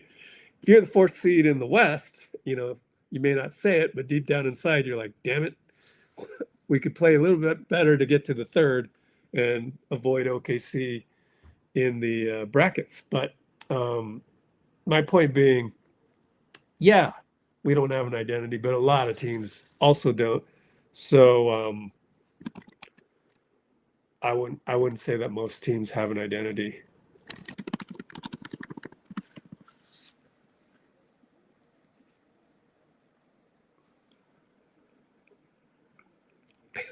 Fergie national anthem.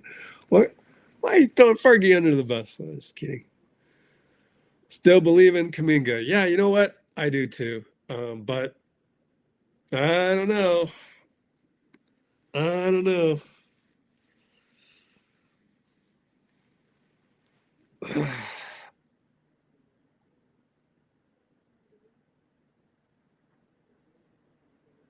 Here's my question, all right? Here's the next thing on the JK thing. Let me take it to the next level. You waited 4 hours for this. No, just kidding. Next level, Kuminga thought experiment. Okay. Let me put it in the poll. Do you think Steph and or Dre and or Jimmy actively want to involve JK in the rotation? And we'll put an, I don't know, maybe abstain.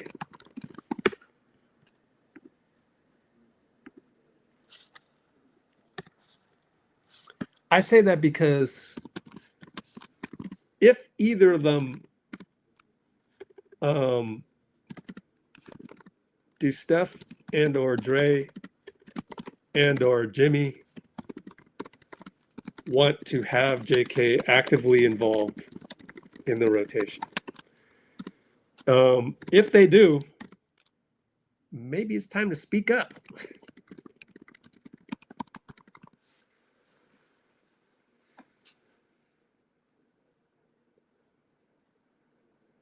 Take the bull by the horns. Go tap Steve on the shoulder. I mean, are we sitting here? We can't be the only ones in the whole damn organization. I think maybe it's 51%, 49% voting going on. Maybe it's 50-50 and Steve gets the last veto because he's the coach. But at some point, the best damn players in the room, you know, let me put it this way. If JK gets a DMP next game,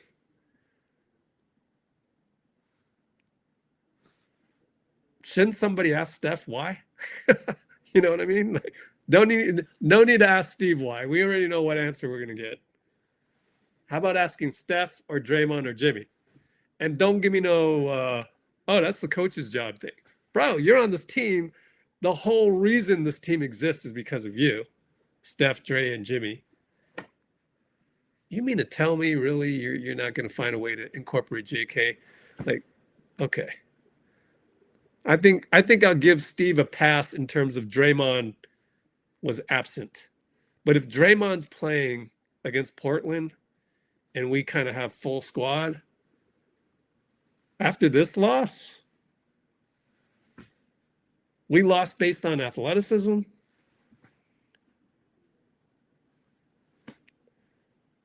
It's kind of like when somebody is tunnel visioned, isn't it kind of the family's responsibility to let the guy know who's tunnel visioned to stop being tunnel visioned? This is a family. This isn't a dictatorship. It's a family. Well, speak up. I just, you know, if JK gets another DMP against Portland, I don't think I'll ever be as opposed to Steve Kerr as I've ever been. And I was opposed to Steve Kerr when JK got the DNP against the Clippers, and then we lost, and then he got another DNP, but we beat Memphis, lucky for Steve.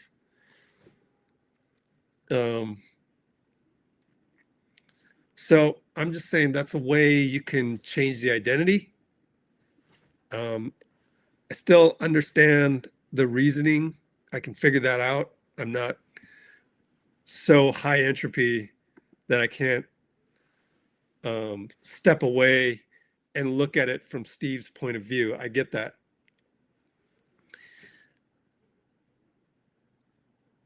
But that's a string that you can pull, and because we lost tonight,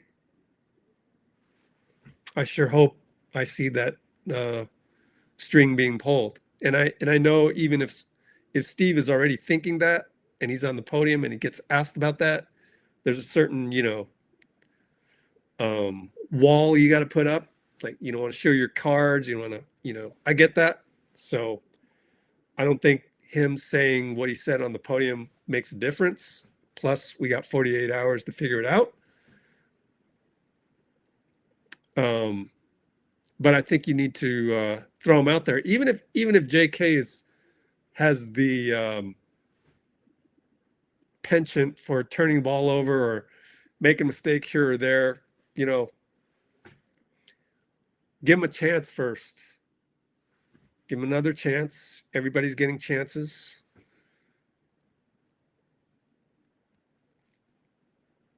And it's funny, though. If QP just had took the rhythm shot, made it, maybe we win the game and we wouldn't be here talking about this stuff. But, losing will expose your flaws and might as well be addressed sooner than later, because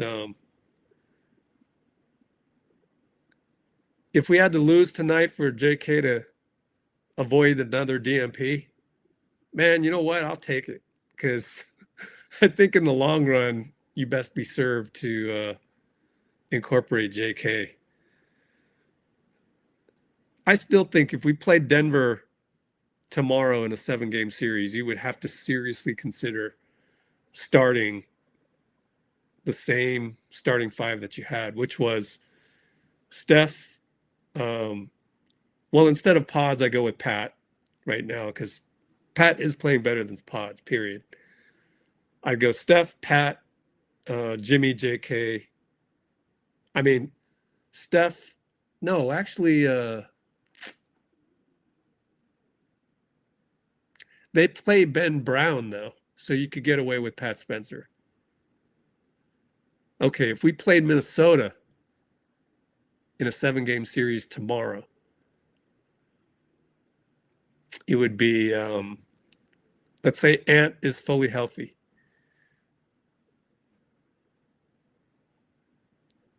And did they start Dillingham? Donte. Yeah. Donte, Mike Conley. Steph's got to guard that guy. And let's say I think they start Ant instead of Bones. They start Ant and Donte together. So this is one of the tall teams in the NBA. If we were to play OKC, if we were to play the Lakers, there's a number of teams. I think you'd have to consider starting JK. I really do. Just out of just having size.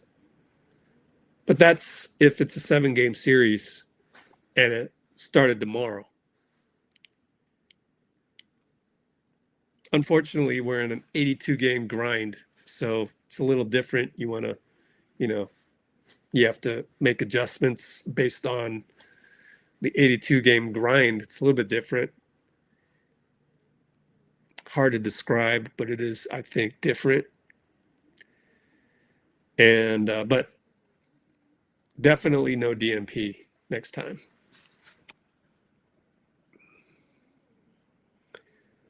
Well, I don't think they have some beef, because they keep saying they don't have beef.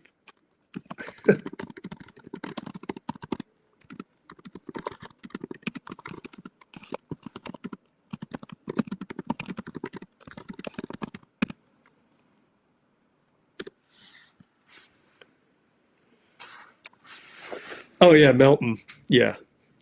Yeah, I forgot about Melton. Yeah, I would start Melton, definitely. He's the long-term starter. Yeah, so JK is going to have to come off the bench if we started a 7-game series tomorrow with LKC. Yeah, you got to have Melton, that's for sure.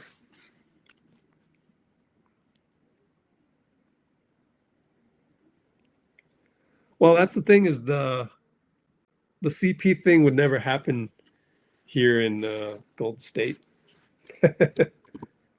It's a funny one, though. That's a good joke, though. But yeah. So that's one cool thing, actually. The CP thing would never happen here. Well, under Steve. Just the culture.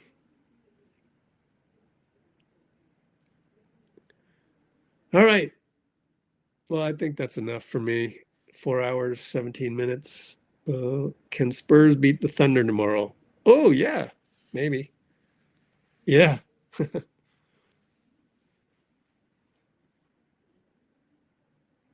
I don't have time to look up the Chinese comments today.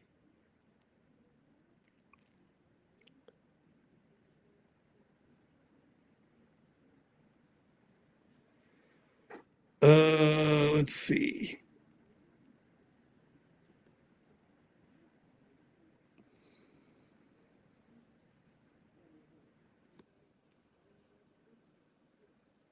Not everybody can play with Curry. I mean, hypothetically, can you picture Kobe playing with Steph in the ecosystem? KD didn't even want to do it.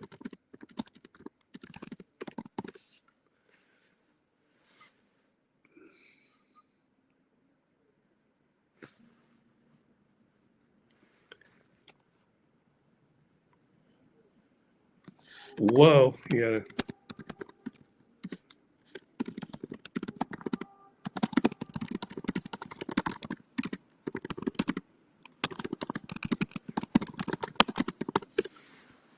We gotta rein it back in a little bit.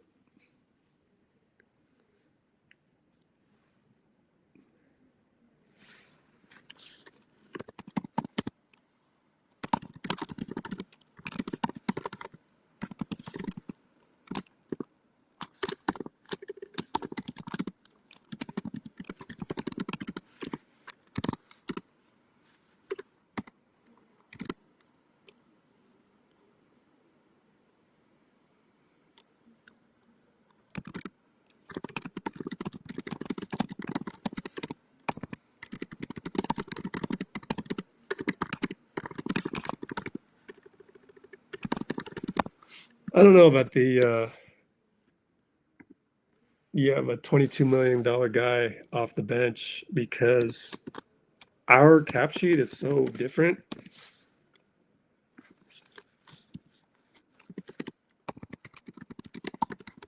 And Melton is a non-taxpayer mid-level type guy when fully healthy, which is equivalent of a $14 million player. And so I think that we're just kind of lucky that we have the situation we have, that we can have a $22 million guy off the bench. Would need to look at some other cap sheets though. We could look at salaries again and see who else around 22 million is maybe coming off the bench. Let's see. I mean, just most teams don't have like two guys making 60 million, you know. Reid, doesn't he come off the bench? So just blew your theory up in one fell swoop right there. Just kidding. Reid makes 22 million, comes off the bench. So there's certain situations where that happens. Noberto, take care. So he doesn't have to start. Man, you doing those Sith absolutes. So Darth Ace with the Sith absolutes. You have to start JK.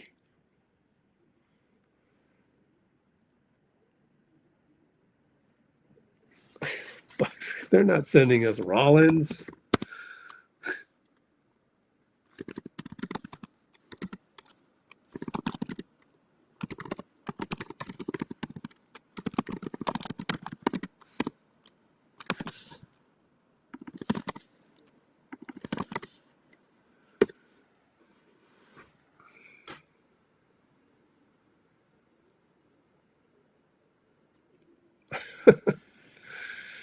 Rollins. How much is Rollins making? I'm curious. Milwaukee cap sheet.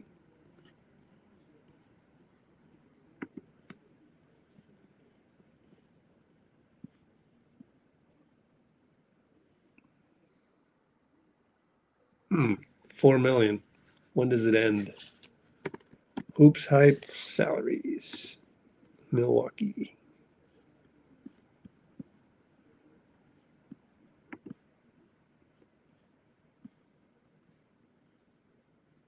Oh yeah, that's a cheap contract. I don't know. Like they're the ones that have the prize. So why would you give away Rollins when you're giving away Giannis?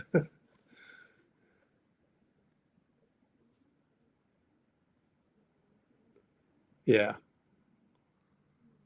Daniel, oh man, I thought I talked about this. No, I was going to do a podcast on that.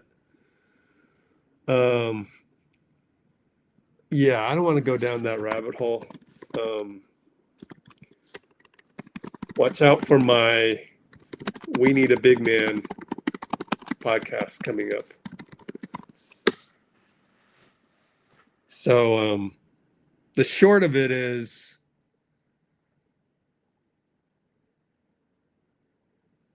it's kind of hard to justify Gafford when you got to look at our cap sheet. You're going to stick we in the NBA, you close games going small. That's what you do. So you have to close a game going small. Gafford, 14 million. I just don't think it would be, why not get a wing? So like I said before, moral of the story, when you're talking all these trade rumors, just go to the top of the food chain. And if we're relevant in the top of the food chain, stay there. There's no need to worry about Daniel Gafford. There's no need to worry about Herb Jones. Don't even worry about Trey Murphy. Like those are plan B, plan C, plan D. Plan A is Giannis. And I think the only way to do it is to throw Draymond in there. But I talked about that with Dean, and I think you just have to do it. It's just a once in a lifetime opportunity to get an MVP in a trade. And that's no offense to Draymond. It's just that where's the fourth or fifth team that wants Jimmy? Show me a destination for Jimmy. Show me a team that would actually take in Jimmy's 56 million or something. Then we got the possibility of a 3-4 team deal, right? But 54 million. So I'm back to that.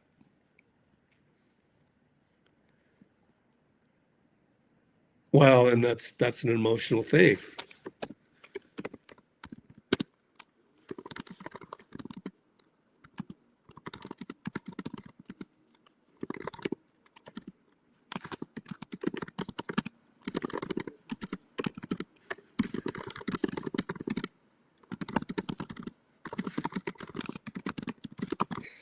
Sleep on it. I know it's tough. I mean, I was there making an argument with Dean saying, man, the pick and roll Steph and Dre is like pretty incredible, but man, Giannis does some things that are just, man, it's crazy. But like, what's your other, the other thing is, what's your other move? If we don't have a win, if we don't have a 6th seed identity by then. Actually, it should be 4th seed identity, really, in terms of you aim for 4, you maybe miss, and you end up 6th.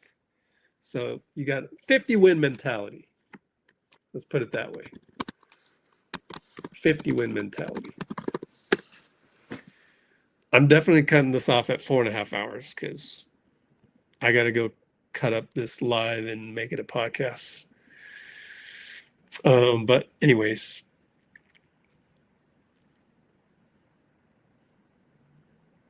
JK trade value is low. No, I think GMs know what we know. So no. Although it could be used in negotiations. But I don't think, go watch my video one more time. I talked about it already. Ad nauseum.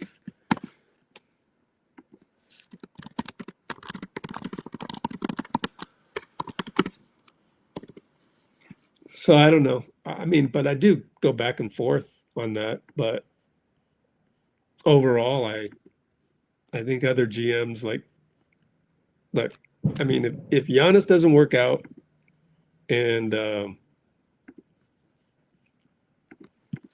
JK trade talk and more. If Giannis doesn't work out, then this is just a good way to occupy your mind if you think things are this bad. Just like we spent some time thinking about marketing back in the day. Although back in the day sounds like a long time ago. It's really only a year and a half ago, 2 years. But what I'm saying is JK, start at the top. And I did mention in the video that I just typed in that I think you could convince Joe Dumars of the Pelicans that, hey, look, instead of Trey Murphy being your face of the franchise like you want to do, and this is sourced through Brett Siegel of Clutch Points, why not try JK? Wouldn't he be more marketable down there than Trey Murphy? So maybe you can do a straight up trade, maybe, not have to throw them a draft pick, but then we're talking trades again. And if you're talking trades, I think you just set your sights on Giannis and have fun with that.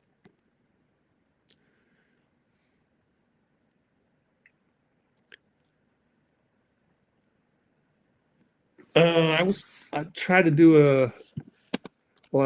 a recap. Yeah, let's do next live tomorrow sometime, probably end up evening time, for some Warriors news via our Discord server. Instead of a recap, which Bruce correctly said nobody wants to watch. Yeah, let's just try that. Oh, thanks, Melly Mills. Yeah, I got to screenshot that, man. Melly Mills with the loyalty. I'm going to try. I mean, lots of times I say I'm going to do a live and I always promise too much. So I got to be really careful of that. I am very cognizant of that and try not to keep screwing up my own estimations, and that'll get you in a position more so to over deliver than under deliver. So let's get the file. Oh, 4 hours and a half. Yay. We did a lot.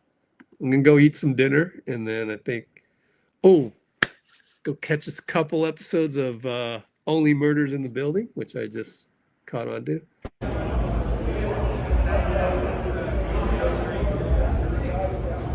I don't get any commission.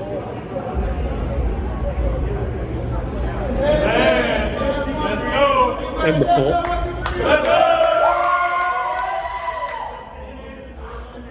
Today he came back. He came here today talking about how he got a new blicky. For the uninformed, what's a blicky? How you don't know about no blicky, man? You had a blicky? You told me you had a blicky growing up. Yeah. You was a shooter. Yeah, that's a blicky. More fire, Melly. More fire, more fire, more fire. More fire, more fire. More fire. Man, that must have been an experience, huh? Bright day, everybody. See you tomorrow.